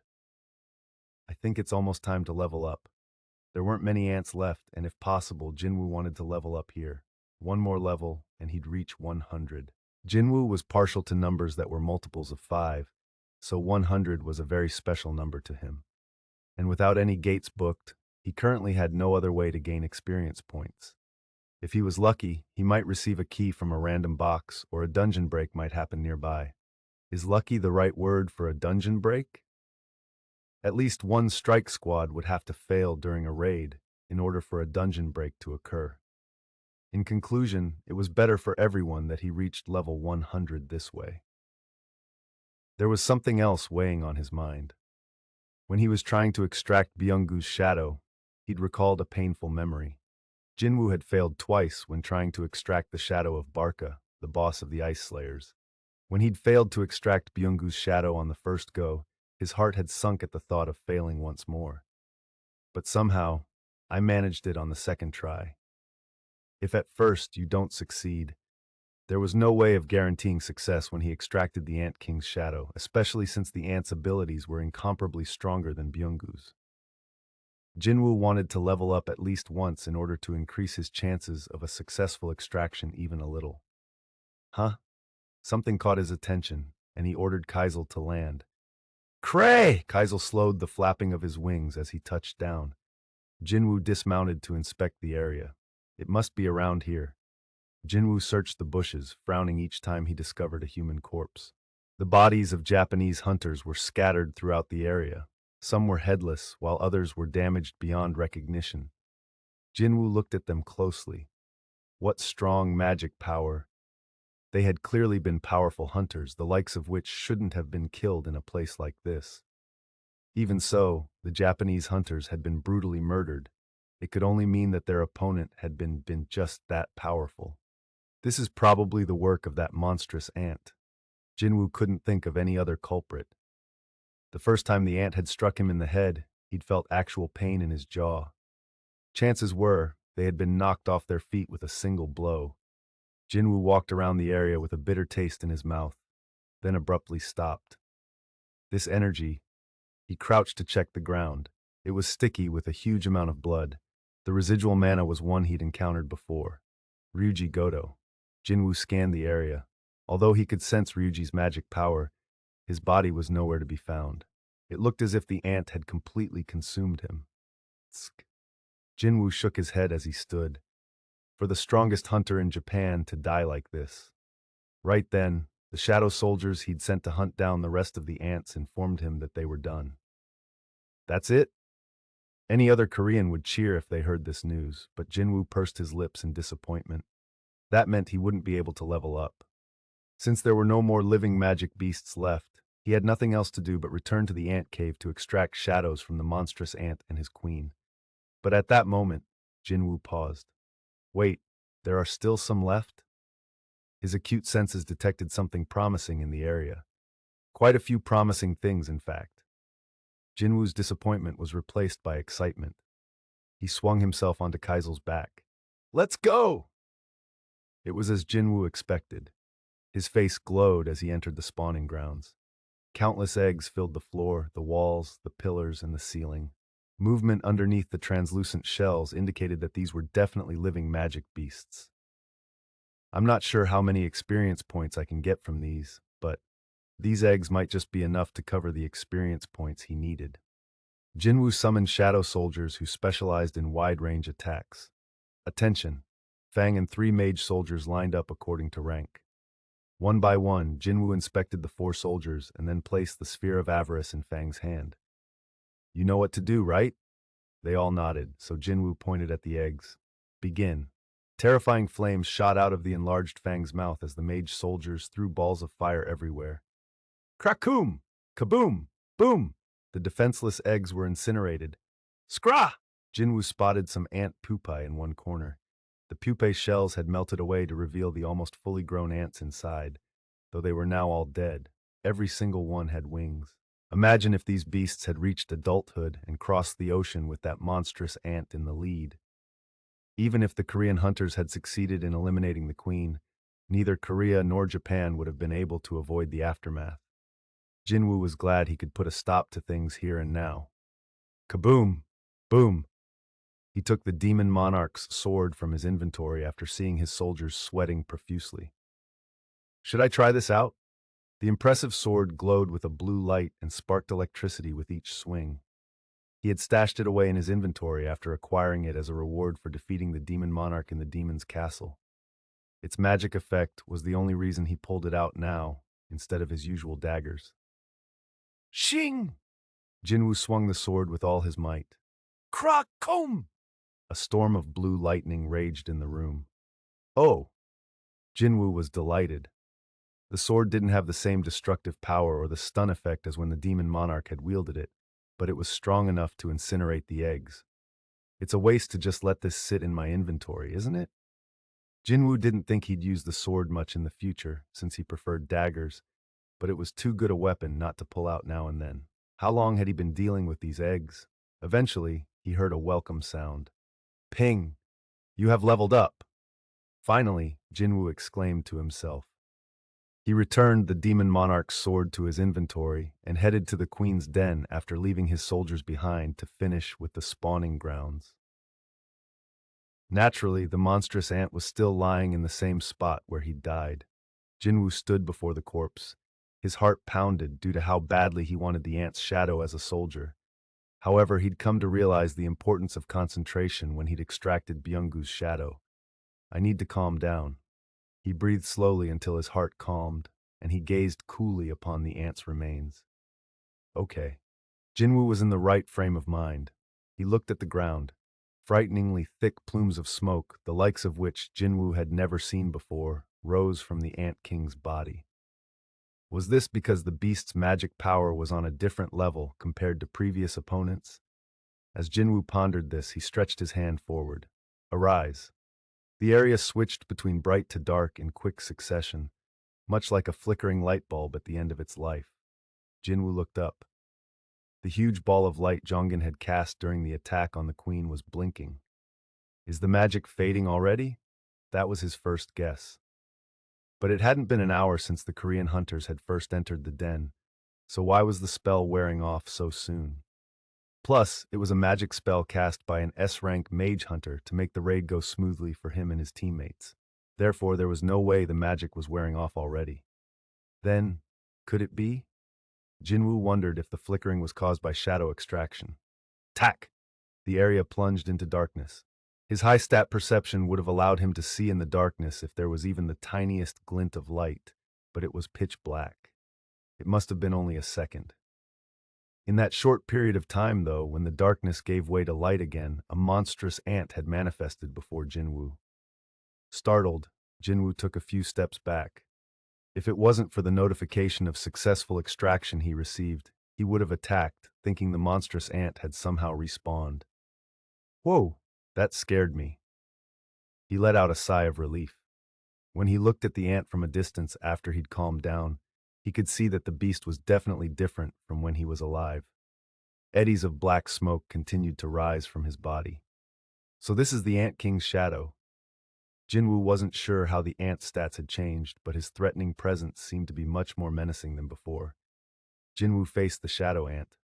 As he sensed a mighty magic power within him, it finally sank in that he'd turned the formidable creature into his soldier. Jinwoo wanted to act cool, but he couldn't keep from smiling. Ba-dump! Ba-dump! Ba-dump! His heart fluttered like he was a child who had just received a present he had been begging for. The shadow's information promptly appeared. Jinwoo squinted as he read the words floating above the shadow's head. LV.1, General Rank. Jinwoo grinned as his eyes landed on the shadow's rank. It was one he'd never seen before, which meant that this soldier was on a whole different level compared to his other soldiers. Considering his abilities when he was alive, that makes sense. By rank alone, Jinwoo could tell this was no ordinary soldier. It made his efforts all the more worthwhile. Then, as he made eye contact with Jinwoo, the shadow dropped down to one knee. Like the other soldiers, this one possessed absolute loyalty to him. Nice. Satisfied, Jinwoo turned to extract the queen ant next when, my king, Jinwoo froze at the voice coming from behind him. He didn't spook easily, but his heart had almost stopped. Had it been an auditory hallucination? He looked back, but even without checking, he knew for a fact that there was only one energy signature, that of the shadow ant. He was still on one knee with his head bowed. Jinwoo slowly faced him. Was that you? The waiting shadow opened his mouth once more. Please permit me, a name. The shadow's speech was faltering, but the words were definitely coming out of his mouth. The helicopter carrying the hunters headed straight for Seoul. Timp, timp, timp, timp, timp, timp.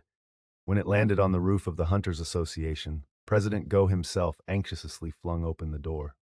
How is Hunter Cha doing? The hunter's gazes moved to where she lay unconscious on top of a blanket on the helicopter floor. Come quickly. The two waiting A-rank healers rushed in at President Go's order. The two healers looked at each other in confusion. Is there something wrong? They simultaneously answered the president. She has no injuries. Everything looks normal. Are you saying you don't need to treat Hunter Cha? The healers nodded and explained further. I don't know whose handiwork this was, but powerful healing magic was used on her. There's nothing for us to do. President Go was perplexed. Her injuries had looked quite serious on the live broadcast. He had also received a report indicating that she was unconscious and in bad shape, which was why he had urgently searched for two A-rank healers and brought them here. But she doesn't need treatment? President Go scanned Hain thoroughly. It was true that her complexion didn't look bad. In fact, it seemed like she was merely sleeping. What had happened while the camera was off? He cocked his head. There was no other healer. Byung-gu had been the only healer on the team, and he'd met a tragic end. He turned to Dong-wook, the leader. What happened, Hunter Ma?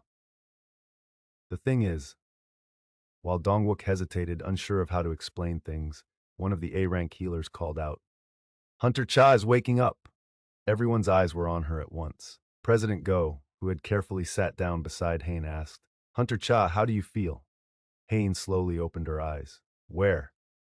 You're inside a helicopter that has landed at the Hunters Association. You'll be transferred to a hospital soon. Hospital? Hein inhaled deeply and then looked around her. She was surrounded by Jin-Woo's scent. She stared at President Go with bleary eyes. Was Hunter Sung here? The other hunters were surprised to hear her mention Jin-Woo, since he'd arrived after she'd been knocked unconscious. President Go elected to slowly nod instead of answering her. Hein smiled faintly. I knew it. It wasn't a dream. Hein then fell back into a deep sleep. After confirming that her breathing was stable, President Go ordered his men to transfer her to the hospital so she could recover properly. That's when he realized that Jin-Woo wasn't there. He eyed Dong-wook again. So where is Hunter Sung? Yoon-ho jumped into the conversation. Hunter Sung wanted to stay behind. Stay behind? President Go couldn't comprehend what Yoon-ho was saying. He knew for a fact that the helicopter, outfitted with a mana-powered engine, had come straight here from Jeju Island. It hadn't made any stops along the way, so where exactly was Jin-Woo staying? President Go asked again. Where on earth do you mean? Hunter Sung still had some business to take care of on Jeju Island. Are you saying he didn't board the helicopter at all? President Go sounded alarmed, but Yoon-ho simply gave an awkward laugh and nodded. Yes. How can you talk? I just can. While the shadow ant answered all of Jin-Woo's questions, his responses unfortunately weren't very helpful. Was he able to talk because he was Jin-Woo's shadow soldier or because he had been able to talk before the fact? No. Jin-Woo shook his head. Iron, his loyal knight, had originally been a hunter named Chul Kim. He had been able to speak when he was human, but remained mute now. Byung-gu had been the same. He'd gone back to the void without uttering a single word. Fang used to be a talkative magic beast, but had stopped speaking after becoming a shadow soldier. So how come this one was able to talk? There was only one difference between him and the others: their rank. The other soldiers were either elite knight or knight rank, but this shadow soldier was a never-before-seen general rank. In other words, his shadow soldiers should gain the ability to speak after achieving a certain rank. That was his running theory, since Jin-Woo didn't have any irrefutable evidence to support this. Maybe my current soldiers will also be able to talk as their ranks go up. It seemed Jin-Woo had gained one more reason to increase his soldiers' ranks. He thought about it for a moment, then decided to ask the ant something he'd always been curious about. I was the one who killed you.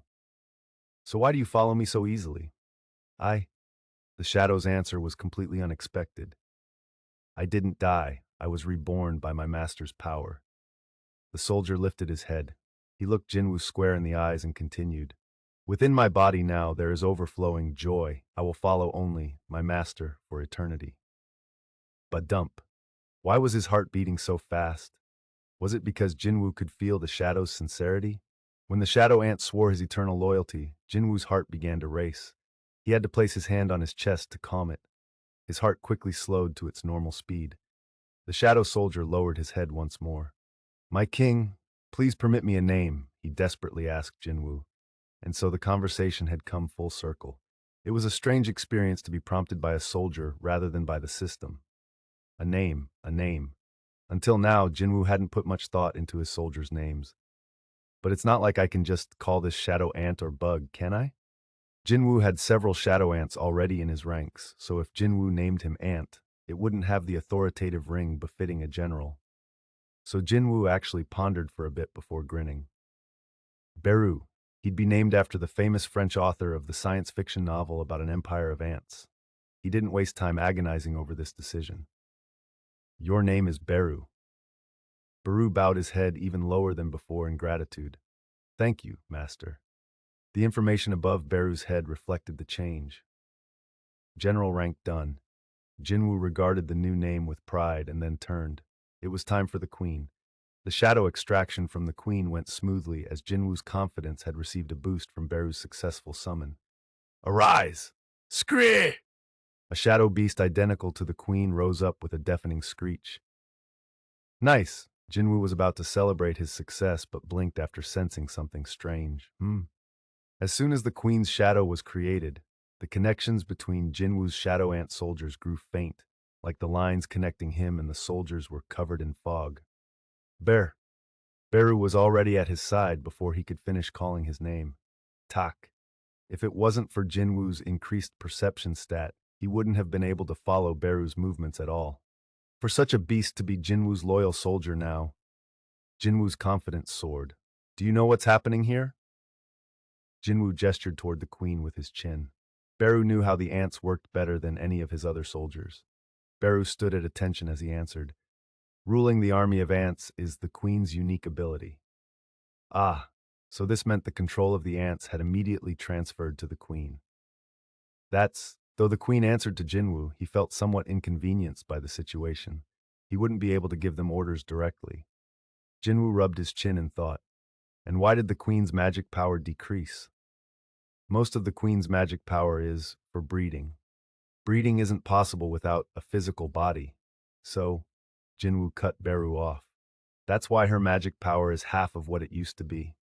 That is correct, master. After putting everything together based on Beru's information, Jin-Woo concluded that the queen wouldn't be useful to him after all. In the end, Jin-Woo decided to release the queen. There wasn't any reason to keep a subordinate who just took up space in his army, was there? Scream! The queen's shadow turned to smoke and dispersed into the air. Number of shadows stored, 570. He had already maxed out his soldiers. All that's left is collecting essence stones. Right? Jin-Woo looked around. Essence stones of the highest quality, the likes of which could be found only in S-rank dungeons, were everywhere like ordinary pebbles. With no one to stop him, he could have kept all the essence stones for himself if he so chose. But Jin-Woo reined in any selfishness. He'd been told that these essence stones would be used to compensate victims and rebuild Jeju Island back to its former glory. Jin-Woo wasn't desperate enough to claim something of which he had no ownership. Still, I can take this one, can't I? He removed the gem from Beru's corpse. It was a beautiful jewel-like essence stone that was pitch black in color. He pocketed the stone and summoned Kaisel. Cree! Kaisel flapped his wings, ready to fly. Jin-Woo mounted the dragon's back and briefly scanned the queen's den. Silence had settled in the once clamorous space. The Jeju Island expedition was finally over. Jin-Woo turned toward the exit. Let's go home. With that, Kaisel soared into the sky. 7 all eyes on Jin-Woo.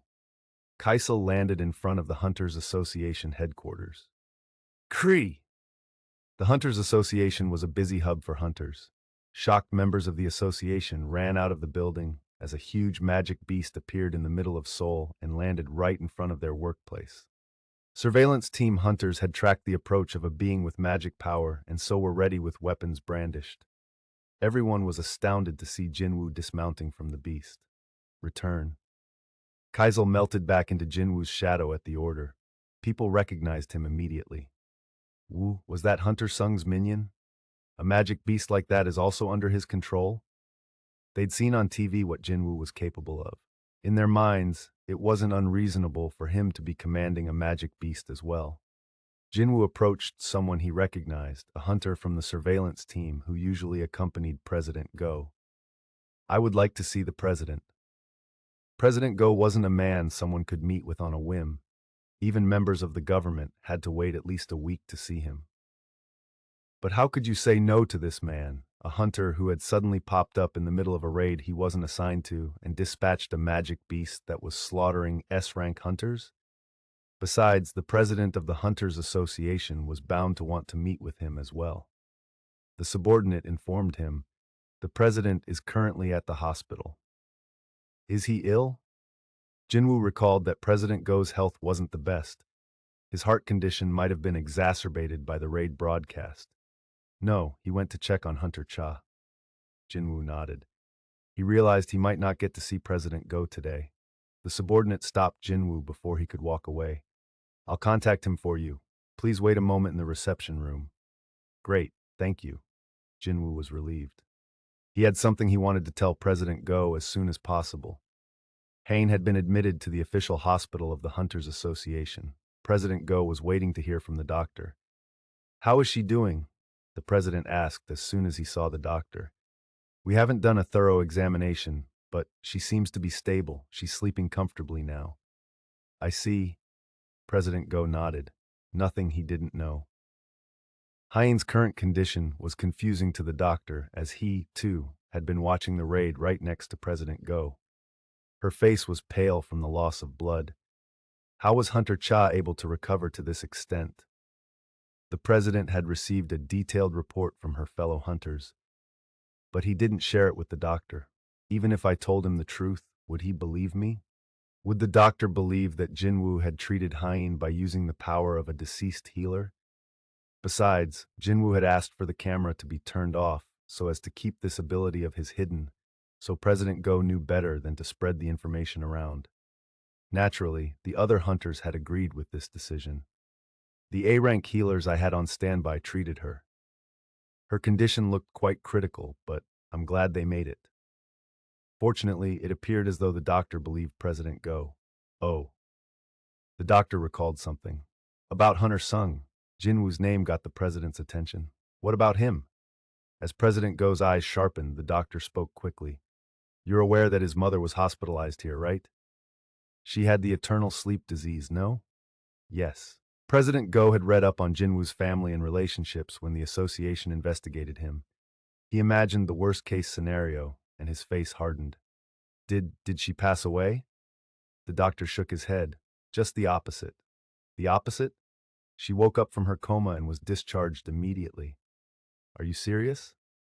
Everyone was in an uproar about that. It wasn't officially announced, but it happened in this very hospital, so... The hospital personnel had also watched the live stream, so naturally, Jinwoo's name was on everyone's lips.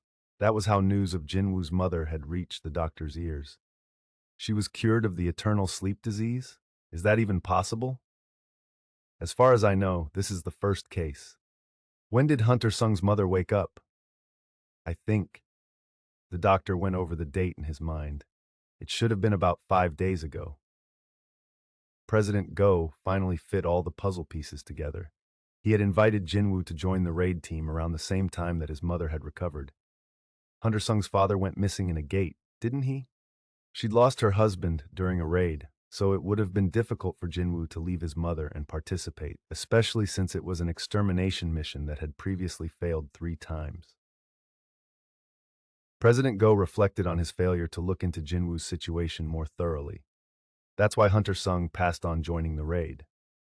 Between Jinwoo's home situation and his performance in the mission, the potential misunderstanding had been fully cleared.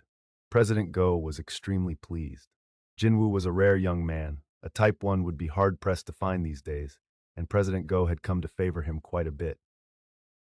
At that moment, an association employee approached. Sir, what's the matter? Hunter Min's family isn't answering our calls. You mean his mother? Yes. That was understandable. Her son's death had been announced on national TV. Her voice had trembled when she'd called the association. They'd had no choice but to gently confirm his death to her. I will visit her myself. You're going to see her personally? A mother lost her son, and a funeral will be held without his body. Do you think she's in the right state of mind to answer a phone call? Too true, but I'll personally go and give her my condolences as well as news about the raid. Understood, sir. The somber employee was about to leave when their phone rang. It was a call from the association, so they answered it with President Go's permission. Pardon? Someone wants to see President Go? What? He does? President Go shook his head. I don't want to see anyone today. The employee covered the phone receiver with their hand. Sir, the person who wants to see you is Hunter Sung. Hunter Sung? President Go's eyes widened, and he retracted his previous statement. Tell them I'll be there right away. An employee escorted Jin-Woo to the president's office. Jin-Woo took a seat. Would you care for a drink? Asked the employee. Jin-Woo was going to decline, but he suddenly realized how thirsty he was. Thinking back, he hadn't had a sip of water after all that fierce combat. Some water, please. Thank you. What was the employee thanking Jin-Woo for? The nervous employee's face flushed at the mistake. They set a small bottle of water in front of Jin-Woo and bowed. Please let me know if you need anything else. Okay. The employee seemed more attentive and cautious than the last time Jin-Woo had been in this room. I bet it's because of the broadcast. Jin-Woo guessed that most people would look at him or treat him differently because of it. Soon, the president of the association entered. Hunter Sung. Jin-Woo was about to get up, but President Go stopped him. Jin-Woo had just come back from Jeju Island. He'd fought a terrifying magic beast ant that almost killed all their S-rank hunters. Jin-Woo was the VIP of VIPs now. After Jin-Woo had saved all those hunters' lives, President Go wanted to treat Jin-Woo as an equal. He sat opposite Jin-Woo instead of at the head of the table. I heard what happened in the ant's cave. Oh yes, then this conversation would go fast. Jin-Woo was glad to hear it. President Go continued. And I also heard how you got here. Many people from the association had seen Kaisel, so there was no way it hadn't reached the ears of the president of said association. Did you ride that beast to Jeju Island? Jin-Woo had traveled to the island using Shadow Exchange, but there was no need to reveal all his cards. Jin-Woo chose his words carefully. Something like that. He had basically confessed that he was the culprit behind the magic beast seen in the skies over Seoul a few days ago, but this would let him ride Kaisel more freely in the future.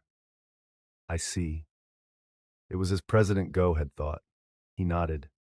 Jin-Woo could utilize the powers of dead magic beasts. If he had slain a magic beast capable of flight, it made sense that he could use it to get around. With his curiosity satisfied, it was now time for President to get down to business. I was told you wanted to see me. Yes. May I ask what about? I got rid of the ants on Jeju Island. Pardon? President Go sprang up from his seat. Are you saying you killed every single one? Yes, Jin-Woo answered firmly. You can go to Jeju Island with no problem. How? But President Go had an inkling of how Jin-Woo had pulled it off. Hundreds of Jin-Woo's minions had been captured on camera. They would be capable of scouring the entirety of Jeju Island and annihilating the ants in a short period of time. People were able to set foot on Jeju Island now. That meant they could collect Byung-Goo's dead body, resting in the deepest recesses of the ant cave. President Go had been rather unhappy that they wouldn't be able to recover Byung-Goo's body until the ants naturally died off within the next year, so tears welled up in his eyes at the prospect of recovering it sooner.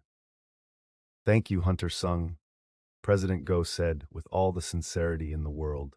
Due to the news of the Jeju Island raid exploding, no one had noticed that the strongest hunter in the world was staying in a suite at one of Korea's grandest hotels. Thomas turned off the TV special recounting the raid. He had already watched the actual footage 3 times. Laura, a woman who was accompanying him on this trip, asked, "What do you think?"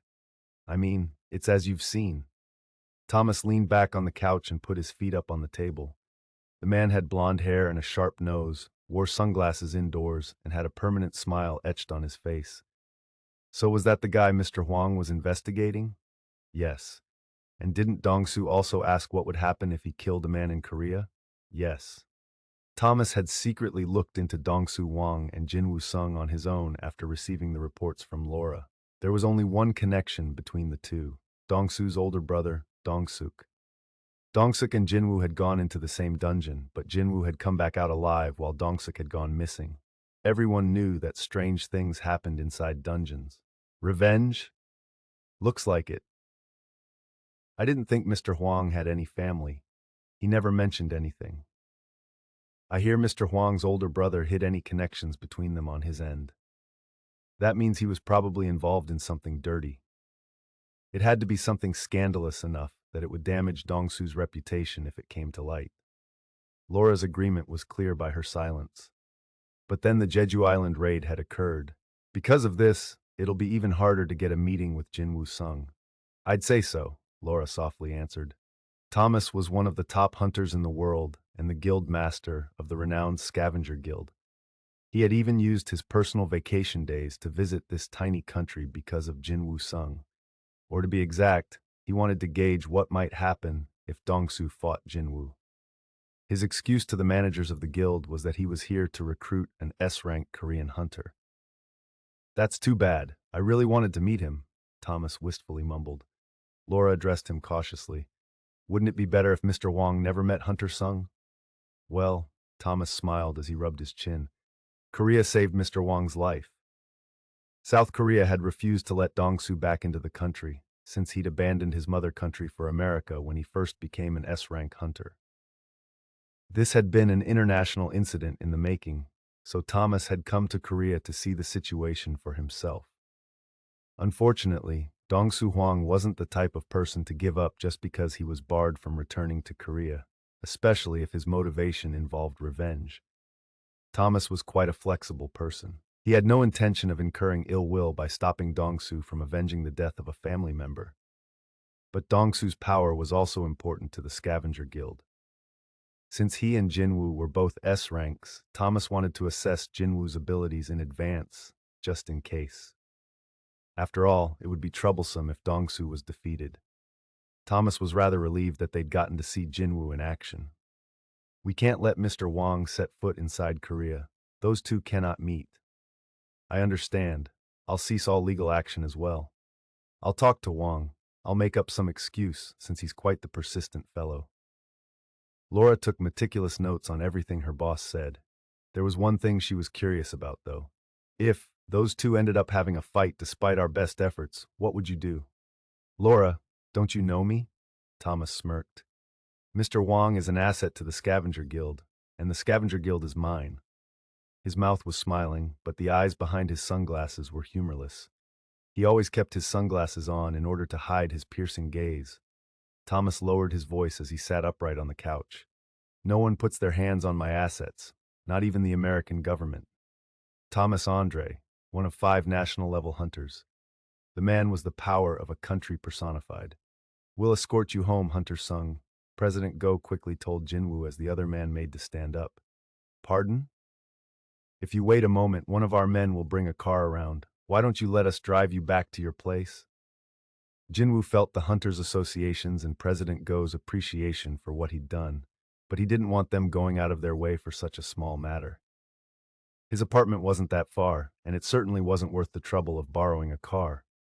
Besides, he'd get home quicker by riding Kaizel or sprinting, so Jin-Woo politely declined the president's offer. No, thank you, I'm fine. President Go shook his head. I think it'll be more convenient if you took the car. What do you mean? The president walked over to the window instead of answering him. If you would. Jin-Woo joined him. That's when he saw what was waiting for him. The entrance of the association's headquarters had been quiet just an hour ago, but now it was absolutely crawling with people. All those people came after hearing of your visit. Jin-Woo didn't have to ask how they knew. I rode Kaizel to get here, didn't I? Everyone had at least one camera on them these days. Footage of Jin-Woo dismounting Kaizel at the Hunters Association had quickly spread on social media, and those pictures had naturally reached the eyes of journalists. It had taken a single sentence. The article wasn't even that long. Magic Beast landed on Hunters Association property. owner is? The article stated that the magic beast didn't seem like an ordinary monster and was black like a shadow, and when compared to the minions summoned by Jin-Woo, there was a high possibility it belonged to the new S-rank hunter. Some of the people waiting in front of the association had come to confirm the rumor, and others had come to see Jin-Woo himself.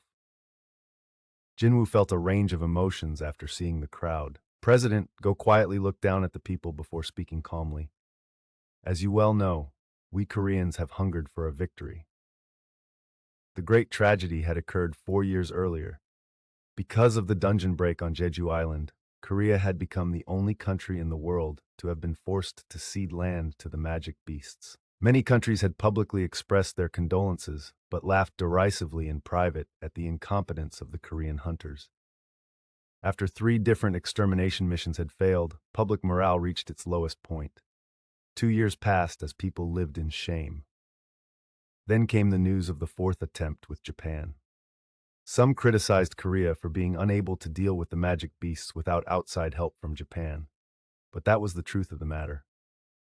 But when Japan, with its 20-plus S-rank hunters, turned their backs on Korea and retreated from the raid, Jin-Woo had shown up with his army of shadow soldiers. It was only natural that people were obsessed with Jin-Woo. For people so thirsty, he was an oasis in a desert. The public had taken to the streets because they couldn't contain their joy at home. Then they'd heard Jin-Woo was in the vicinity and had rushed over. "Of course, you can ride the magic beast home," said President Go with a gentle laugh. "But could you please consider going down there for them? Those people, they need a hero." Jin-Woo pushed open the glass door of the association building. The noisy crowd instantly quieted. Silence fell as everyone gazed upon Jin-Woo. Jin-Woo's clothes showed traces of his battles. There were stains from the bodily fluids of magic beasts, as well as rips and tears made by the Ant King. But no one dared to laugh at his appearance. All sorts of emotions swelled from deep inside their hearts. As Jin-Woo and the crowd regarded one another, a heavy stillness settled between them. "Mr. Hunter Sung, please come this way." Jin-Woo, who was in charge of escorting Jin-Woo home, broke the quiet. Members of the surveillance team walked ahead of Jin-Woo, asking people for their cooperation. Those in front quickly made way for him. However, there was always an exception. As Jin-Woo neared the car waiting for him, an elderly man approached. "Mr. Hunter," one of the surveillance team members went to intervene, but stepped back as Jin-Woo stopped him at the sight of tears streaming down the elderly man's face. The old man called out to him as he choked back his sobs. "Mr. Hunter, because of you, my son can rest in peace." The elderly man almost collapsed as his legs gave out, but Jin-Woo was quick to catch him. He clasped Jin-Woo's arm and bowed again and again. "Thank you, Mr. Hunter, truly. I simply did what was necessary. Please stand up." Jin-Chul, who had also been supporting the old man, left him in the care of a subordinate. He then whispered in Jin-Woo's ear, "Hunter Sung, more people are gathering. We should go now."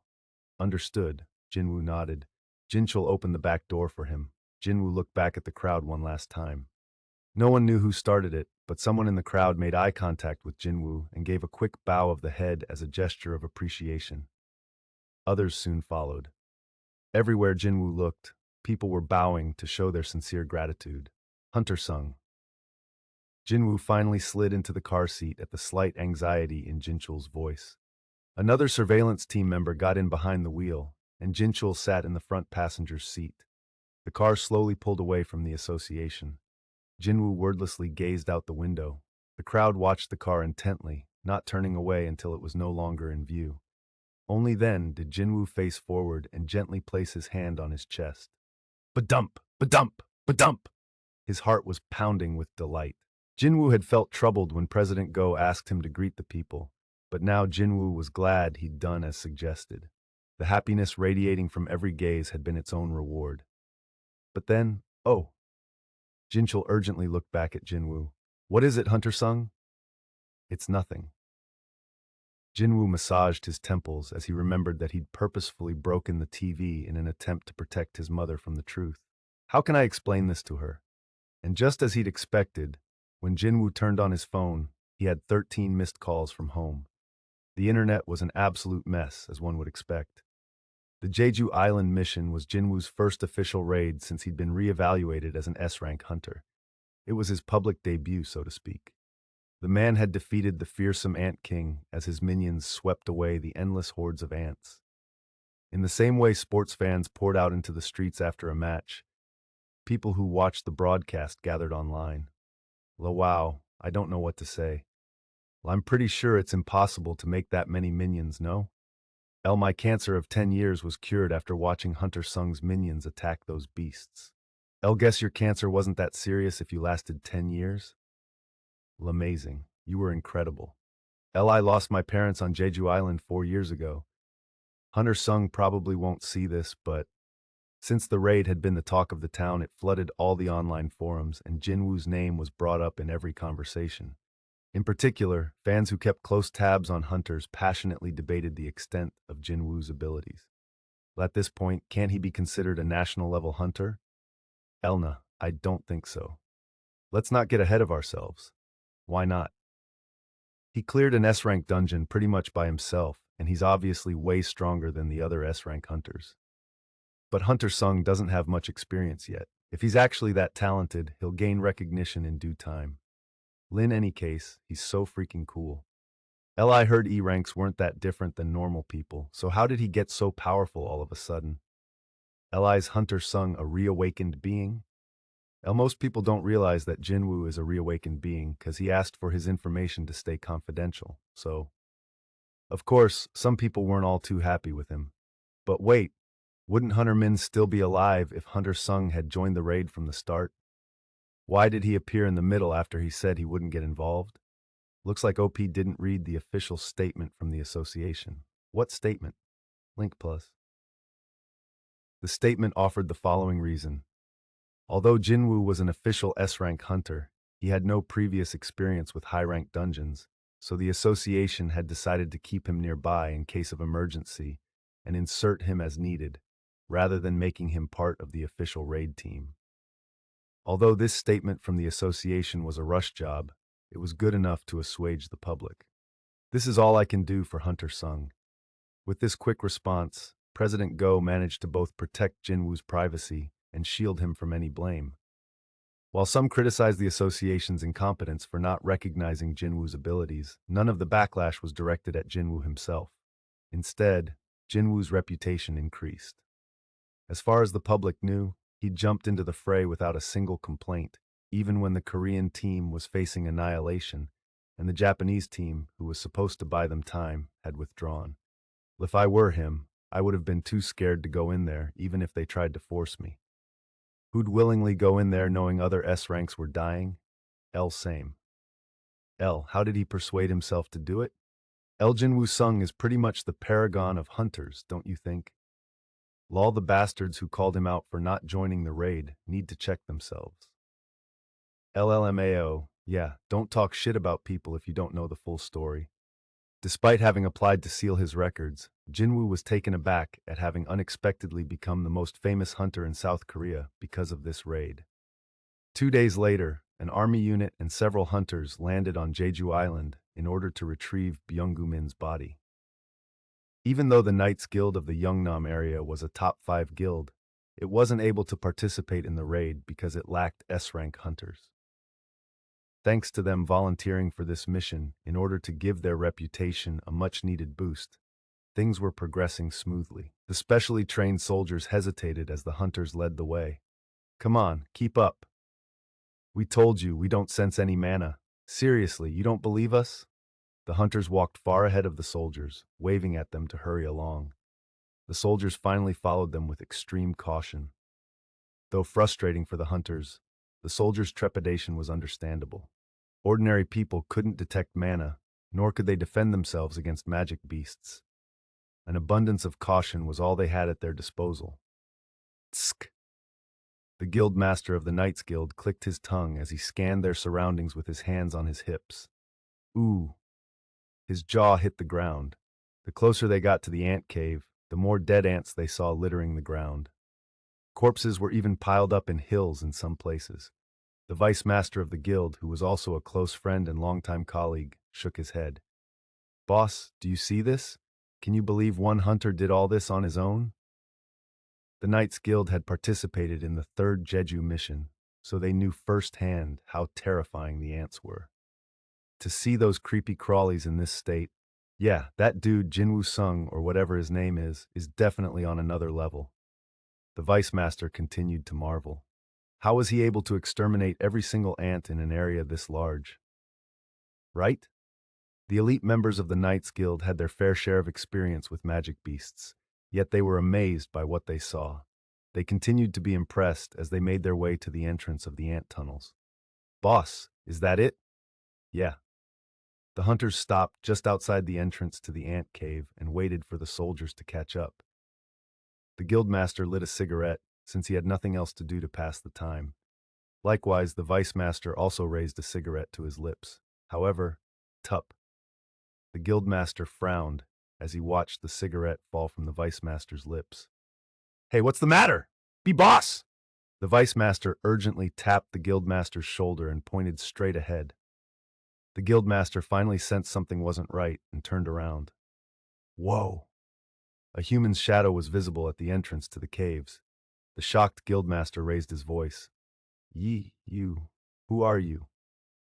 Jongsu Park, the guildmaster of the Knights Guild, couldn't believe what he was seeing. A seemingly normal foreign male walked out of the entrance to the ants' cave. But that wasn't possible. This mission is top secret, isn't it? The ground was covered with the highest quality essence stones. The association had decided to delay announcing the end of the mission until they figured out a way to prevent a mad rush to collect them. Therefore, very few people knew that there were no longer any magic beasts on the island. Only the association, the soldiers, and the one who'd exterminated the beasts, Jin-Woo Sung. But Jongsu was willing to bet every earthly possession he owned that the man standing in there wasn't Jin-Woo. How could he forget Jin-Woo's face? He was the most talked about hunter in Korea right now, and his name was on the very top of the Knights Guild's recruitment wish list. Jongsu addressed the figure again. I asked who you are. What were you doing in there? Jongsu wasn't sure if the man couldn't understand him or simply didn't want to respond, but the only answer he received was a smile. Yoontae Jung, the vice master of the Knights Guild, inched closer to Jongsu and narrowed his eyes in suspicion. Boss, are you sure that's a human? I don't know. They were certain he was neither a hunter nor a magic beast, since they couldn't sense any magic power coming from him, but the man gave off a weird aura. Yoontae was usually one to punch first and ask questions later, but the ominous energy emanating from the stranger gave him pause. However, unlike the hunters, the soldiers had no way to perceive mana. As soon as they noticed the man, the soldiers cocked their guns. Worried they might kill someone, Jongsu quickly stopped them. Hey, don't shoot! He isn't a magic beast. Then, is he human? That's probably. Jongsu nodded, but his expression was uncertain. If he isn't a magic beast, then he should be human. With his limited knowledge, that was the only conclusion he could draw.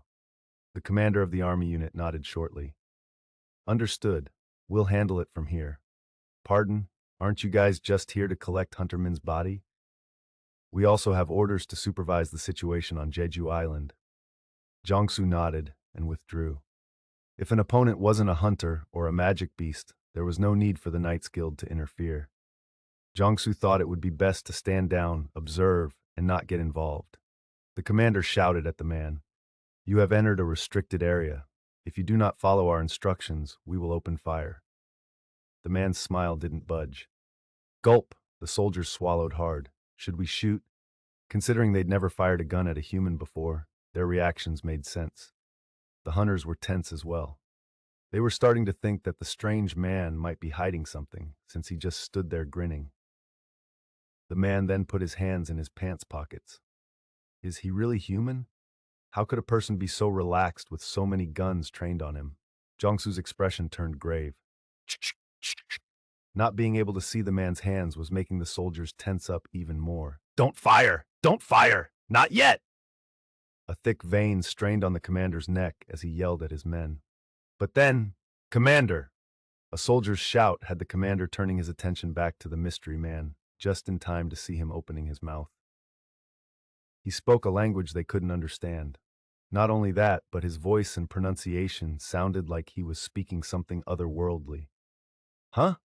What's he saying? The soldiers were unsure of what was going on because they'd never experienced this before, but Jiangsu stuttered. The language of magic beasts? Hunters sometimes encountered intelligent magic beasts in high-ranked dungeons. The man spoke in a similar language as them. Then that thing is. Before the commander could finish his sentence, the foreign man took his hands out of his pockets. Blam! An ear-piercing sound reverberated through the air. A well-trained Special Forces soldier had reflexively pulled the trigger at the man's suspicious movements. Ack! The startled commander spun toward the man. The bullet hit him in the forehead and fell to the ground uselessly. The man's smile had vanished. Magic beast! It's not human! The shouting didn't last long. As soon as the man's eyes glowed red, hunters and soldiers alike felt a tightening in their chest. Ah! But then, snap! At the sound of fingers snapping, the humans went limp and collapsed to the ground like marionettes whose strings had been cut. That wasn't the man's doing. He turned around to address someone else. What are you doing?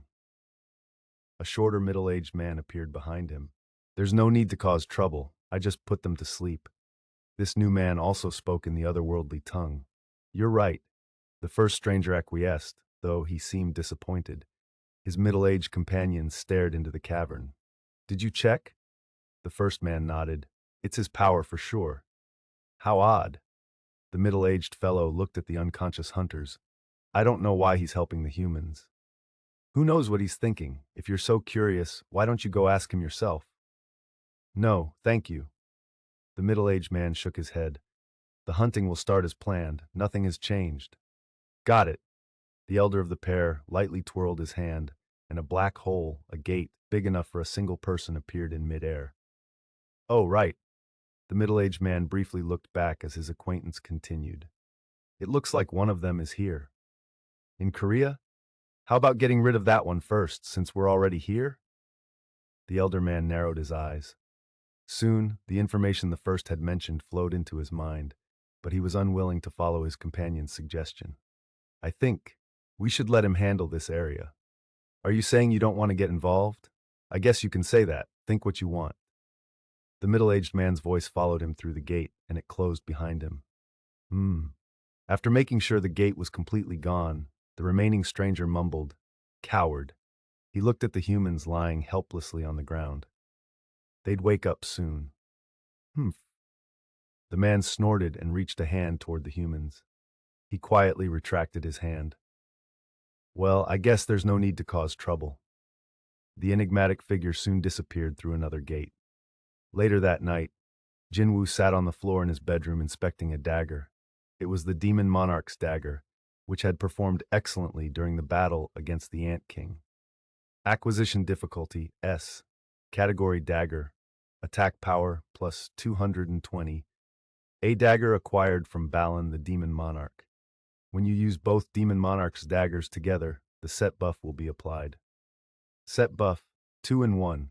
Extra attack power equal to the current strength stat will be applied to each dagger. The attack power and extra buff were incredible. Jin-Woo reread the dagger's information screen multiple times. His reaction was understandable, as his former weapon of choice, the A-rank Barca's dagger, had an attack power of only 110. Jin-Woo searched the shop but was unable to find another S-rank dagger with attack power over 200. To add to that, he was very pleased that his strength stat would be added onto the attack power when he used both daggers together. His strength had already surpassed 200 and was going on 250, so to have that amount of power tacked on, at a rough estimation, the attack power of the Demon Monarch's daggers would be 4 times higher than Barca's dagger. No wonder they felt so great to use. Other hunters would go crazy over these daggers if they knew what they could do. And what about the sword? Acquisition difficulty S.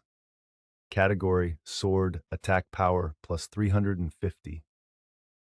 This sword contains the power of Balin the Demon Monarch. Whenever you swing the sword, buff Storm of White Lightning will be applied. Buff Storm of White Lightning stirs up a storm with never-ending lightning in a certain area. Considering the logistics of a sword versus a dagger, it was a given that the sword would have a higher attack power than a single dagger. However, What was unusual was the sword's buff. I can attack a wide area just by swinging it around. It would be a very useful weapon when dealing with multiple enemies. In fact, Jin-Woo still got goosebumps when he remembered how difficult the sword had been for his shadow soldiers to deal with. Its strength now wasn't comparable to Balin's actual magic, but it was still very impressive. If it wasn't for my dagger-related skills, I'd use the sword more. Jin-Woo was about to swing the sword in his room, but stopped himself in time. Despite the late hour, having lightning strike in the next room would wake anyone, and he didn't want to give his mother more reasons to be stressed. He gently lowered the sword. Speaking of, that's a huge relief. His mother hadn't objected to his job. When he'd returned home, Jin-Woo had spilled everything to his mother except for details regarding the system. He told her that he'd become an S-rank hunter after being reawakened by chance and that he wanted to continue working as a hunter. She had been worried at first, but eventually gave Jin-Woo her blessing. "I'd like for you to do whatever you want to do, Jin-Woo."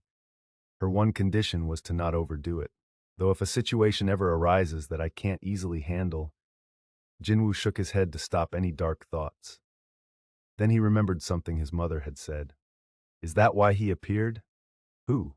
"I heard your father's voice when I was asleep in the hospital." "What did he say?" "That's—" She then explained that she had never heard anyone's voice in her dreams before then, nor had she heard any after. "I guess Mom still misses Dad." Despite that, she hadn't stopped her son from becoming a hunter because she trusted him, and so Jin-Woo had no intention whatsoever of disappointing his mother. Survival, that was most important to Jin-Woo. He'd gotten to where he was today despite all the setbacks because he'd never given up.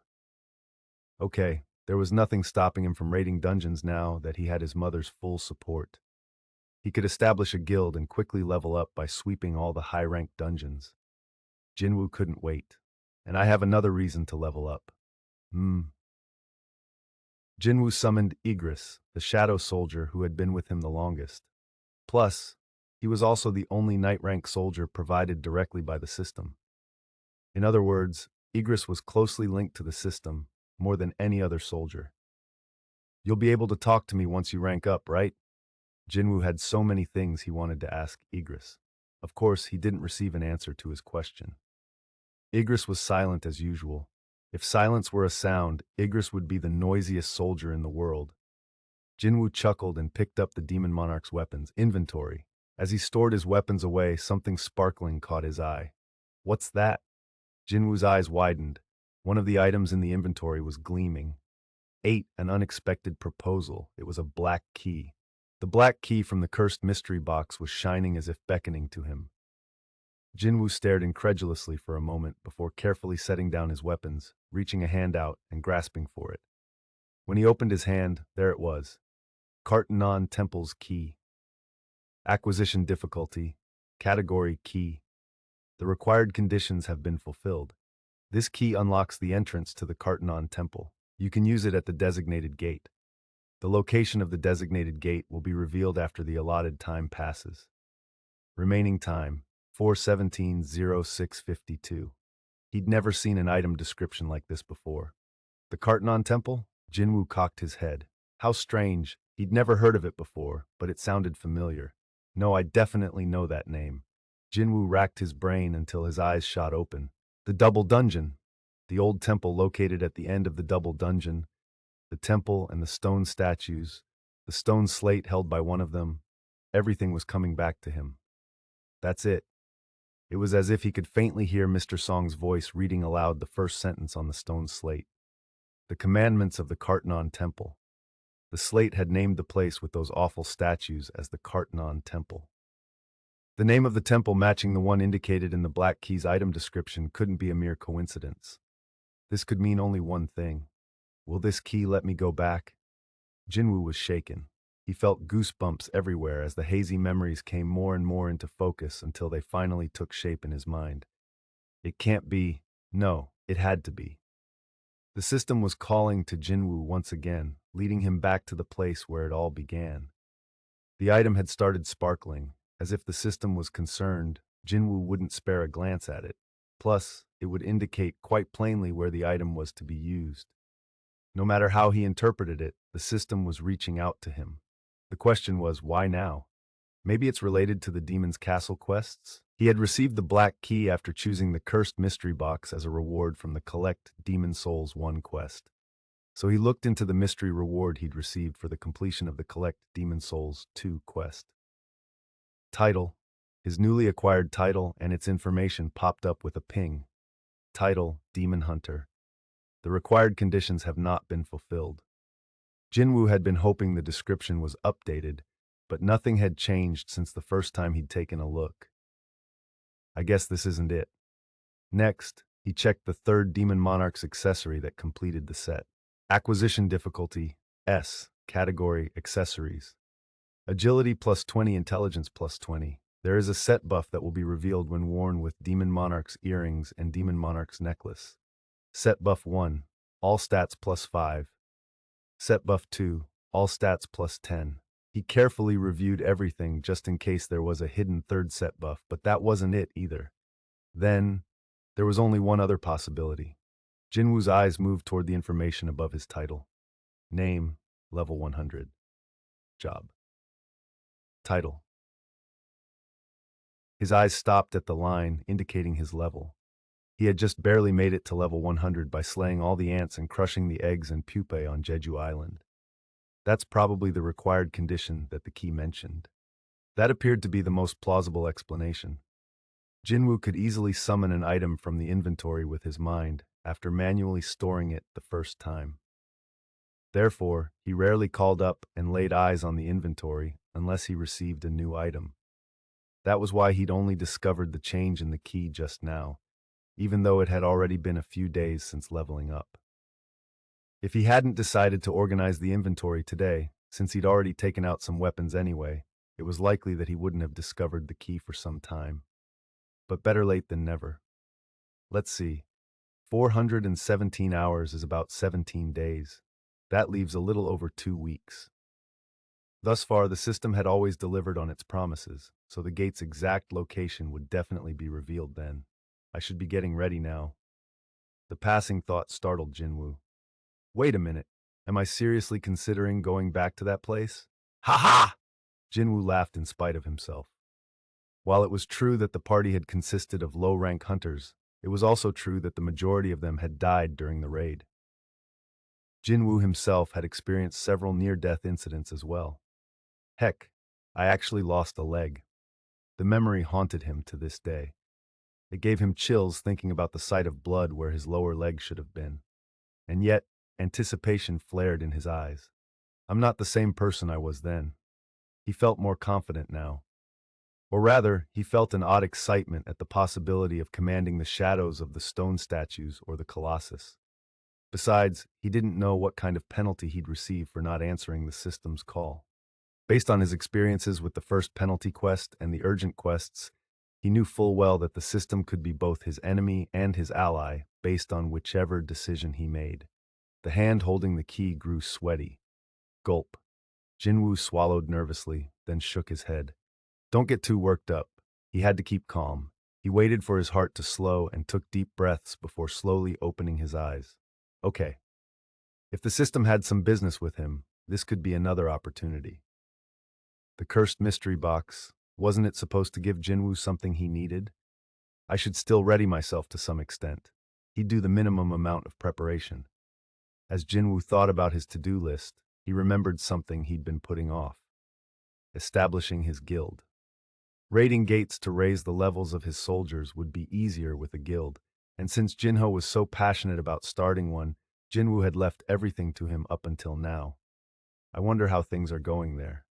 Jin-Woo moved to call Jinho, but set his phone down after checking the time. It was 2 o'clock in the morning. It's too late now. He had somewhere to be later today anyway, so he might as well visit Jinho in person. I'll stop by the office tomorrow. Jinho's glare deepened. He scanned the computer screen with a sharp gaze like that of a hawk trained on its prey. The fire in his eyes burned bright. You're not getting away with trying to harm the boss's reputation.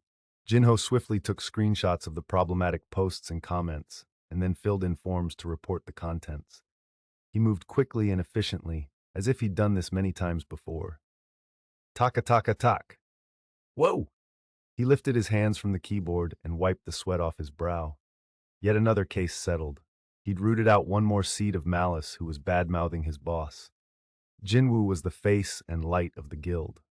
Maligning or spreading misinformation about him was absolutely unforgivable. Plus, Jinho couldn't let them get away with this for the guild's sake as well. What was the guild to Jinho? It was the guild of which he was going to be the vice president. Therefore, what he was doing wasn't out of personal offense, but rather as part of his job that would soon be established. When he thought about it, however, Jinho realized that this guild still had no name. This had to be remedied immediately, and since Jinwoo hadn't said anything about it, Jinho decided to think up something suitable. What about the Sungyu Guild? Taking the Sung from Jinwoo Sung and the Yu from Jinho Yu. Jinho shook his head. Not a bad idea, but it sounds a bit. Yu Sung was more pleasing to the ear, but he couldn't very well put his name before Jinwoo's. I need to discuss this with him. It had been 2 days since they'd moved into this office. While the world was obsessing over Jin-Woo following the Jeju Island raid, Jinho was clocking in a lot of time alone in the office. It'd be better to use the second parts of our first names and make it the Wooho Guild. Why so serious? Eep! Startled, Jinho jumped out of his seat. He spun around to find Jinwoo standing beside him. Boss! Jinwoo raised an eyebrow, not understanding why Jinho was so skittish. Jinho patted his chest to calm down. When he conceals his presence, I can't sense him even when he's standing right next to me. Jinho hadn't necessarily been lost in thought, but he still hadn't heard a thing. Jinwoo's stealth was improving by the day. Feeling a little embarrassed at his overreaction, Jinho scratched the back of his head. When did you get here, boss? Just now. Jinwoo answered casually and turned to look at the computer screen, but Jinho quickly stood in front of the monitor to block his view. You don't need to worry about those jerks. I'll take care of them, boss. Jinwoo looked at Jinho's earnest face in disbelief. That was you? Jinwoo had heard there was someone threatening to sue people if they posted hate comments about him online. Who knew that someone would be so close to him?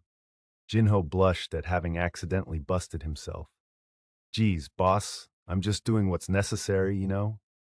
Jinwoo couldn't help but chuckle at the twinkle in Jinho's eyes that were eagerly awaiting Jinwoo's praise. All right, good job. Jinho interpreted Jinwoo's smile to be one of satisfaction, so he resolved to work even harder for him. As he did, did you have somewhere to be today, boss? Jinho noticed that the other hunter wasn't dressed in his usual clothes. Jinwoo answered nonchalantly, I have an errand to run. I see. Jinho internally marveled at the sight. Jinwoo usually preferred casual attire he could easily move around in, so the sight of him decked out in a black suit and tie was both foreign and surprising. Jinwoo glanced at his watch, not bothering to elaborate further. It's already this late. He looked up and asked, I don't need to bring anything with me for the guildmaster's license, right? That's right, boss. You'll get the license after a simple test at the association. Cool. So Jinwoo was going to the association? That outfit's a bit much just for a visit to the association, though. Jinho, who was trying to guess Jinwoo's destination, soon arrived at a logical conclusion. Since he's a celebrity now, he has to pay attention to what he's wearing. Fame could be both great and tiring. Jinho knew quite a few public figures personally, so he could sympathize with the unseen burden that many of them carried. Regardless of what Jinho was thinking, Jinwoo pointed at the desk that lay out of his reach. I'll be taking the van. He indicated the key. Please feel free, boss. Jinho made to grab the key for him, but then watched in awe as it flew into the other man's hand on its own. Boss, what was? Jinwoo cut him off. A skill. Jinho was at a loss for words. At this point, Jinwoo could start flying around the room, and Jinho wouldn't find it odd. Is there anything he can't do? As each layer of the onion that was Jinwoo was peeled back, there was more and more to be impressed about. Hang on, there's no time for this. He came back down to reality. There were a few things he'd wanted to ask Jinwoo, and since he was in the office, this was a good chance. Jinwoo could see that Jinho had something to say, so he paused. Yes? I received a mountain of applications for the job posting I uploaded yesterday, so I've made a list. Oh, let's talk about that when I get back. Jin-Woo was already cutting it close. Because Jin-Woo was obviously in a rush, Jin-Ho hurriedly continued. Oh boss, then have you decided on a name for our guild? This was definitely a priority.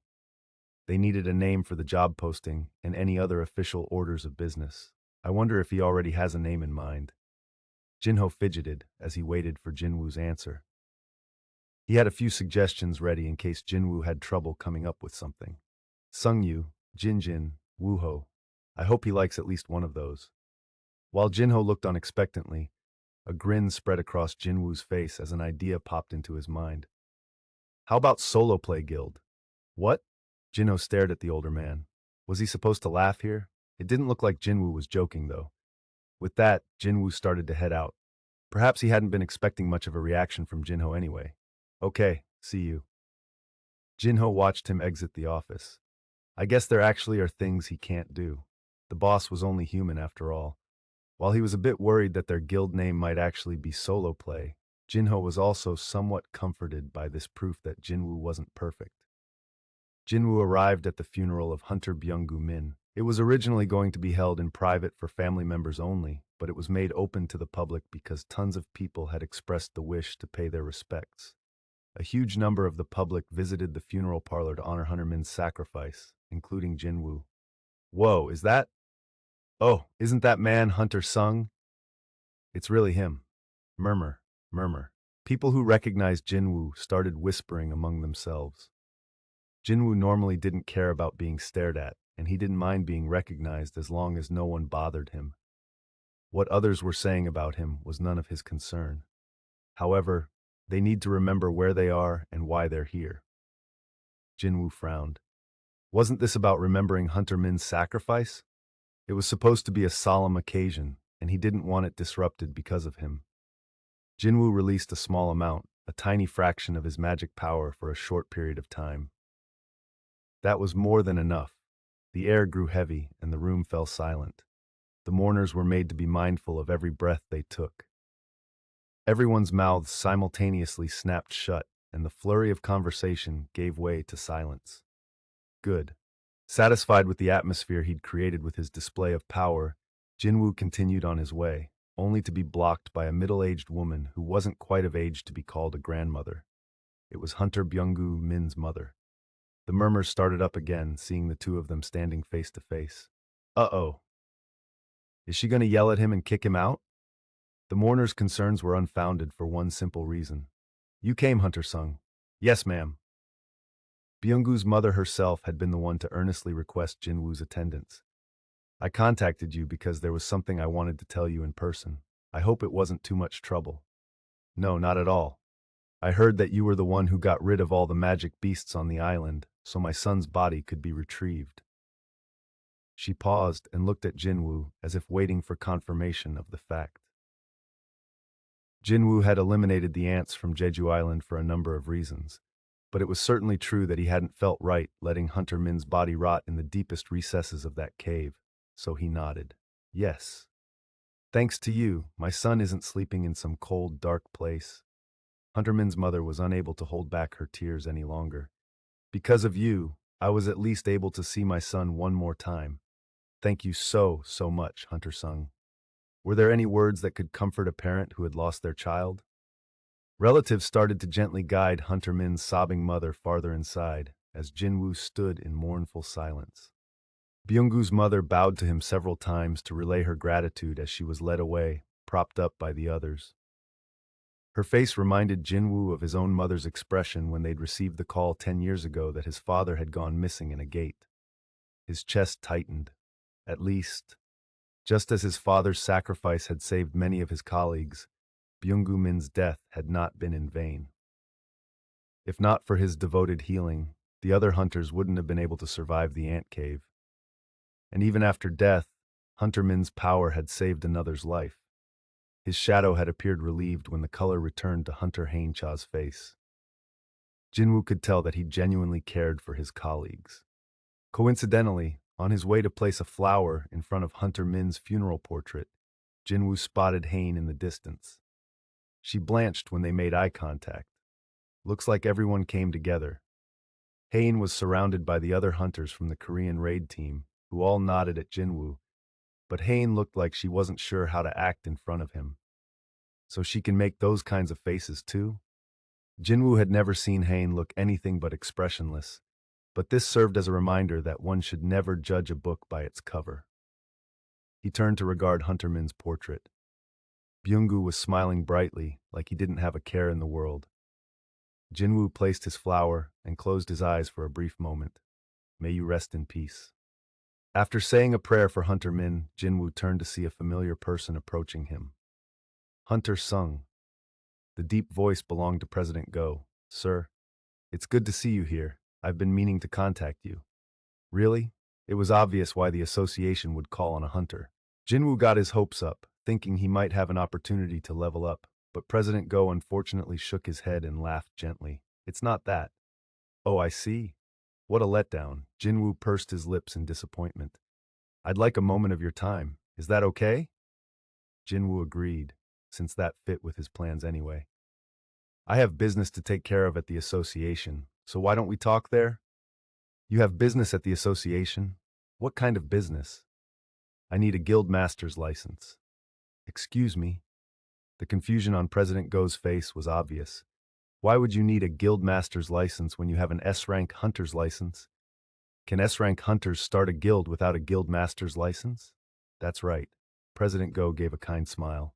If you'd like to form a guild, please give the association a call. We'll take care of the rest. Jin-Woo had underestimated the advantages of being an S-rank hunter. He had yet to look into the matter, since he'd never dreamed it would have anything to do with him. This was news to him, so he was slightly taken aback at first. I should really investigate the perks. Considering his direct line to President Go, it looked like Jin-Woo would be able to form a guild quickly as long as he fulfilled the requirements. Connections really were important to success in life. Most people would be hard-pressed to meet President Go even once, and here Jin-Woo was, able to count on him as a reliable supporter. President Go continued. What I'd like to find out won't take too long, so we can do it here. Jin-Woo nodded in understanding. President Go immediately asked, did you cast some kind of a barrier spell on Jeju Island? What do you mean?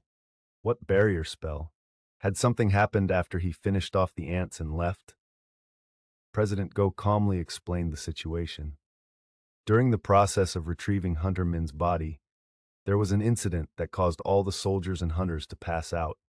Well, it'd be more accurate to say they fell asleep. Multiple people had fallen asleep in the same place at the same time.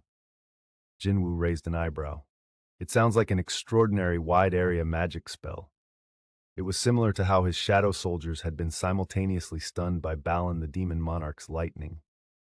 The problem was, these weren't ordinary hunters.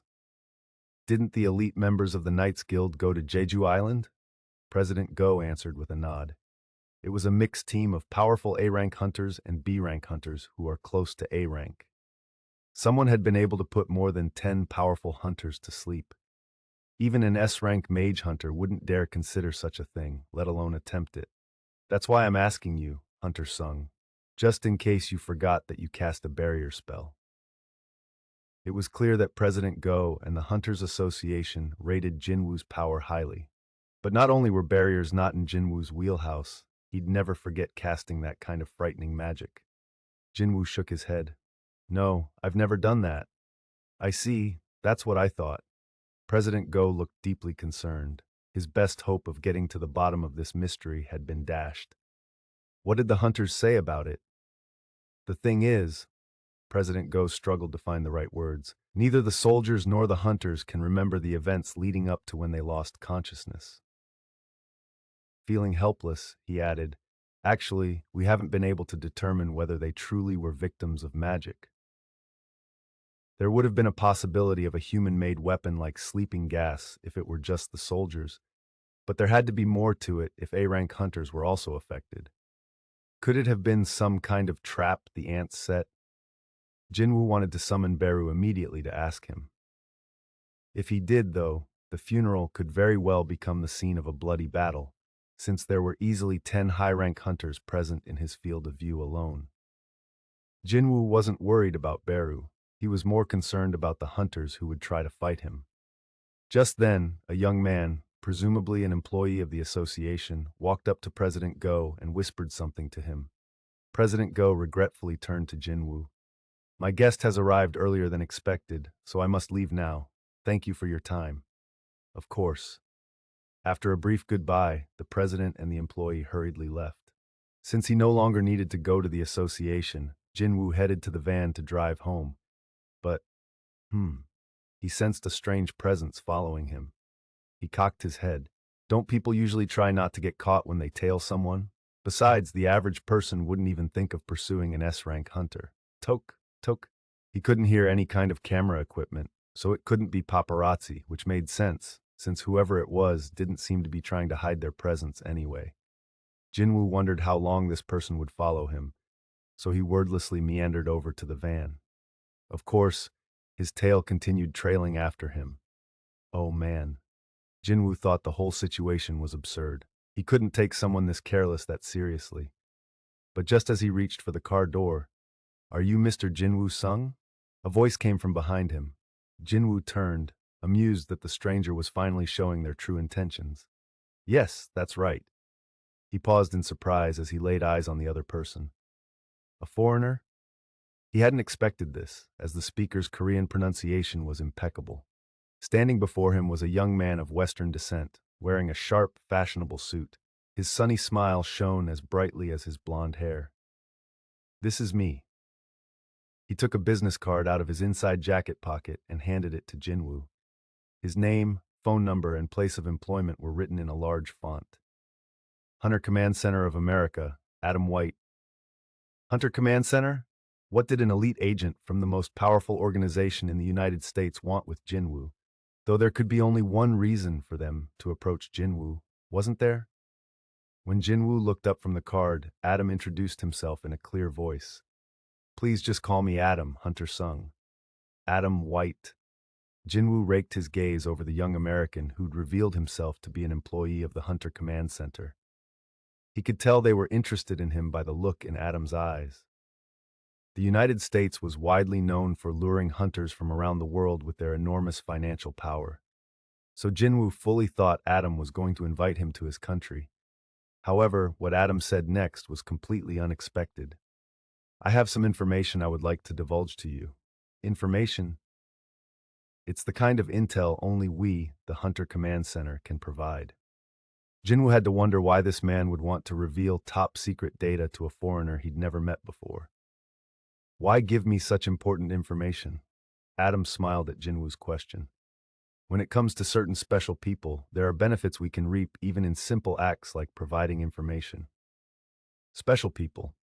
So Jinwoo was one of these special people now. Jinwoo's curiosity was piqued. I'm listening. That's all I'm allowed to say. Our assistant director will tell you the rest. The assistant director of the Hunter Command Center, a man who held more influence than the ministers of most governments, was here in Korea. I guess this is something huge. Adam surmised that he had successfully hooked Jinwoo. He proceeded to tell Jinwoo his main reason for being here. His car is nearby. Would you like to meet the assistant director? It was entirely up to Jinwoo. Information. It would probably be one of two types: news that would benefit Jinwoo, or a warning that someone was after him. But Jinwoo didn't feel like he needed to urgently know either way. If it was advantageous news, he would rather focus on the black key, and if it was a warning, he was confident he could destroy whoever was aiming for him. On top of that, I don't even know if I'll be able to trust the information that they give me in the first place. It was also possible that the whole thing about tipping him off was a ruse in and of itself. What was the point of getting dragged around if he wasn't sure they had anything at all, much less something he needed? He swiftly made a decision. I'll think about it and get back to you. Adam was shocked, looking like someone had just slapped him. No way. The assistant director of the Hunter Command Center himself has come all the way to Korea to give him confidential information, but he just ignores it and walks away? He realized Jinwoo might not be bluffing when the Korean man opened the van door. Adam broke out in a cold sweat. He didn't know when he'd get another opportunity to connect with Jinwoo or whether he'd get one at all. Adam couldn't be sure if this was a ploy to get him to reveal their hand, but the fact remained that the Americans had more to lose if they let him go. Okay, see you. As Jin-Woo was about to get in the van, Adam called out desperately, "Please wait." Jin-Woo spared him a glance, so he kept talking to hold Jin-Woo's attention for as long as he could. Upgrader? Upgrader? Adam resignedly explained. Have you heard of the awakened being who can upgrade other awakened beings' abilities? He should have opened with this. Jin-Woo realized that what Adam and the assistant director of the Hunter Command Center wanted to share with him was far more valuable than simple information. An awakened being who can upgrade other awakened beings. Jin-Woo finally felt like hearing them out. He stepped away from the van and slammed the door shut. Adam let out a long sigh of relief. Oh. He then looked up to see Jin-Woo already standing right in front of him. Oh, geez. Adam jumped back, startled. Jin-Woo asked him, "Where to?" Sksh. The black sedan stopped in front of a famous luxury hotel. Here we are. Jin-Woo noted that this was the same hotel that had been written on the note he'd gotten previously. Jin-Ho told me that an English-speaking foreigner was looking for me. Was it this guy? Jin-Woo followed the agent up to the room where the assistant director was waiting for him. Michael Connor couldn't hide his glee as soon as he recognized the Asian man behind his subordinate. Yes! The most difficult part of any negotiation was getting the other side to come to the table. If they showed up, that was half the battle won. Michael offered Jin-Woo a handshake with a bright smile on his face. I'm Michael Connor, Assistant Director of the Hunter Command Center. Adam translated Michael's greeting into perfect Korean at the speed of light. Jin-Woo took the offered hand. I'm Hunter Jin-Woo Sung. After brief introductions, Jin-Woo and Michael sat down on opposite sides of the table. Adam remained standing next to his boss. By any chance, have you met with any Hunter-related personnel from other countries? Michael tried asking. No, I have not. Michael gave a satisfied smile at the answer he'd been looking for. Naturally, no one is quicker on the draw than America. A striker has to be faster than the other players to score a goal. Michael had no intention of wasting this head start they had over everyone else, especially since his boss had ordered him to do whatever it took to bring this hunter to the United States. He didn't bother to beat around the bush. I'll get straight to the point, Hunter Sung. With a determined look on his face, Michael slid the mound of files in front of him toward Jin-Woo. Shh. He then continued. The United States wants you, Hunter Sung. And these are immigration documents. Normally, it would take a year or two to process them. However, your case is special. Michael held up an index finger. 1 second, he declared in a confident voice. Say yes, and in 1 second, you will be an American citizen. Of course, you wouldn't be treated as an ordinary citizen, but as one of the highest level hunters in the country. Everything Michael had said up to this point had been par for the course. But what Jin-Woo really wanted was more information on the reawakened being known as the Upgrader. Adam flinched and looked away when Jin-Woo's gaze fell on him. Jin-Woo turned back to Michael. I came here because Agent White told me that I could get some information.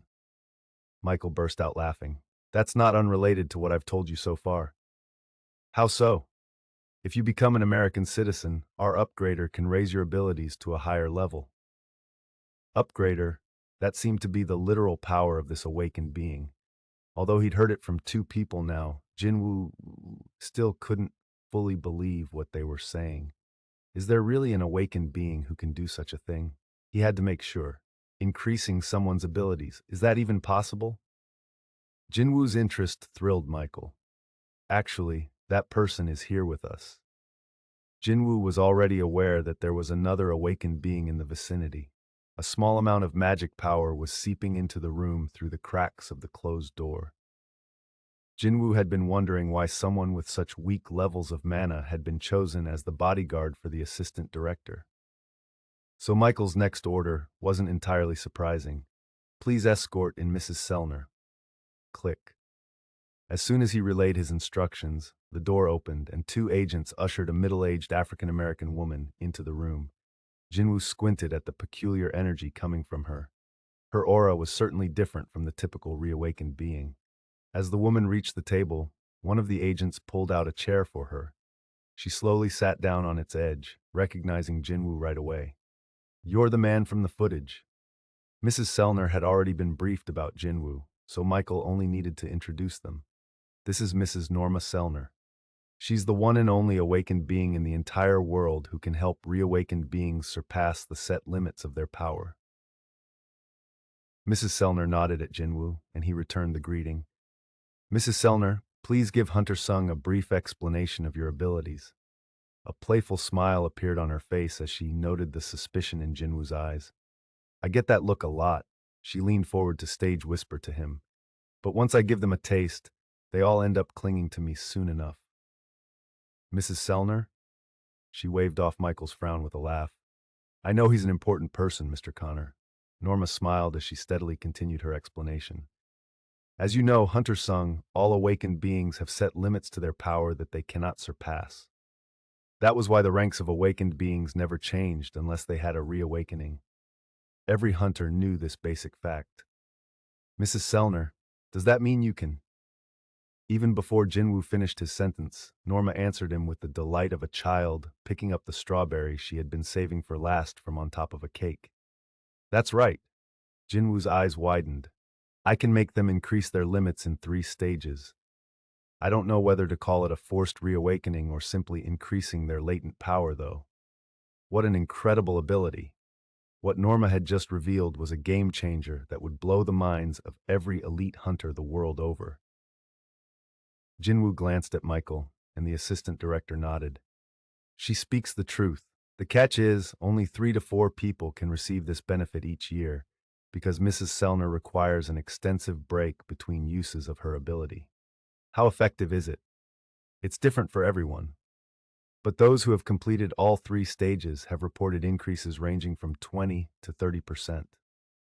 A whole 20 to 30%? Jinwoo's average stats were close to 250 now. If his ability points increased by that much, his average stats would easily go over 300. That was an insanely high number, assuming all of this was true, of course. Does she cast a buff to increase abilities, or does she increase the fixed level somehow? Whichever it was, her ability was invaluable to hunters, which would mean a high demand for her services. If other people find out about her ability, Michael nodded. That's why Mrs. Sellner is with us. Norma had been troubled by Jin-Woo's exact concern, and that was why she'd joined the Hunter Command Center after much deliberation. She wanted to be able to use her power safely. We make sure that Mrs. Sellner is safe and well compensated, and in turn, she increases the abilities of hunters of our choosing. We've had this symbiotic relationship for some time now. With that, Michael wrapped up his explanation. It was time to get down to business. Mrs. Sellner's ability is a gift we can give you, Hunter Sung. A gift, you say? What could be a better gift for a hunter? If you become a hunter for the United States of America, you would be at the front of Mrs. Sellner's queue. Plus, we'd act as a go-between for the guild of your choosing to ensure you get the best deal possible. This was a bargain too good for any hunter to pass up. Jinwoo now understood why Dong-Soo Hwang had made the bold choice of moving to the United States, despite all the criticism he'd received from his fellow Koreans. The huge amount of money America had offered him had been a red herring to distract from his real reason for defecting. The average hunter would lose their mind over this, so imagine the strongest hunters being told they could enhance their abilities. Who could say no to that? However, can you prove that Mrs. Sellner really has this kind of power? There was no evidence for their claims. Norma jumped into the conversation. There's no rush. I'm here to let you have the first bite. Jinwoo finally realized the true meaning behind her earlier words. Once she gives them a taste, they all end up clinging to her soon enough, huh? Every hunter who was able to confirm the effect of her power expatriated to the United States without exception, just like she said. Her confidence wasn't unfounded. It's as she says. So would you like to expand your limits? Michael offered. Without anything from me? Consider this a preview, Mr. Hunter. Norma lightly took Jinwoo's wrist. When Jinwoo looked at her, she gestured with a benign smile for him to come closer. Please look deeply into my eyes. That's the first step. Were her claims real? Jinwoo decided to follow Norma's lead in order to confirm their purports. The assistant director crossed his arms and leaned back in his chair as he watched them. We did it! He's in! Game, set, and match. Michael noted that Jin-Woo's cool demeanor had yet to change, but he figured that it wouldn't last. He was confident Jin-Woo would be in touch with them once the first stage was complete. Heck, Jin-Woo might sign the immigration papers on the spot if he happened to be impatient. Michael's attention was now elsewhere. I wonder what his limit is? Michael uncrossed his arms and rubbed his chin. He gazed upon Jin-Woo with curious eyes. But that was when, oh, Norma inhaled sharply, her eyelids fluttering rapidly. Norma Sellner, usually referred to as Mrs. Sellner, she was a 46-year-old African-American woman and the only person in the country with more security than the President of the United States of America. In other words, if the lives of both Mrs. Sellner and the President were in danger at the same time, the Hunter Command Center would rush to save her before they even considered saving the President. How was this the case? When the former director of the Hunter Command Center stepped down, he described Mrs. Sellner to the present director during their transfer of power as such. The United States will be the strongest nation of hunters in the world, regardless of who the president is. However, without her, we'll have to be concerned about gates opening in the most vulnerable parts of the country. And he was right. Because Norma attracted S-rank hunters from around the world, American citizens could sleep soundly at night, knowing that wherever they lived in this large nation, they would be protected from high-ranked dungeons. 26 of the top hunters in the world had already changed their citizenship because of her. Not only was that more hunters than any other country, but each was also the cream of the crop as selected by the Hunter Command Center. Norma Sellner was the hidden guardian angel of America. No hunter would ever be more important or receive better treatment than she would. Her existence was of the highest confidentiality, so even the President of the United States couldn't meet with her easily.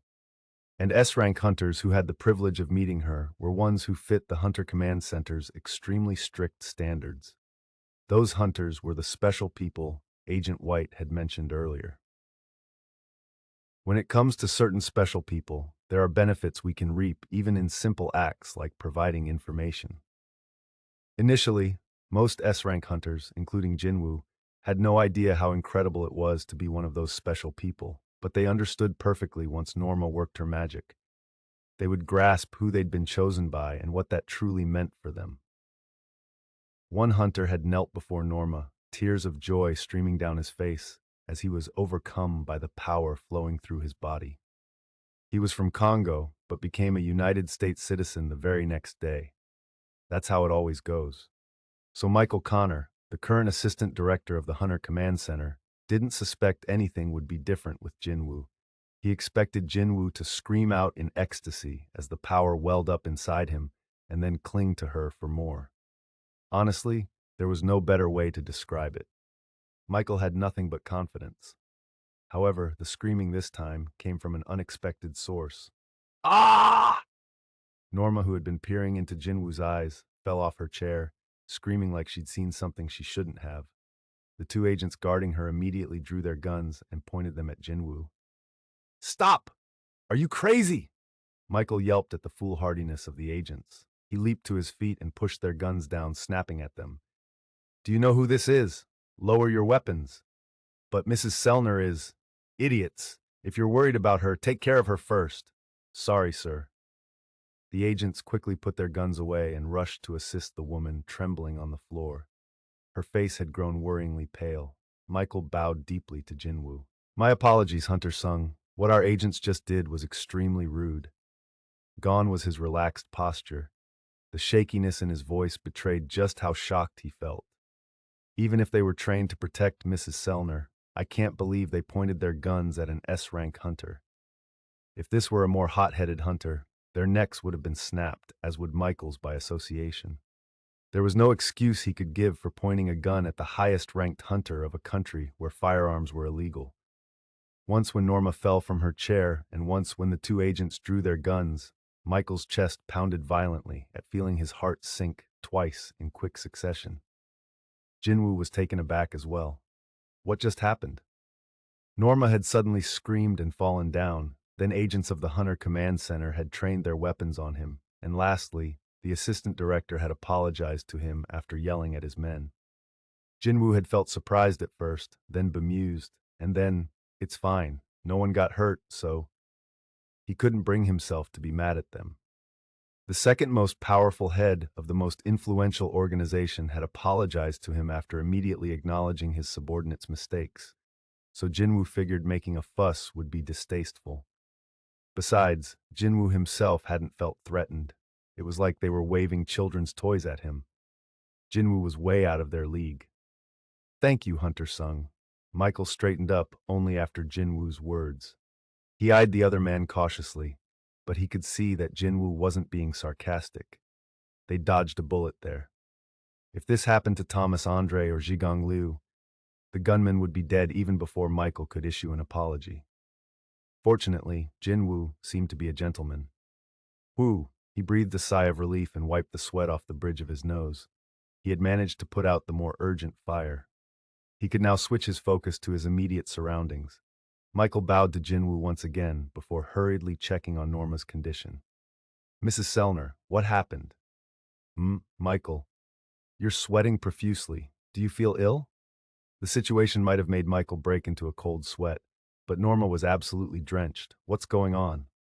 Concerned, Jin-Woo rose and approached her, but she could barely look at him. Her body shuddered violently. Michael chewed his lower lip.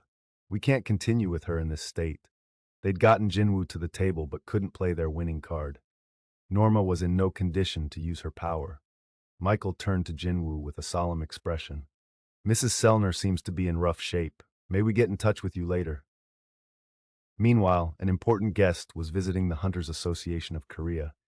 It was none other than President Shigeo Matsumoto of the Hunters Association of Japan. The two presidents sat at a table across from each other.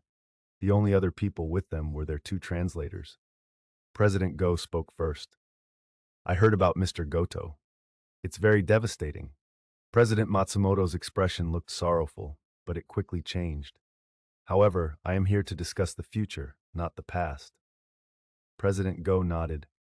There were several matters that needed to be resolved between them, or rather, between Korea and Japan. The first was splitting the essence stones. The original plan had been to divide them after all the ants died out the following year. However, Jin-Woo had taken care of the ants. Japan already knew this, as they had witnessed Jin-Woo's astonishing deeds via their satellite camera. What is he trying to do? The ants around Jin-Woo Sung are disappearing. The minions under his control have started their hunt. They're spreading out all over the island. No way. And yet, it had really happened. Every single trace of magic power on Jeju Island disappeared in an instant with the exception of a gigantic mana signature that was presumed to be Jin-Woo's. Great power, unpredictable movements, and the ruthlessness he showed in killing magic beasts that could be left alone. Would they be able to find a hunter more perfect for Japan than Jin-Woo Sung? A smirk appeared on President Matsumoto's face as he recalled the atmosphere of the control center. He presented several documents he had brought with him. What is this? President Go took the documents. A memorandum stating that Japan surrenders its rights to the essence stones on Jeju Island. President Go didn't entirely trust what President Matsumoto was saying, but his eyes widened as he scanned the contents of the documents. President Matsumoto was telling the truth. Why? Why was the Hunters Association of Japan leaving this much money on the table despite the huge losses they'd suffered? President Go got his answer immediately. Instead, please hand over Hunter Jin-Woo Sung to us. Oh ho! President, Go leaned back in his chair as he laughed. Unfortunately, he isn't a member of the Hunters Association. Of course, even if he had been, President Go had no intention whatsoever of letting such a brilliant hunter leave. I'm aware. President Matsumoto had expected this response. However, he has a very close relationship with the Hunters Association of Korea. Plus, the only way anyone can reach him at this time is through the association. Unfortunately, the Hunters Association of Japan didn't have the level of intel that the Hunter Command Center of the United States possessed. In other words, President Matsumoto had to convince the Hunters Association of Korea to reach out to Jin-Woo in his stead. I'm not making any demands. I simply want a chance to negotiate with him. Are you telling me you're going to give up an astronomical amount of money for this single chance? President Matsumoto was quick to confirm. Japan had lost 10 of its highest-ranked hunters on Jeju Island. They urgently needed to recruit replacements, and they still had the hazard pay that was supposed to go to the hunters who'd lost their lives, so they had money to burn. If it meant he could convince Jin-Woo to come to Japan, the essence stones would be a small price to pay. However, I refuse. He hadn't expected this response from President Go. Excuse me? Did you say you refuse? President Matsumoto was shocked. While he was confident that he could convince the hunter to defect, at this point in time he was merely asking President Go for an audience with Jin-Woo. It hadn't crossed his mind that President Go would be the one to reject his proposal. Are you that worried you'll lose Hunter Sung to Japan? No. President Go shook his head. I'm saying you have no right to a single essence stone on Jeju Island to begin with. The Japanese interpreter uneasily looked at President Go at the bombshell declaration. Sir, is it really okay to translate that word for word? Of course. Please tell him exactly what I said without omitting a single word. President Matsumoto's face turned red after hearing the interpretation. His voice rose. President Go, what kind of nonsense is this? It was then that the Japanese language slowly came out of President Go's mouth. I would like to talk to you without the interpreters. President Matsumoto was surprised. You can speak Japanese? When I was young, my father owned a small business in Japan. It has been a while, though, so I'm unable to have any elaborate conversations. The two interpreters were dismissed upon President Matsumoto's agreement. He spoke first. 10 of our S-rank hunters were sacrificed for your country. Not to mention, the best Japanese hunter, Ryuji Goto, was among the dead. If you do not accept my proposal, you'll leave me no choice. We'll demand that the Korean government hand over half of the essence stones as we were promised, plus compensation for the fallen hunters. President Go sneered at this. President Matsumoto, you seem to mistakenly assume that you have the upper hand. President Go! President Matsumoto stood abruptly, anger flaring in his eyes. We fought for your country. Unlike the heated Japanese man, President Go coolly answered, I'm curious about one thing. President Matsumoto slowly sat back down as President Go's composure helped him collect himself. President Go waited and then said, despite Japan's inclination to be in the international spotlight, you let us take on the raid's most integral task, bringing down the Queen. That was clearly because Korea didn't have the power to provide a suitable distraction for the army of ants. Yes, but wouldn't it have been wiser to assign the Koreans as one of the 4 squads to buy time and send in your most elite team to destroy the Queen? Indeed, President Matsumoto's gaze shifted. What are you trying to say, President Gun-hee-go? For some reason, he addressed President Go by his full name. The retreat of your hunters, it had nothing to do with that monstrous ant, did it? You were planning to withdraw from the start. You're crazy. You're the crazy ones. What were you planning to do after abandoning our hunters to the slaughter? President Go's eyes narrowed. President Matsumoto burst into laughter. Ha ha ha! After a while, he removed a recording device from his pocket, shaking his head. Everything you said just now has been recorded. You accused the Japanese hunters without any evidence and refused to pay what you promised. There was an insidious smile on his face. I'll let the international community judge you. The recording would be good enough to cover up the fact that the Japanese hunters had retreated during the mission. It would definitely sway public opinion. President Go had made a critical mistake with this haphazard accusation. President Matsumoto wondered if President Go would be furious enough to get physical. That would be even more damning. Besides, the voice file had already finished uploading to a server in the control center back in Japan. However, evidence? Oh, I have evidence. President Go took out a black cube about the size of a stamp from his inside jacket pocket. Hunter Sung discovered this at the scene and gave it to me. President Matsumoto deflated a bit as he sensed that something was off. What is that? President Go grinned at President Matsumoto's perplexed expression. This is the black box from a communication device. I was told it was used by Hunter Goto's team. President Matsumoto's face instantly flushed red.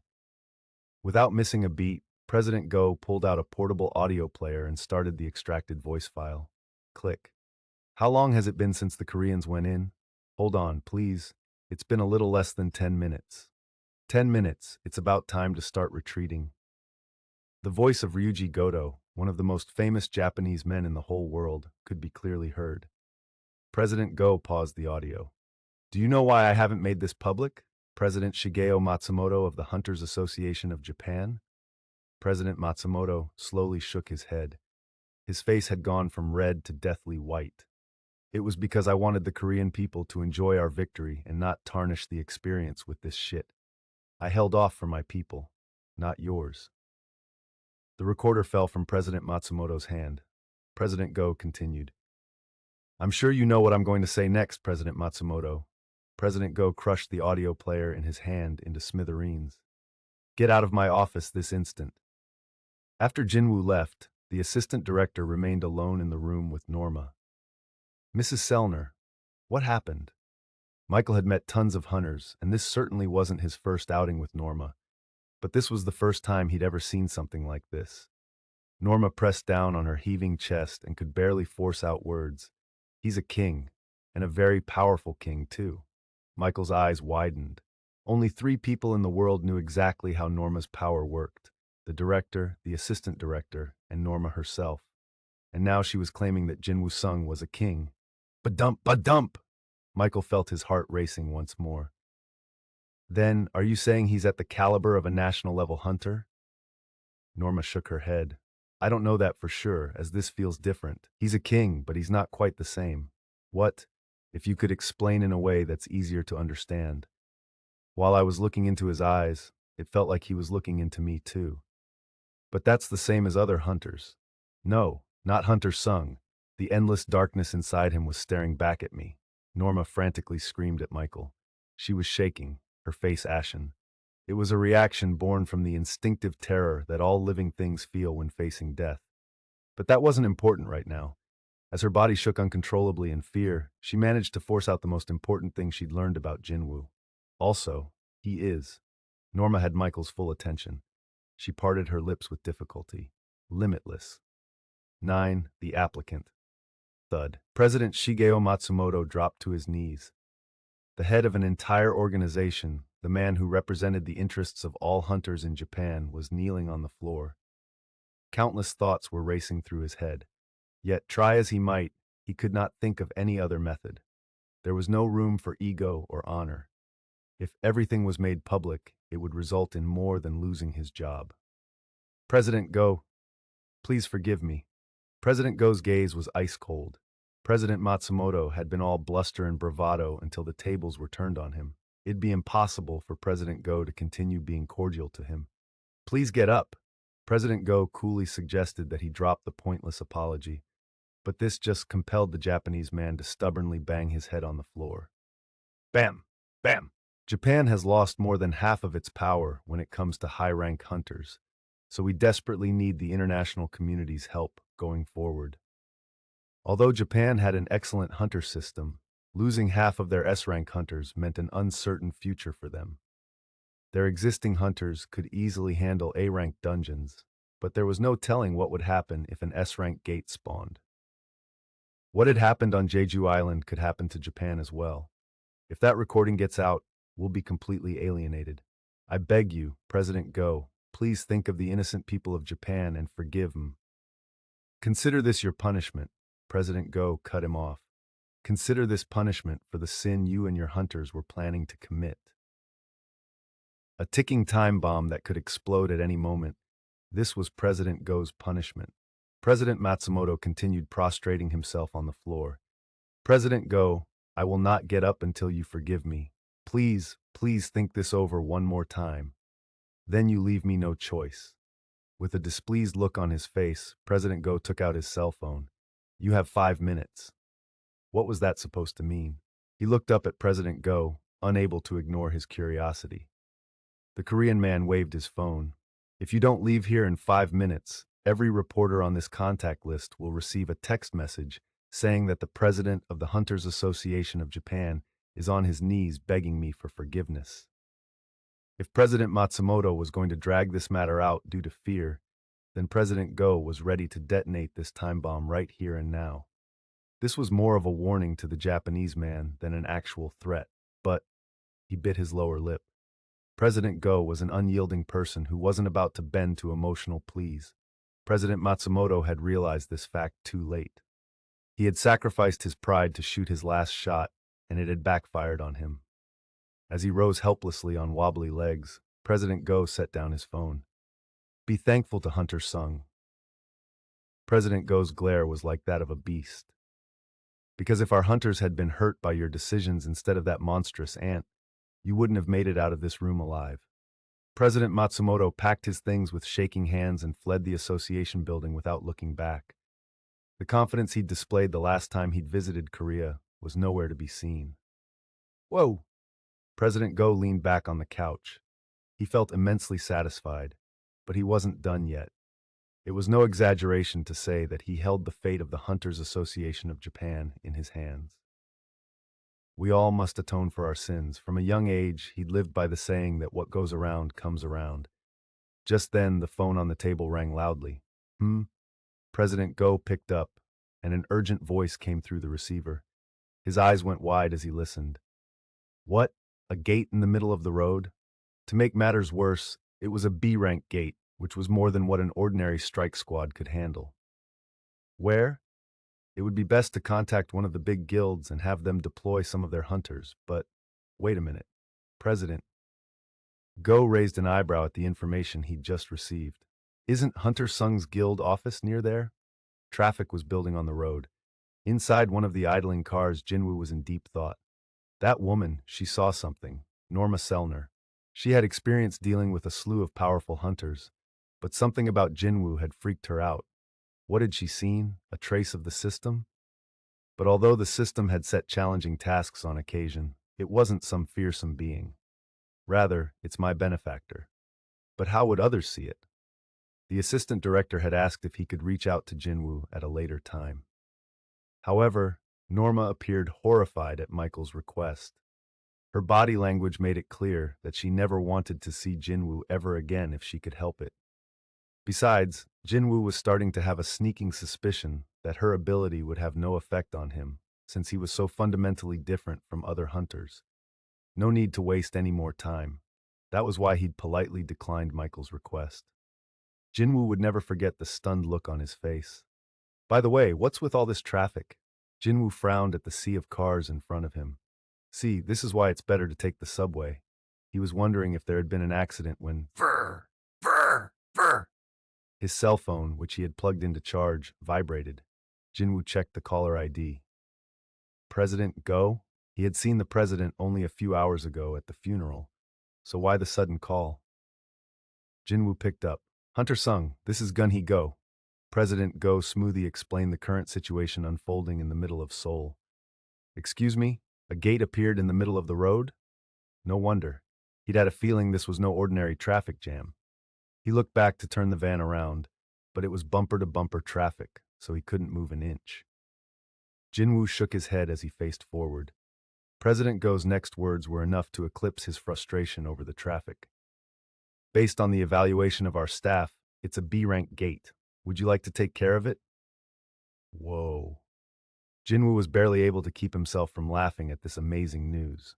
It wouldn't do to be excited over something inconveniencing so many others. Ahem. Jin-Woo cleared his throat. But can I enter the gate without a raid permit? Haha. Hunter Sung, where do you get a raid permit? From the association. And who am I? Jin-Woo stifled another laugh. You're the president of said association. Haha, please don't worry about it. Enter at will.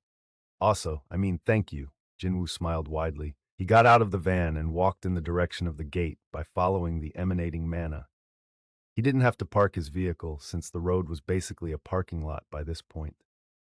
Yes, this black hole you see here is a gate that appeared today in the middle. According to the information we've just received, this is a B-rank gate. Due to its high rank, a guild must be called in.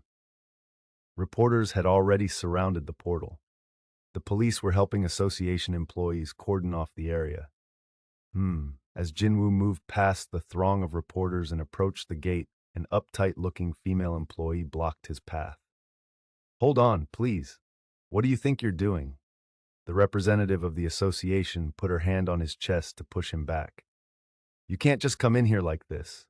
But no matter how hard she pushed with her small hands, Jinwoo was immovable. She eventually realized that he was a hunter, and a high-rank one at that. Are you a hunter? Jinwoo showed her his ID. Her eyes nearly fell out of her head. Rank? Jinwoo Sung? That meant that this man was the hunter who'd performed so brilliantly against the magic beast ants on Jeju Island. She belatedly recognized him. Despite working for the association, she hadn't realized, since he looked different than how he'd appeared on TV.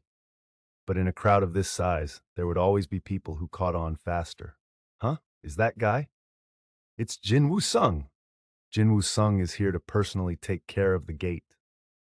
The frustrated civilians perked up with delight at the sight of him. Being late for appointments was the furthest thing from their minds as they cheered Jin-Woo on. Regardless of this reaction from the crowd, however, the adamant attitude of the association rep didn't change. She hesitated before probing Jin-Woo. What brings you here? Did she even have to ask? There was only one reason for a hunter to be standing in front of a gate. Since it was self-explanatory, Jin-Woo simply pointed at the gate over the woman's shoulder. As the rep briefly looked back, she hardened her resolve. Too many hunters had lost their lives for failing to follow rules and procedures and for relying too much on their own powers. I'm sure that can happen to S ranks as well. She had been taught that the association existed in order to prevent these kinds of accidents. The safety of hunters was the priority of the association. Therefore, she couldn't allow someone as valuable as an S-rank hunter to get hurt, so she confidently spoke up. Even if you're an S-rank hunter, I can't allow you to ignore procedure. Jinwoo was speechless as he stared at her, dumbfounded. He hadn't expected this reaction. She began to think that she had gotten through to Jinwoo. Do you have a raid permit? Jinwoo shook his head. Well, even if you did, I can't let you go inside the gate without the minimum number of required squad members. She stood firm, but Jinwoo didn't think it came from a place of malice. She was simply a by-the-book type. Jinwoo scratched the back of his head. It seemed as if he had no other choice. Please give me a second. Jinwoo made an urgent call. As the call connected, he handed it to the rep. Here, she eyed the phone. Please, this call is for you. The association representative looked at Jinwoo suspiciously. Who is it? Another person you probably wouldn't allow in. She took the phone, and her eyes widened as soon as she checked the caller ID. Jigun-hee Go? Was the person on the other end really? Hello, she answered the phone nervously. A deep voice replied on the other end. This is President Go. And sure enough, she didn't know where to look, and her head kept bobbing up and down. Yes, sir. Yes, sir. No, sir. Yes, sir. Yes, sir. Will do, sir. Click. She returned the phone to Jinwoo with a defeated look. As he walked past her, Jinwoo spoke in a low voice. Thank you. Pardon? For worrying about me. You were just messing with me. Jinwoo quickly vanished into the gate. Ugh. The association rep was furious and cursed Jinwoo, sending him bad vibes. Please God, make him fall and twist his ankle in the dungeon. But Jinwoo Sung had returned from Jeju Island without a scratch when it was overrun with S-rank magic beasts. What could possibly happen to him in a B-rank dungeon? At that very moment, screams rang out from every direction. Huh? What's happening? Why is the gate turning red? The black surface of the gate turned blood red after Jinwoo entered. It was a red gate. The name alone could send shivers down the spine. Oh! The rep panicked at the sight. Is this because of me? Of course, that wasn't possible, but she still felt guilty. As an association employee, she knew well that red gates were dangerous places that connected to unknown worlds, and she was also aware that the survival of even high-rank hunters couldn't be guaranteed. Oh no. The color drained from her face as she imagined the worst-case scenario. If he really gets hurt, how many minutes had passed? As she continued to blame herself, she looked up from the ground, since she suddenly felt someone else's presence nearby. There was Jinwoo standing in front of her. Oh my! She startled like she had seen a ghost. Jinwoo grinned at her as he walked on by. The representative's face was even redder now than after her exchange with President Go. Jinwoo looked around and then approached the driver of a truck filled with potatoes. Sir, could you please sell me a sack? Excuse me, a sack of potatoes? Jin-Woo shook his head. No, just the sack, please. Jin-Ho Yu, the vice president, recruitment manager, legal representative, and accountant of the guild tentatively named Solo Play, brightly greeted Jin-Woo as he entered the office. Welcome back, boss. Anything to note? No, boss. By the way, one of the applicants to be a founding member. Oh, right. Give me the list. I'll take a look too. Seeing as how Jin-Ho wouldn't let this matter go, he was probably dying to get this guild established. But it worked out, since Jin-Woo felt the same way. They needed one more founding member to meet the required minimum of 3 people to establish a guild. Even though the last person is just to fill the head count, it'd be better if they were hardworking, since we'll be spending a lot of time with them anyway. Jinwoo was nodding to himself when he noticed that Jinho looked somewhat down. What's the matter? The thing is, boss? Yeah? As you know, we need a lot of money to start a guild. High-ranked dungeons go for an incredible amount at auctions, and we'll have to pay a signing bonus to recruit a hunter, especially for this particular applicant. Jinwoo interrupted him. Is this good enough? Thud. Jinwoo dropped a potato sack on the floor. Jinho curiously took a look inside the sack. It was full of valuable essence stones. Boss, what's all this? Jinwoo nonchalantly answered. I ran into a gate on the way here. In the few hours he'd been out of the office, Jinwoo had cleared a high-ranked dungeon he happened to run into and collected the essence stones just like that. You're incredible, boss! Jinho didn't think any more of it. There was no point in trying to apply logic to this man. Jinwoo was pleased to see Jinho's delight at the hall. He then looked toward the conference room. So what is she doing here? Huh? Oh, I meant to tell you we have an applicant waiting, boss. Jinwoo's eyes widened. An applicant? Yes, boss. Who is it? The person in the conference room, boss. Did she say that herself? Yes, boss. But that didn't make any sense. Jinwoo strode over and opened the door to the conference room. The woman sitting inside had been quietly drinking the canned coffee Jinho had rushed out to buy her from the convenience store nearby, since they had nothing in the office. She now turned to face him. What are you doing here? Jinwoo was flabbergasted. Hain calmly gazed up at him. Well, I wanted to join the guild. Had he heard her right? Maybe something was wrong with his ears. Hain Cha, the vice president of the best guild in Korea and one of the country's most powerful hunters, wanted to join a guild that hadn't even taken its first steps yet. The only conclusion Jinwoo could come to was that someone else was forcing her to do this. The thing was, who could possibly make Hain Cha do anything?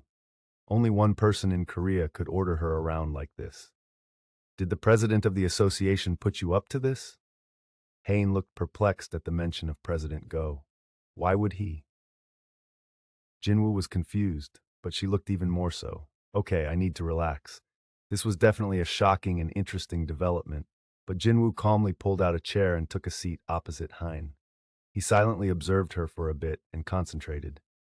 Time slowed down for him as he processed all the information he had on Hein. She's rattled.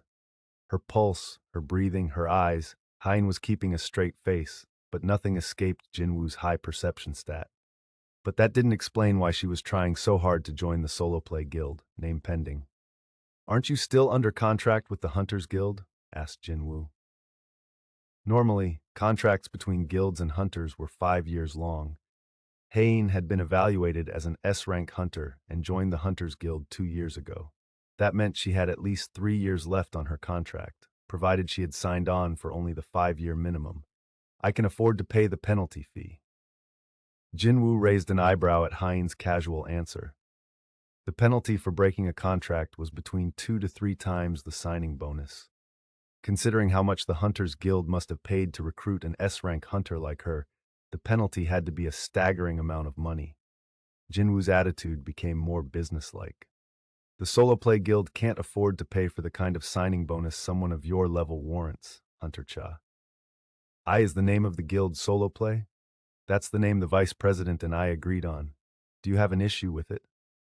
No, not at all. Hein gave a small sigh before going on. I don't mind, I'm fine with not receiving a signing bonus. She was willing to pay an enormous penalty to leave the Hunters and agree to a new contract without a signing bonus? What is she up to? Jin-Woo narrowed his eyes. They stared at each other for a while, but Hain had to look away. Her heart was beating even faster than before. Jin-Woo focused on what he was hearing. His keen ears didn't miss the physical changes. Is she hiding something? Since things had come this far, Jin-Woo couldn't continue without being direct with her. Why are you willing to go to such lengths just to join our guild? Like he'd thought, Hain pursed her lips, unable to answer easily. Considering how her face was turning red, he was now certain she was keeping something from him. Wait a minute. Jin-Woo thought back to how differently Hain had been acting at the funeral. He wasn't sure what her end goal was, but it seemed like she'd been planning this for some time. Jin-Woo waited for her to answer, but she wordlessly kept her head bowed for a while. But what could she have said? That although the monstrous ant had knocked her out, she could still sense Jin-Woo by her side?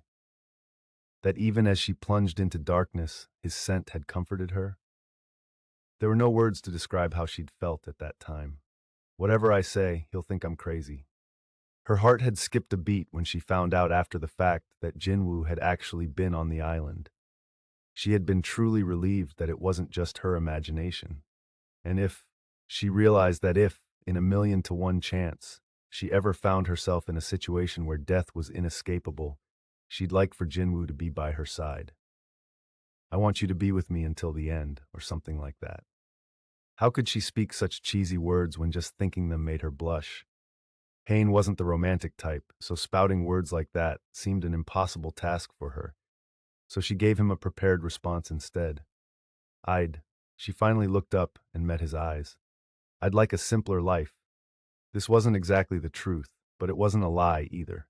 While she couldn't stand the smell of other hunters, just being near Jin-Woo helped her unwind. That was what she meant by simpler. Although Jin-Woo interpreted her words differently, it still made sense to him.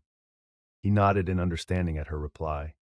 He figured she meant that working with a smaller guild and leaving one as large as the hunters would make her life easier. From what he remembered, Hein was only 22 or 23 years old. The burden of being an S-rank hunter has probably been too heavy for someone so young, and doubly so when having to constantly face life-threatening situations like Jeju Island. Jin-Woo himself had wanted to pack up and quit countless times when he worked for the association, so he could sympathize. Unfortunately, I feel bad for Hein, but Jin-Woo still couldn't bring himself to just accept her. There was a reason he wanted to name the guild Solo Play. He planned to clear every dungeon they booked for the guild by himself. He'd asked Jinho to find someone to fill the quota like they'd done for the C-rank dungeons, only because the rule about the minimum number of members was unavoidable. All this was so that he had a method of leveling up. However, letting Hein join the guild would only invite trouble. Even if she didn't want a signing bonus, they'd still have to pay her a salary, wouldn't they? Signing on an expensive S-rank hunter they'd have no use for would be a waste for the country, since she wouldn't have anything to do. However, it'll look suspicious if I turn away an S-rank hunter for no reason, especially if she's waiving her signing bonus.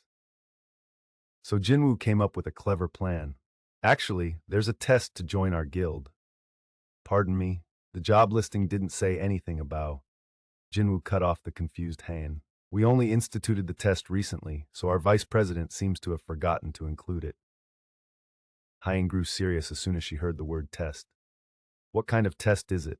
Jinwoo was caught off guard. Is she serious? He'd expected her to walk out at the mere mention of a test, as a matter of pride. Yet here she was doing the opposite. It actually looked like he'd stoked her competitive spirit instead. By her stoic face, Jinwoo could sense a hidden passion burning. Is she one of those people who never turns down a challenge? Or was she just being stubborn? Either way, Jinwoo couldn't pretend he was joking and back down now. You have to battle a minion of my choosing. That was a definite blow to her self-esteem. Is your opinion of me really that low, Hunter Jinwoo sung? Strangely, Jinwoo could almost hear those words in her voice despite her unreadable expression as they silently regarded each other. Which minion are you going to choose? I'll pick an especially strong one for you, Hunter Cha. Works for me. She didn't back down. But Hain would never in a million years be able to guess who she'd be going up against or who the latest addition to his shadow army was. Jin-Woo figured that as competitive as she was also the kind of person who would acknowledge her defeat and give up, so he accepted the challenge. All right then. When is this test? Right now. Forming the guild was an urgent matter, so he didn't want to waste more time than necessary with Hunter Cha. Since the topic had been broached, they might as well get it over with. The location would be the gym at the Hunters Association headquarters. S-rank hunters had the privilege of using the gym anytime they wanted as one of the perks they enjoyed. Understood, Hain nodded. She also preferred to not drag things out. They rose to their feet together as if they'd planned it. Hold on. At that moment, Jin-Woo was struck by a thought. He stopped Hain just as she grabbed the doorknob. Hunter Cha, please wait. Yes, no need to go out that way. Hain wasn't sure what he meant. The room had only one door, and surely Jin-Woo wasn't suggesting that they go out the window. Jin-Woo approached Hain. There's an easier way to get there. Sorry? In order to do that, I have to stand close to you. Is that okay? Oh. Hain recalled something President Baek had mentioned to her. Just as the Korean strike squad had been on the brink of death, Jin-Woo had popped into existence behind him. Is he going to show me how he did that? She felt a lump in her throat as Jin-Woo's face drew closer than she'd expected. Excuse me. Jin-Woo gently wrapped his arms around her.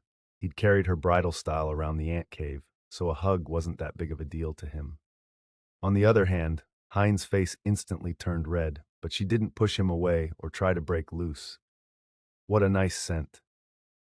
As Hain blushed, Jin-Woo readied himself after carefully making sure she wouldn't slip out of his grasp. All right, there was something he'd wanted to test out, and this was as good a time as any. You might feel dizzy. It happened to him the first time. At that, Hain wrapped her arms around his waist and whispered, Okay.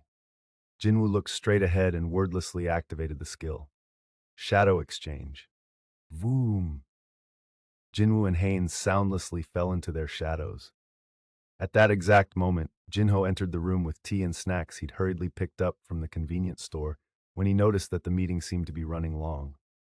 Please help yourself too. Jin-Ho made eye contact with an embarrassed-looking high-orc shadow soldier. Crash! Jin-Ho dropped the tray he was carrying, and the glasses shattered into pieces. What the? Frightened, Jin-Ho squeezed his eyes shut for a second, but when he opened them, the shadow soldier had disappeared without a trace. But I definitely saw. He rubbed his eyes hard, shook his head, and looked around, but he couldn't find any trace of the magic beast. Have I been pushing myself too hard lately? For him to be hallucinating. He cocked his head, then turned around in search of a rag before abruptly stopping dead in his tracks. Where did the boss and Hunter Cha go? As Jin-Woo sank into the shadow, he could see the same thing happening to Hain. I knew it.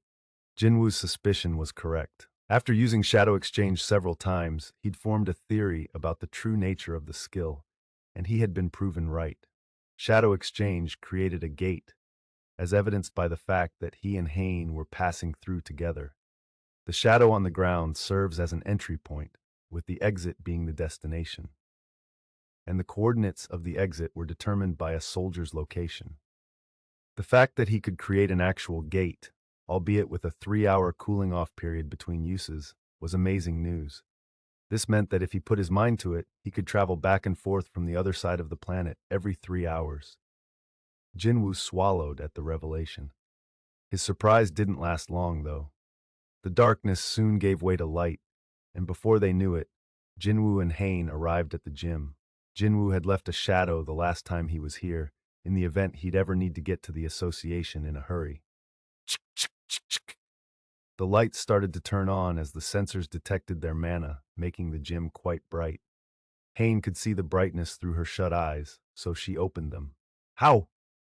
She couldn't help but be shocked. They were somewhere with which she was very familiar, but it felt like her surroundings had changed in the blink of an eye. How is this possible? Hain had no idea such a skill existed. Amazed, she looked around before her gaze settled on Jin-Woo. You? She had a lot of questions, but couldn't bring herself to ask them. She wasn't even sure how to articulate them. Besides, they were way too close together to have a proper conversation. You're safe now, so. Jin-Woo let go of her wrist and waist. No need to hang on to me. Hein could only nod in silence as she rubbed the wrist Jin-Woo had been gripping. Let's start. Jin-Woo moved away from the corner where his high orc soldier had been hiding and walked to the center of the gym. Yes. As she joined Jin-Woo, Hein realized she'd left her sword in her car. Despite it being essential to her work, she couldn't very well bring a sword to a job interview. She told him as much. I left my weapon in my car. Oh, you mean the pickaxe? Excuse me? You know, the one you were holding in the High Orc dungeon. Hein flushed at the embarrassing memory she'd forgotten about. No, my weapon is. It dawned on her that he was teasing when he giggled. Jinwoo waved it off after taking in her red face. I'm only kidding. Enough joking around. But now what? Hein was great, but there was no way she could take on the soldier he had in mind with her bare hands. While Jinwoo wanted his soldier to win, he didn't want her getting hurt either. Don't worry about it. Hein looked toward the equipment room of the gym. They should have something I can borrow. Oh. Jinwoo's eyes twinkled at this bit of information. Hein walked over to the door and swiped her hunter's license on the keycard reader next to it. The door swung open to reveal spare weapons that seemed very useful stored in rows inside the room. Jinwoo was amazed by the readiness of the Hunters Association. I didn't know they had something like this. Jinwoo had always wondered how the association dues were spent, but it looked like they put the money to good use. Hein inspected the weapons inside and came out wielding a sword similar in length to her own. I'm ready. Are you going to be okay with that? It's not your sword, so you might be uncomfortable with it. Hein shook her head. It doesn't matter what weapon I use. It's not like magic beasts attack hunters based on how they're armed. That was true. Jinwoo didn't object, since he fully agreed with that sentiment. He appreciated her straightforward nature. I guess it's time to summon a soldier. As if to show that she truly was ready, Hein released some of her mana. If Jinwoo summoned a regular soldier to oppose her, she would tear it in half in no time. So he played the best card he could. Come out. A smaller shadow separated from Jinwoo's own, and after moving several paces to the side, a knight noiselessly emerged. His armor and helmet were jet black, except for the waist-length red mane attached to the top of the helmet. It was Igris, the best swordsman in Jinwoo's shadow army. I told Hunter Cha that I'd summon my strongest soldier, but Jinwoo thought summoning Beru would be going too far. Every member of the Korean team had been completely terrified of what Beru had been before becoming Jinwoo's shadow soldier. Hein herself had been sent to the brink of death by him. Jinwoo didn't want to potentially traumatize her, so he couldn't bring himself to summon the shadow ant. Fang was out since there would be a real danger of him burning down the gym. Consequently, Jinwoo had landed on Igris. You're the only one I can count on. Looking at Igris's imposing figure, Jinwoo was certain he had chosen correctly. However, Mr. Sung, Jinwoo turned to Hein. How will you determine a win or a loss? Hain's voice was cold enough to freeze the heart of anyone who heard it, and it made Jinwoo start to second-guess his choice. He deliberated his answer before suggesting, let's say the test will last either until my minion gets destroyed or you surrender. Hein nodded in agreement to the proposed conditions and brandished the sword she'd taken from the equipment room. Even though she was wielding a blade of average rank that could be easily purchased anywhere, the energy coming from it because of her was incredible. She's definitely strong. Jinwoo could sense that Hein, who stood with the best of the best S-rank hunters, had resolved to give it her all. Igris drew his swords, holding one in each hand. Jinwoo had an inkling that Igris might actually lose to Hein. But then... Wait a minute, she said the weapon doesn't matter, right? Jinwoo smiled and addressed Hein. Could you please turn around for a second? Hein was baffled but turned as requested without protest. Jinwoo took the demon monarch's sword from his inventory and handed it to Igris. Use this. She'd said it didn't matter what kind of weapon she used, so that should also mean it didn't matter what her opponent used. Igris was so moved that the master himself would grant him a sword that he was about to kneel in gratitude, but Jinwoo abruptly stopped him. I told you, you don't need to be so formal all the time. If only Iron had at least half of Igris's manners. In any case, Jinwoo called to Hein. We're ready. Hein turned and spotted Igris holding a sword crackling with blue electricity, something he hadn't been holding earlier. Shall we start?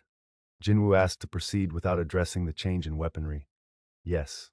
Hein reluctantly assented. Then begin. With that, Igris made the first move by swinging the demon monarch's sword. Vroom! A bolt of lightning flew straight at Hein. She flinched but managed to avoid the blast as nimbly as a cat by bending her torso backward. Krakoom! The bolt struck the wall, leaving a blackened scorch mark. Hein straightened up and glared at Jin-Woo, but he avoided eye contact and put on an innocent face. Hein wordlessly gripped her sword with both hands.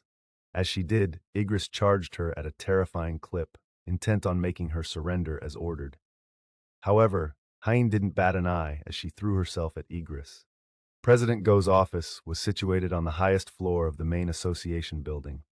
From this vantage point, he could see all the association buildings as well as the surrounding area. He had been reading confidential reports when something outside his window caught his attention. Lights were on in the supposedly empty gym. Confused, Gun-hee buzzed his secretary. You called, sir? Did someone rent out the gym for the day? I don't see a booking, sir. Really? Gun-hee covered the receiver with his hand and sorted out his thoughts as he stared at the gym.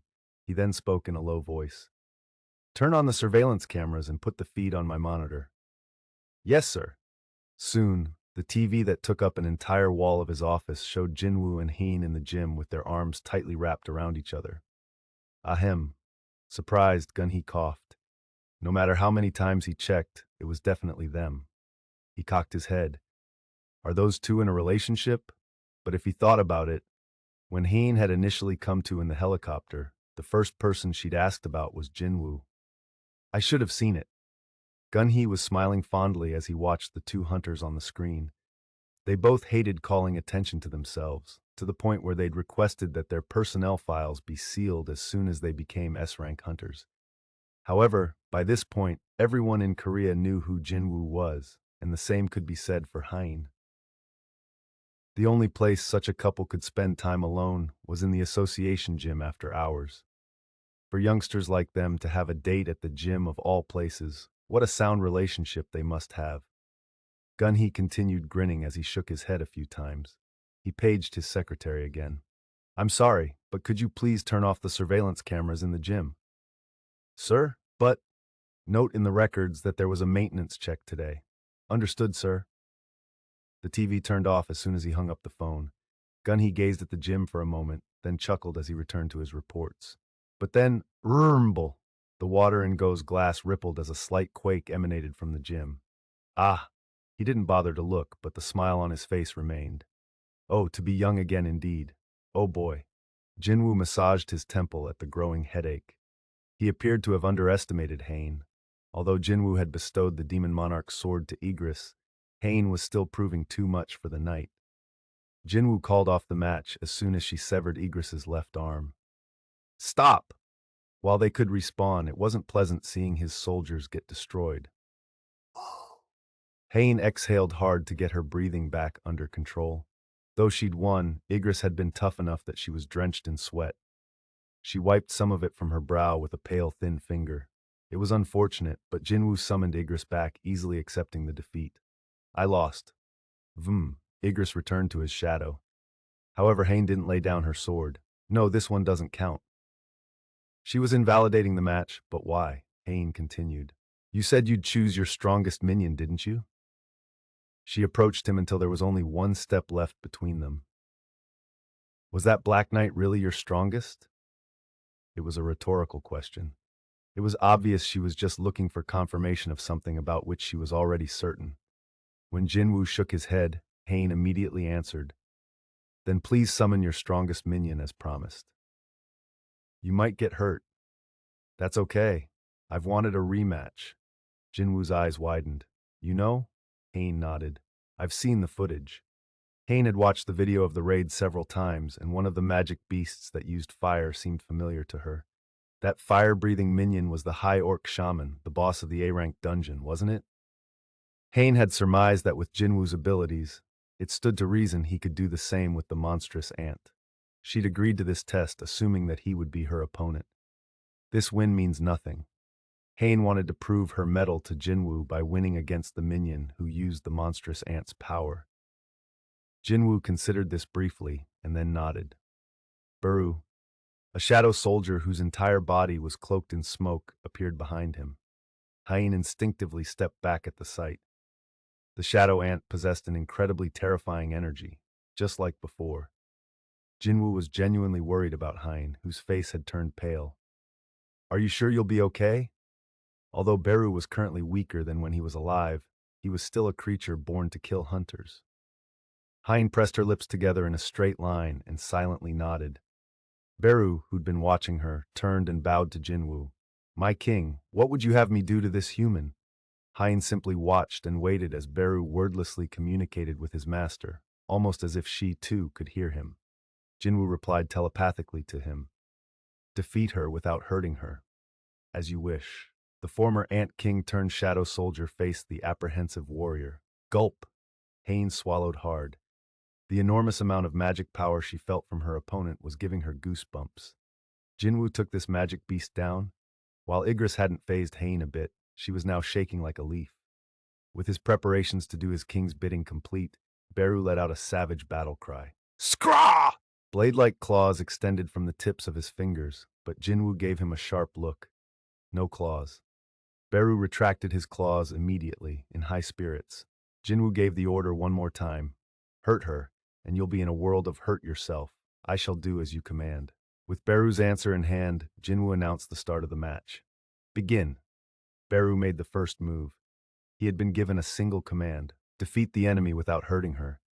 As one who had experience giving orders, Beru knew how to interpret Jinwoo's. Overwhelm her with a display of strength and make her lose her will to fight.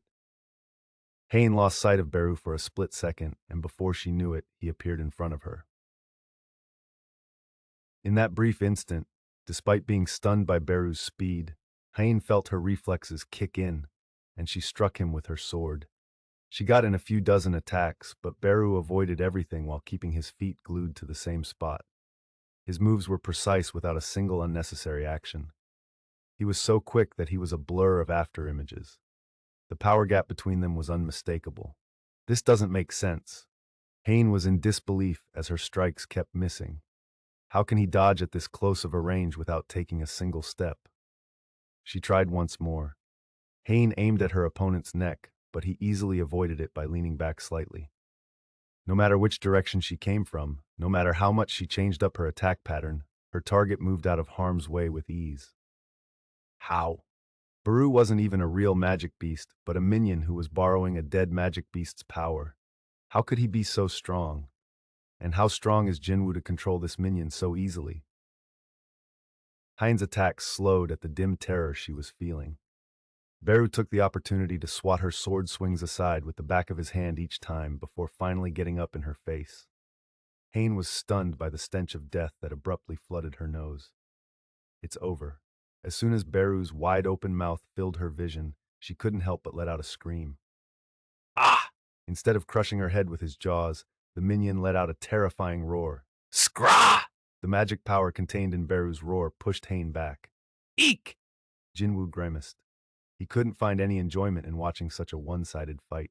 And yet, Hain got back up and adjusted the grip on her sword as if she had no intention of surrendering. Jinwoo raised an eyebrow. What's going on in her head? Hain wasn't some low-rank hunter who couldn't accept a huge difference in power between her and her opponent, even after witnessing it for herself. She's not reckless enough to rush into a fight she's got no hope of winning either. Then did she have something up her sleeve? I hope she knows what she's doing. Jinwoo's psychic bond with Beru allowed him to sense the strength of the murderous intentions the shadow ant was suppressing. Meanwhile, Hain's will to fight was as indomitable as ever despite her obvious disadvantage. Jinwoo had an ominous feeling. A solemn expression came across his face as he observed the two fighters. Beru couldn't understand Hain's decisions. He had put the huge power gap between them on display several times, so why wouldn't she surrender? The king of the ants, who ruled the top of the food chain, began feeling irritated at this human female, who was but a mere plaything to him. His memories of being a dominant power fueled Beru's rage. How dare she? Baru materialized right in front of Hain, leaned in, and looked her in the eye. Any two living beings could tell through eye contact alone which of them was predator and which was prey. Her instincts should scream warnings at her. Beru's plan was to make Hain lose her will to fight by waking up her basic instincts, but it didn't seem to have worked. As Jin-Woo suspected, Hain still had a card left to play. The move Hain was most confident at was a skill called sword dance. She moved progressively faster and faster, drawing elegant arcs in the air with her blade as if dancing. Clang, clang, clang. However, as Beru continued to block Hain's fluid and relentless strikes with his claws, his displeasure grew apparent in his expression. Enough playing around. With his bare hand, Beru grabbed the sword coming right at him and shattered it. Crack! Half the blade broke off. Despite the setback, Hain's eyes blazed with a cold fury. I have one shot at this. She focused all her magic power on what remained of the sword in her hands. This particular skill was called Sword of Light. This was her first time revealing this skill. Because it consumed too much magic power, she could use it only as a last resort. The blade shone brightly.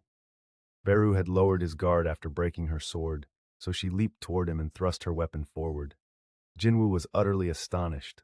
No, naturally, he hadn't been worried about Beru, but before he could do anything, the sword pierced Beru's midsection as it shone with a gold light. Scrah!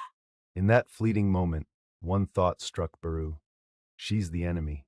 Beru wasn't concerned for his own mortality, but if he fell, this woman's sword would be pointed at his king. And so, the basic instinct that all the shadow soldiers possessed, the prime directive imprinted in all their minds, came to the forefront. Protect my master. Beru's mind reset, and Jin-Woo's command to defeat the enemy without hurting her was wiped from his memory. Beru underwent a terrifying physical transformation for the sake of protecting his master. His body grew, his jaws became strong enough to chew through iron, and his sharp claws extended. Stop! Beru was primed to tear apart the enemy of his king with his 10 deadly claws. Swipe! Just as his claws neared Hain's body, timp! Jin-Woo narrowly made it in time.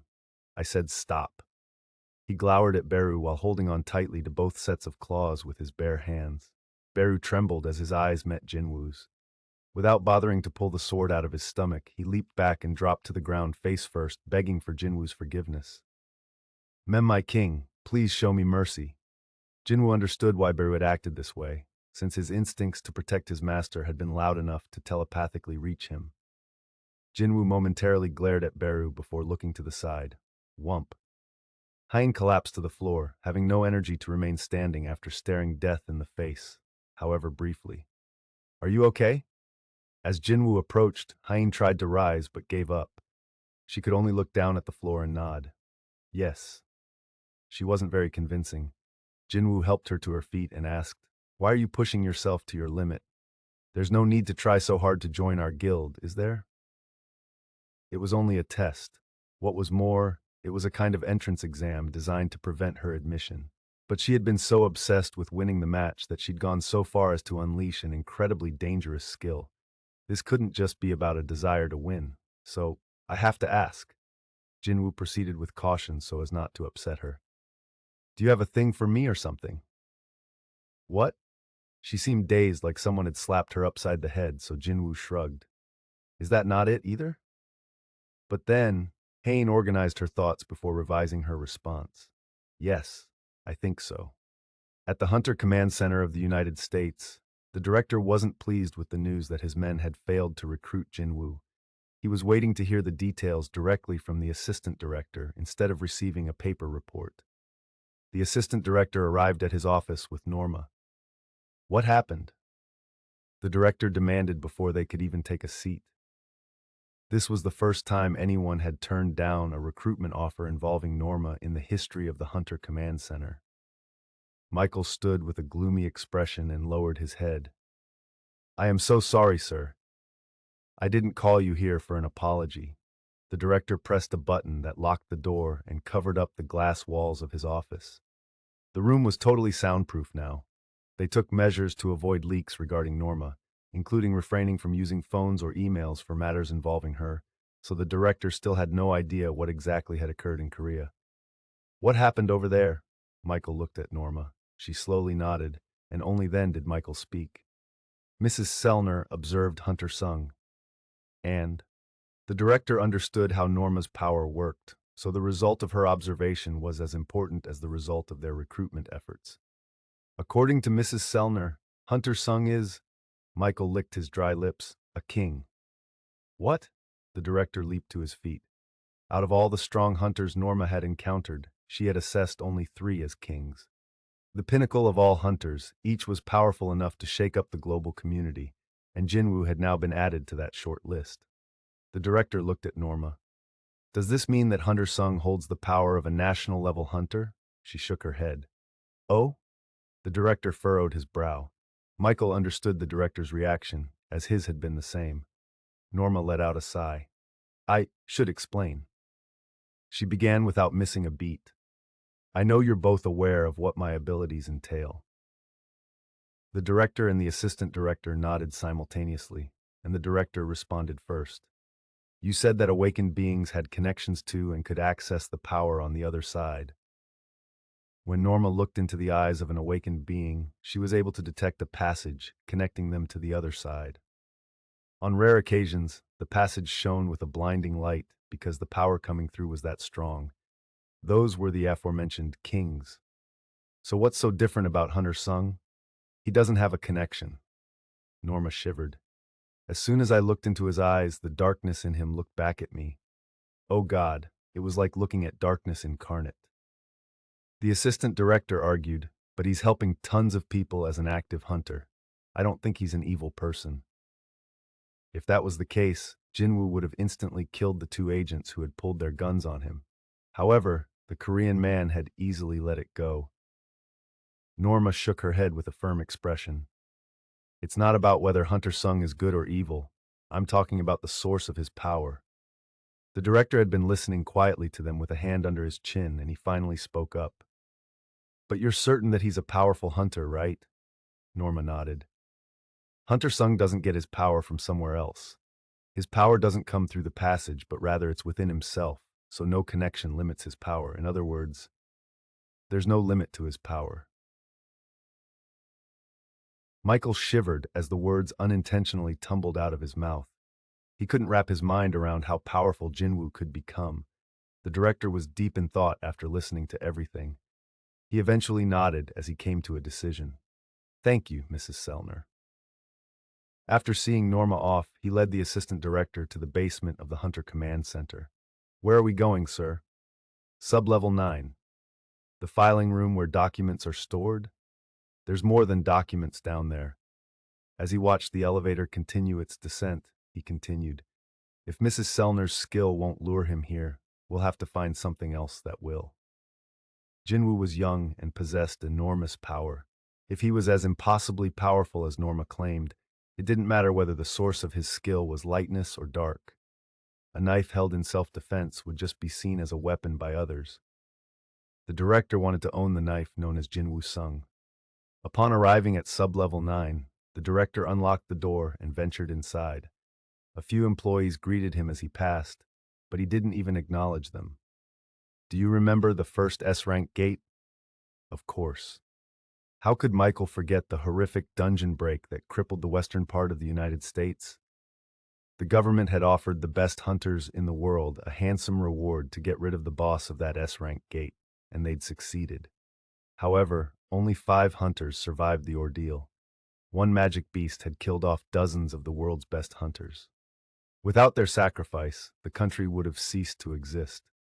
Thus, they had granted the 5 hunters who'd saved the country all the rights, privileges, and powers the United States had to offer, giving each individual the same level of power and influence as the country itself. It was from this that the term national-level hunter was born. The director uttered the name of the magic beast that had caused the worst disaster in history, Kamish the dragon. Mage hunters claimed that Kamish meant an undying flame. The director entered the last room on this level and opened the safe inside, revealing a heavily secured runestone. Michael was startled. Is that? Yes, it is. The director smiled as he placed his hand on the tempered glass box housing the runestone. This is the runestone that came from Kamish's remains. After Kamish was defeated, two of the national-level hunters had settled down in the United States, like a parting gift from Kamish. The United States had then established the Hunter Command Center and focused all their efforts on increasing the power of hunters so as to avoid a repeat of that tragedy. That was about 8 years ago. Since there were no mage hunters among the surviving national-level hunters, Kamish's runestone had been waiting a long time for a suitable master in the cold basement of the Hunter Command Center. A knowing smile came across the director's face as he gazed at the contents of the glass box. Kamish will give this wonderful country yet another invaluable gift. 10. How about Solo Play Guild? Boss, I was told yesterday that it'd be difficult for us to get the permit for the gate. Jongsu, the guild master of the Knights Guild, had his mood soured as soon as he arrived at work. What? Yuntae, the vice master, quickly explained. The association's evaluation came out higher than they expected. Is it an S-rank gate? No, but it's a max-level A rank. What a pain in the ass. S-rank gates, they could pass on easily. The Knights Guild had no S ranks in their roster, so it would be impossible for them. Jeju Island had made it clear that you'd need all of South Korea's S-rank hunters for that. However, A-rank gates were a different story. People would talk if the Knights, a top 5 guild, couldn't handle an A-rank gate. The guild was already on shaky ground, and this could leave them with none to stand on at all. What are we going to do, boss? I'm not sure yet. If we pass on the gate, the Fame Guild will take it for sure. The Fame Guild of the Hanam area. Jongsu's eye twitched at the mere mention. This gate is on our turf, and you want to hand it over to Dongwook Ma on a silver platter? I'm just saying, boss. Over my dead body. So you're going for it? Enraged, Jongsu bit his lip. It was clear why he did. It was best he refrained from blurting anything out when he was this worked up, since the lives of his guild members were on the line. He could feel a headache coming on. Our A-rank hunters are as good as anyone from the larger guilds. Both the quality and quantity of their A-rank hunters were comparable to the Hunters Guild, the best in Korea. The only issue was their lack of S-rank hunters. The Knights Guild was in danger of dropping out of the top 5 solely because they lacked a single S-rank. Their elite members could easily take care of the average A-rank gate, but if the magic power of the gate was on the high end, their hunters would be risking their lives because of the lack of S-rank hunters, since the level of difficulty for such gates was closer to that of S-rank, despite the A-rank classification. Hence why the Hunters Association was on the fence on whether to grant them the raid permit. As Jongsu continued racking his brain, Yuntae spoke up cautiously. Boss, we'll be done for if it turns out to be a red gate. That's true. An upper A-rank gate was enough of a problem, but if it turned into a red gate, the mere thought was horrifying. If they were lucky, maybe half of them would survive. Otherwise, the entire strike squad, including Jongsu himself, would lose their lives. The smart thing to do would be to let it go. However, their fate would be sealed if word got out that they'd given up an A-rank gate. What rookie would be willing to join a guild that didn't have an S-rank hunter and couldn't even clear an A-rank gate? How about we team up with another guild? Jongsu shook his head. Why would they agree, knowing we only asked them because we couldn't handle it ourselves? Especially not when they could take the gate for themselves without bothering to involve anyone else. And even if another guild agreed to join forces, there'd be yet another problem. It'd be advertising to everyone that we're incompetent. As the two men grew more concerned, if not another guild, then what about another person? The men turned toward the female voice coming from the side of the room. It was Yerim Jung, the A-rank healer assigned to the head strike squad. Healers got a huge say in matters regarding raids, especially if the healer was an A-rank with a variety of skills like Yerim. Unfortunately, with the fate of the Knights Guild hanging in the balance, it was difficult for Jongsu to hide his helplessness. We're going inside a top-level A-rank gate, so what help would an Indiva? Jongsu stopped. Oh, the face popped into his head of a man who could wipe out not only A-rank but also S-rank magic beasts all on his own. Jongsu was so excited that he jumped out of his seat. What if Jin-Woo Sung joined us on the raid? The man was able to easily defeat a magic beast that an entire group of S-rank hunters couldn't. If Jin-Woo helped them, the safety of their squad members would be guaranteed. And that wasn't all. The Knights Guild would avoid the stigma of needing another guild's help. This would even boost our reputation. There was no downside to this.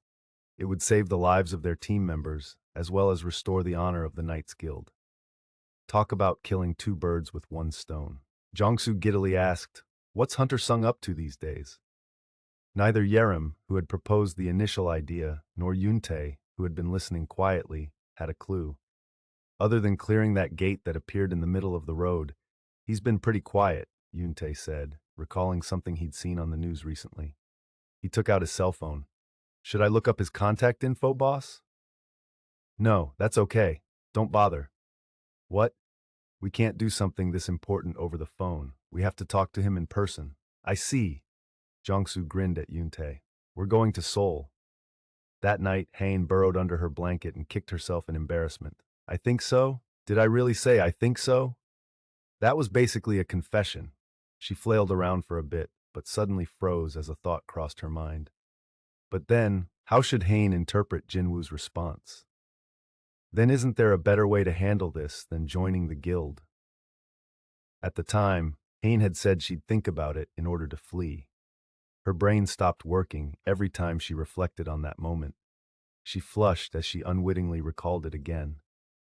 When Hain had looked upon the crazed eyes of the enlarged minion, she'd felt as though death was inevitable. She'd felt absolute fear of the destiny of those who were prey. Hain had squeezed her eyes shut after seeing his claws coming at her from either side.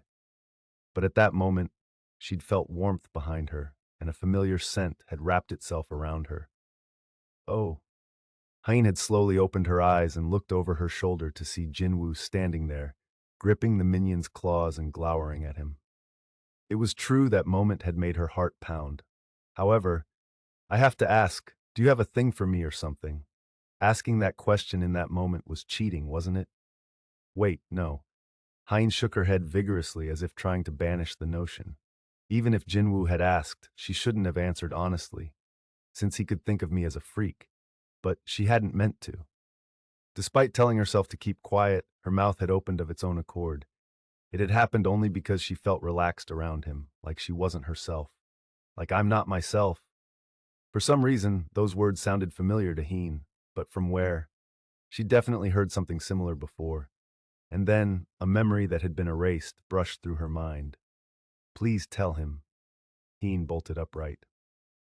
It definitely hadn't been that long ago, but the faint voice calling out from deep within her memories was similar to the sensation of having just woken up and trying to remember the dream she'd been having. Please tell him that. Hain tried to pull up the memory of whose voice this was, as well as the contents of the message. It was hazy, as if it was surrounded by a thick fog, but it was gradually starting to take shape. Please tell him that he needs to be careful. I met Hunter Byung-gu Min. When she was unconscious and had fallen into an endless darkness, the one who had pulled her out was Byung-gu. At first, it had felt unpleasant, as the peaceful darkness was disrupted, but that feeling hadn't lasted. She had found it strange that Byung-gu was wearing black armor. The only part of him she could make out was his face, but his expression had been uncharacteristically sad. Hain felt a sudden chill run down her spine as she processed these memories. Byung-gu had looked like he was trying not to cry as he spoke. Tell Hunter Jin-Woo Sung. Tell Hunter Jin-Woo Sung? Please tell him that he needs to be careful of the power he possesses. Jin-Woo stood in front of the bathroom mirror after his shower.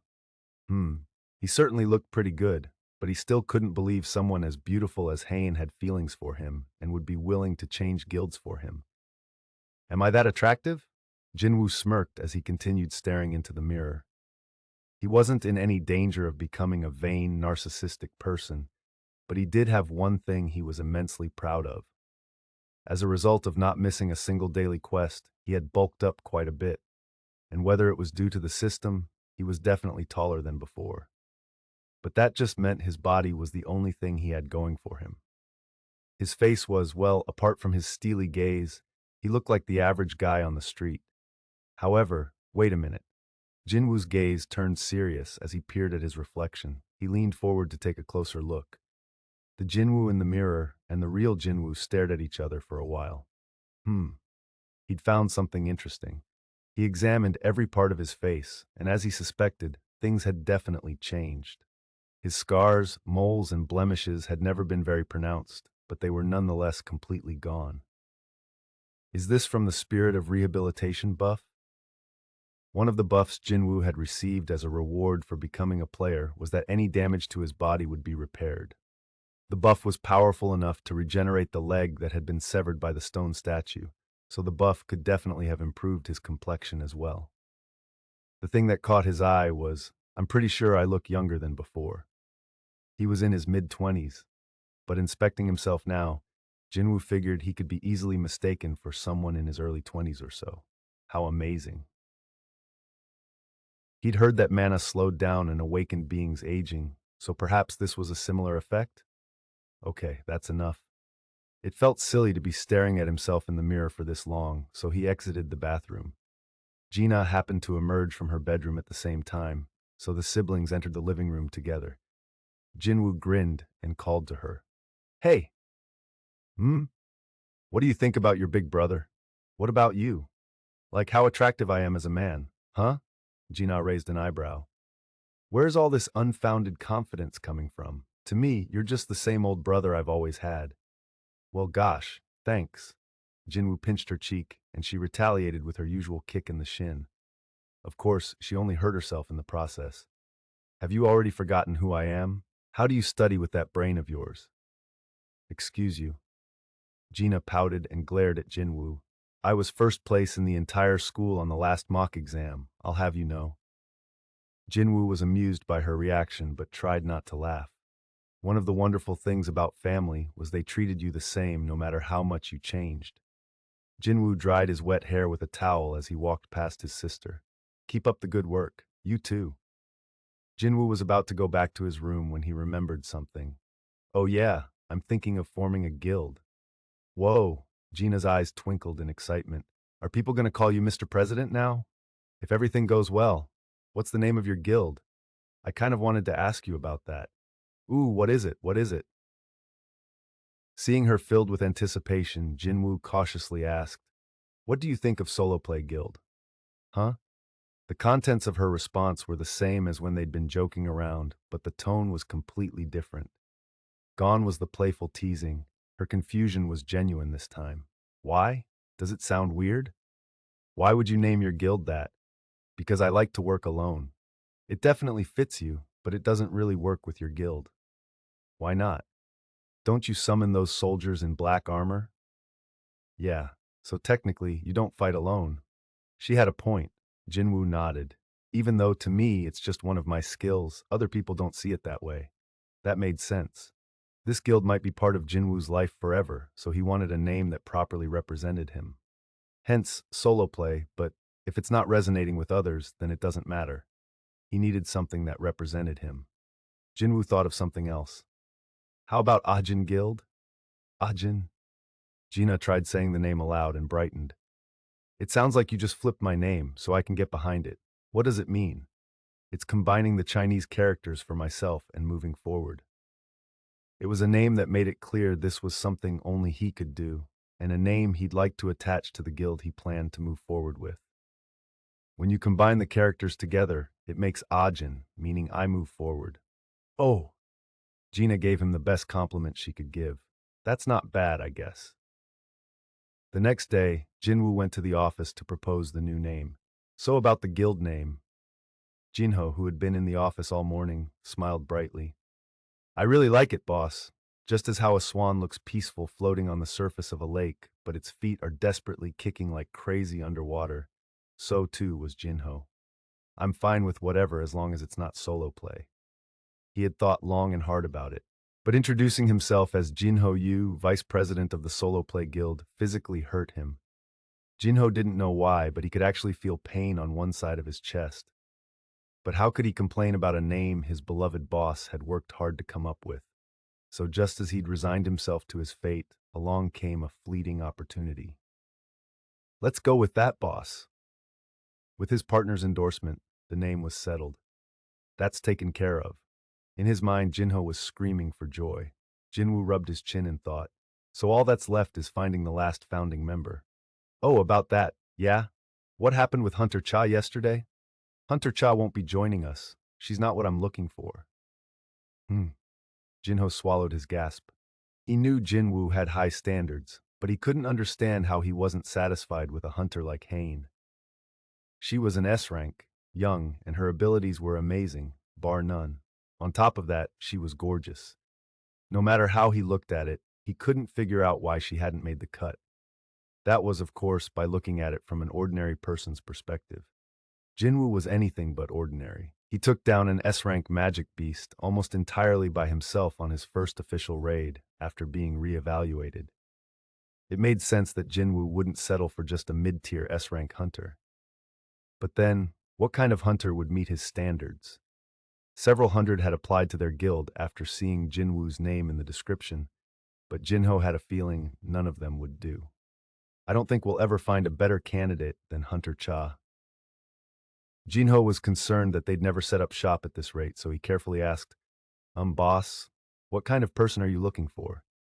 Someone with a hunter's license but no interest in the guild's activities, and someone we can trust. Huh? Jinho knew the perfect fit. That sounds like, but at that moment, knock knock. Someone was at the office door. Who is it?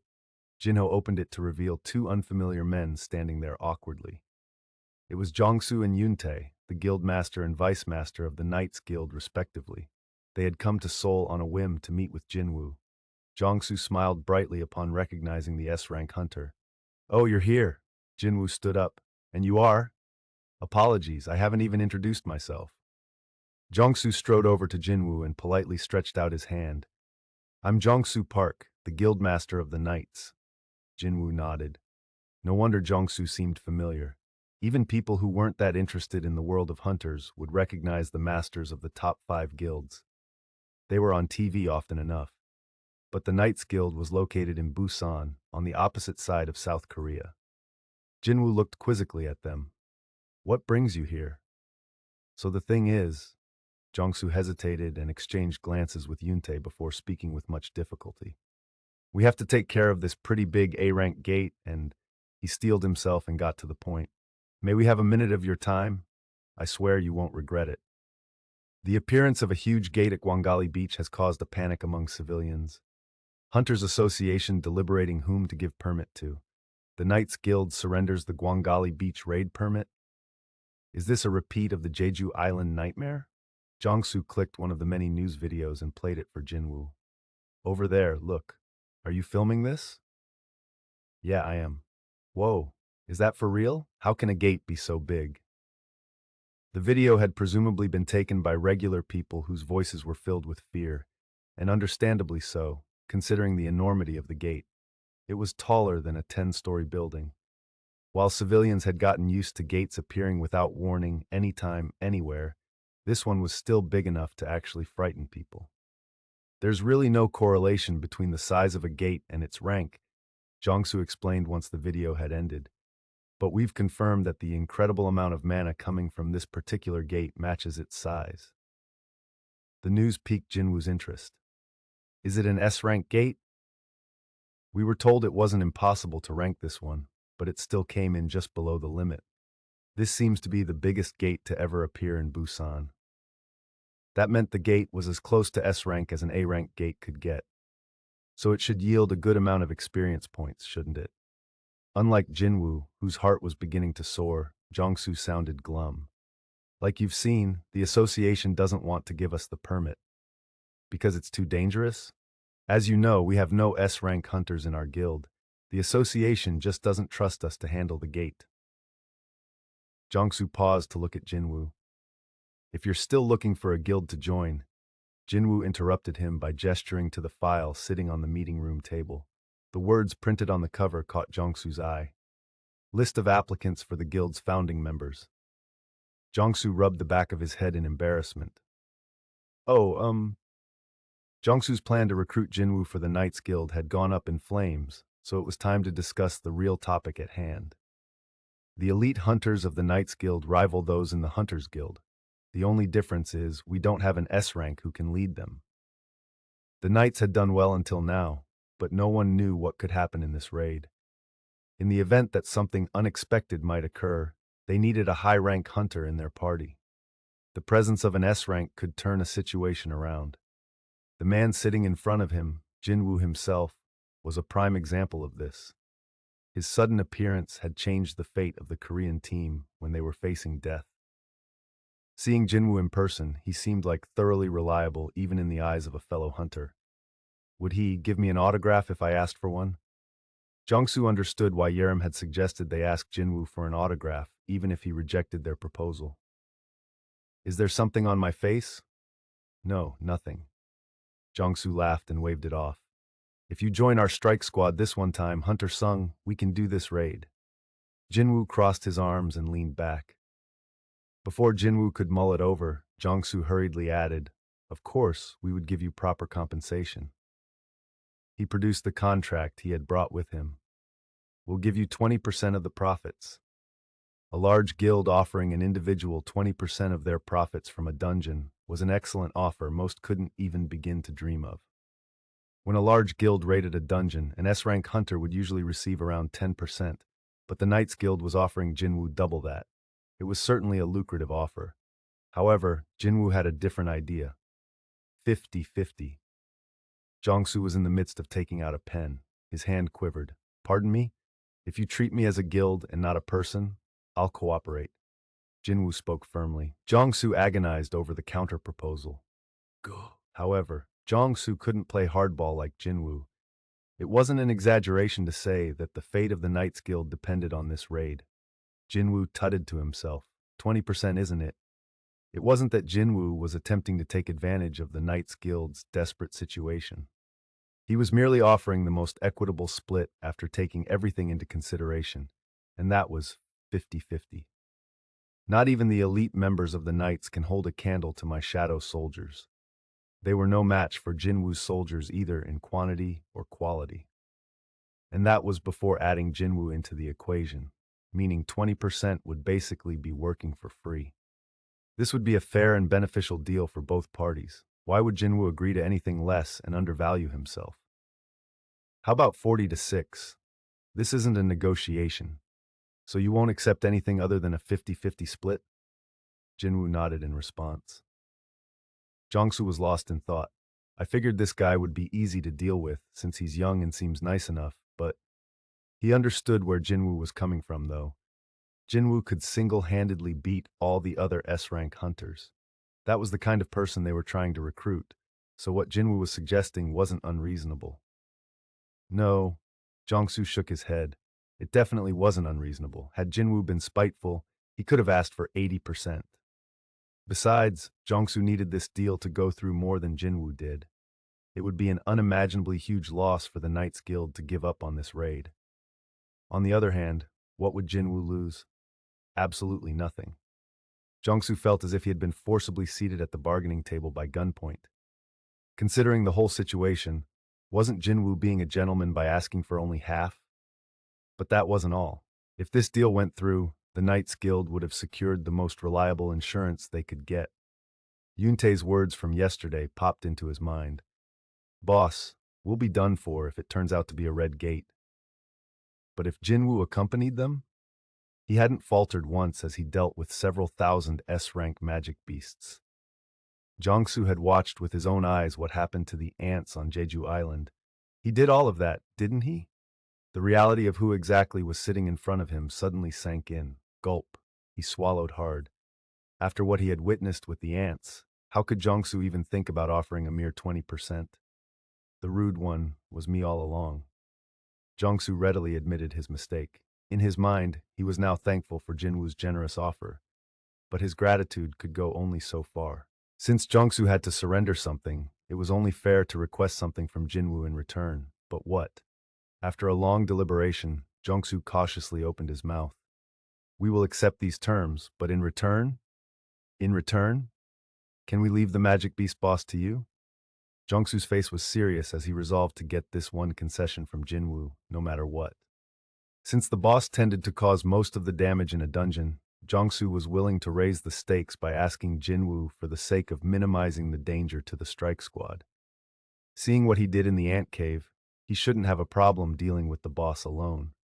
Jongsu pressed his lips tightly together as he nervously anticipated Jin-Woo's response.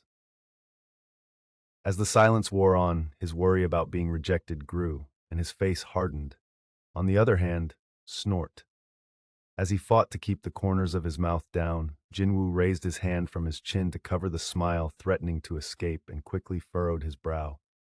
He wanted it to seem like he was deep in thought over Jongsu's request. His ruse worked.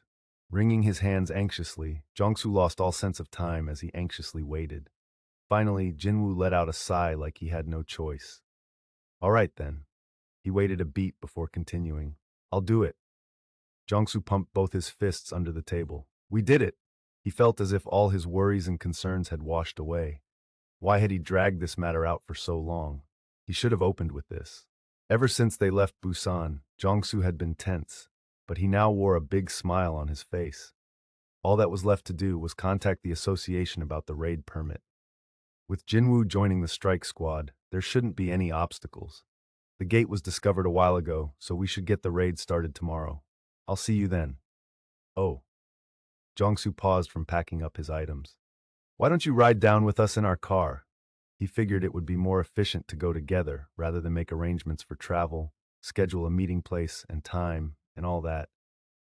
We can put you up at the most luxurious hotel in the area. But Jin-Woo didn't need to suffer through a long car ride. He merely had to place one of his soldiers in Jongsu's shadow.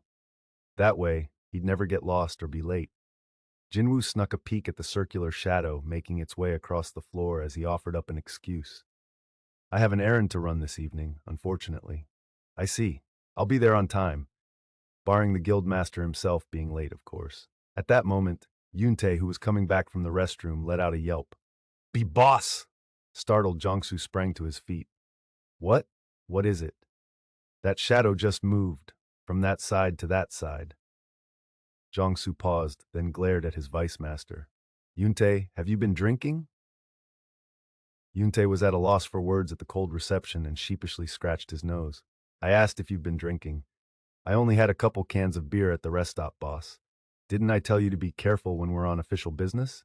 I'm sorry, boss. Yoon-tae bowed apologetically to Jongsu and Jin-Woo. My apologies, Hunter-sung. Jongsu bowed to Jin-Woo as well as he kept Yoon-tae's head pushed down. Please allow me to apologize for the disruption. Yoon-tae is a good guy but sometimes talks nonsense when he drinks. No, it's okay. Shadows can move around sometimes, I'm sure. As they were about to conclude the meeting on a good note, Jin-Woo's cell phone began to vibrate on the table. Vrr! Vrr! Who is this? He checked the caller ID, but it was a number he had never seen before. Excuse me, I need to answer this. Please go ahead. The nervous Jongsu and noisy Yoon-tae simultaneously breathed out sighs of relief as Jin-Woo politely excused himself from the room. Yoon-tae muttered, I'm telling you, that shadow was really moving. Drop it! Jongsu's glare shut him up. After a brief silence, Yoon-tae's curiosity got the best of him. So how did it go? How do you think? Of course he decided to join the raid. That's great! Yoon-tae's expression went from anxious to excited. Smiling, he inquired, by the way, did you ask him about joining our guild? Forget it. He said he was making his own and showed me this. Jongsu picked up the file of applicants like Jin-Woo had. Yoon-tae chuckled. With all the guilds already established, how much can this guild be expected to grow? If he joined us, he'd be treated like a king. He's going through a lot of trouble for nothing. I agree. As Jongsu pursed his lips in disappointment and moved to put the file back, an application fell out. He winced and quickly picked it up, but then froze. Huh? The picture of a woman attached to the application was one he knew well. Oh, Yoon-tae was stunned as well. Boss, isn't that? He still couldn't believe what he was seeing, but Jongsu nodded in confirmation. Yeah, it's the vice president of the Hunters Guild. Yoon-tae quietly stared at Hain's picture before glancing at the other man. Boss, maybe we should let them acquire us. Jongsu immediately scowled. Oh, shut up. Outside the office, Jin-Woo answered the call, and a familiar female voice came from the other end. Hello, dear. Upon hearing the voice, Jin-Woo felt relieved and strangely disappointed at the same time. Did you buy a cell phone, Mom? Yes, I called you because I had a sudden desire to hear my son's voice as soon as I bought it. Are you busy? I'm not interrupting anything, am I? Jin-Woo glanced back at the two waiting men from the Knights Guild and smirked. Not at all. That's a relief. But I'm not sure if this was a good idea. I still can't get used to this kind of thing. Did you go to the store on your own? You didn't take Jin-Ah with you? Why bother her when she's busy with her studies? It'd be nice if his mother thought less about her kids and more about herself sometimes. He sighed to himself as he ended the call. So why was he so disappointed that it was his mother calling? Who was I expecting it to be? Jinwoo smiled as he put his phone in his pocket and then looked up. The twinkle in his eye was back. Thanks to the men from the Knights Guild, he'd be able to breathe in the air of a dungeon once more. An A-rank gate that's closer to an S-rank, they said. It felt like forever since his last proper workout. Had it only been a week since he got back from Jeju Island? He'd cleared one B-rank red gate since then, which had been nothing special and had taken very little effort. Badump! Badump! Jinwoo hadn't felt his heart racing like this in a while, and found himself looking forward to tomorrow's raid. All the elite hunters of the Knights Guild were gathered at the meeting place. They were excitedly anticipating the raid, and for good reason. This was a gate that could jeopardize their lives, and if it turned out to be a red gate, they wouldn't have an escape route. But everything would be okay, because Jinwoo Sung would be joining them on this raid. Yes! Yerim had let out a scream of joy as soon as she heard the news. The other hunters had also expressed their delight in their own ways at the deployment of this ultimate safety net. Only one person was anxious here, Jongsu, the guild master, who nervously awaited him. Damn it, I should have just made him come with us yesterday. Jongsu checked his watch. It was 5 minutes to 11. The raid was supposed to begin in 5 minutes. Jinwoo had said he'd be there on time, but Jongsu could see neither hide nor hair of him. His stomach began to churn. They couldn't even begin without Jinwoo. The association had immediately handed over the permit when they were informed of Jinwoo's participation. Such was the influence of the S-rank hunter's name. So to go in without him? More importantly, Jongsu looked at the faces of the strike squad, their eyes bright and eager. The strike squad themselves could end up boycotting the raid even before the association could cancel it if Jinwoo didn't show. 3 minutes left. Jongsu anxiously fished out his cell phone, but forced himself to be patient and put it in his pocket. Surely it was rude to call someone who'd already contacted him 10 minutes earlier and said he'd be there soon. But Jongsu couldn't sense a powerful presence in the area. The guildmaster searched for something to calm his nerves and ended up with a cigarette in his mouth. Where in the world are you, Hunter Sung? Meanwhile, Jinwoo exited his apartment building. He wore comfortable clothes and sneakers. When he checked the time, it was 1 minute to 11. As he looked up, he saw gray clouds gathering. Had Jinna taken an umbrella with her? But that thought was fleeting. I should get going. Jinwoo pulled up his hood and smiled. First, he activated stealth, and then shadow exchange. He swapped places with his shadow soldier. At Jinna's high school, 3 male students were annoyed at having to run an errand for their art teacher. Isn't this forced labor? Yeah. Why are we doing his job for him? Despite their complaints, they arrived at the second art classroom, which was currently being used for storage, and unlocked the door. Oof, the dust. Ugh.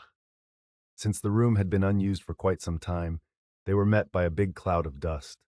Worn art supplies, abandoned drawings, and model statues used for sketching were scattered throughout.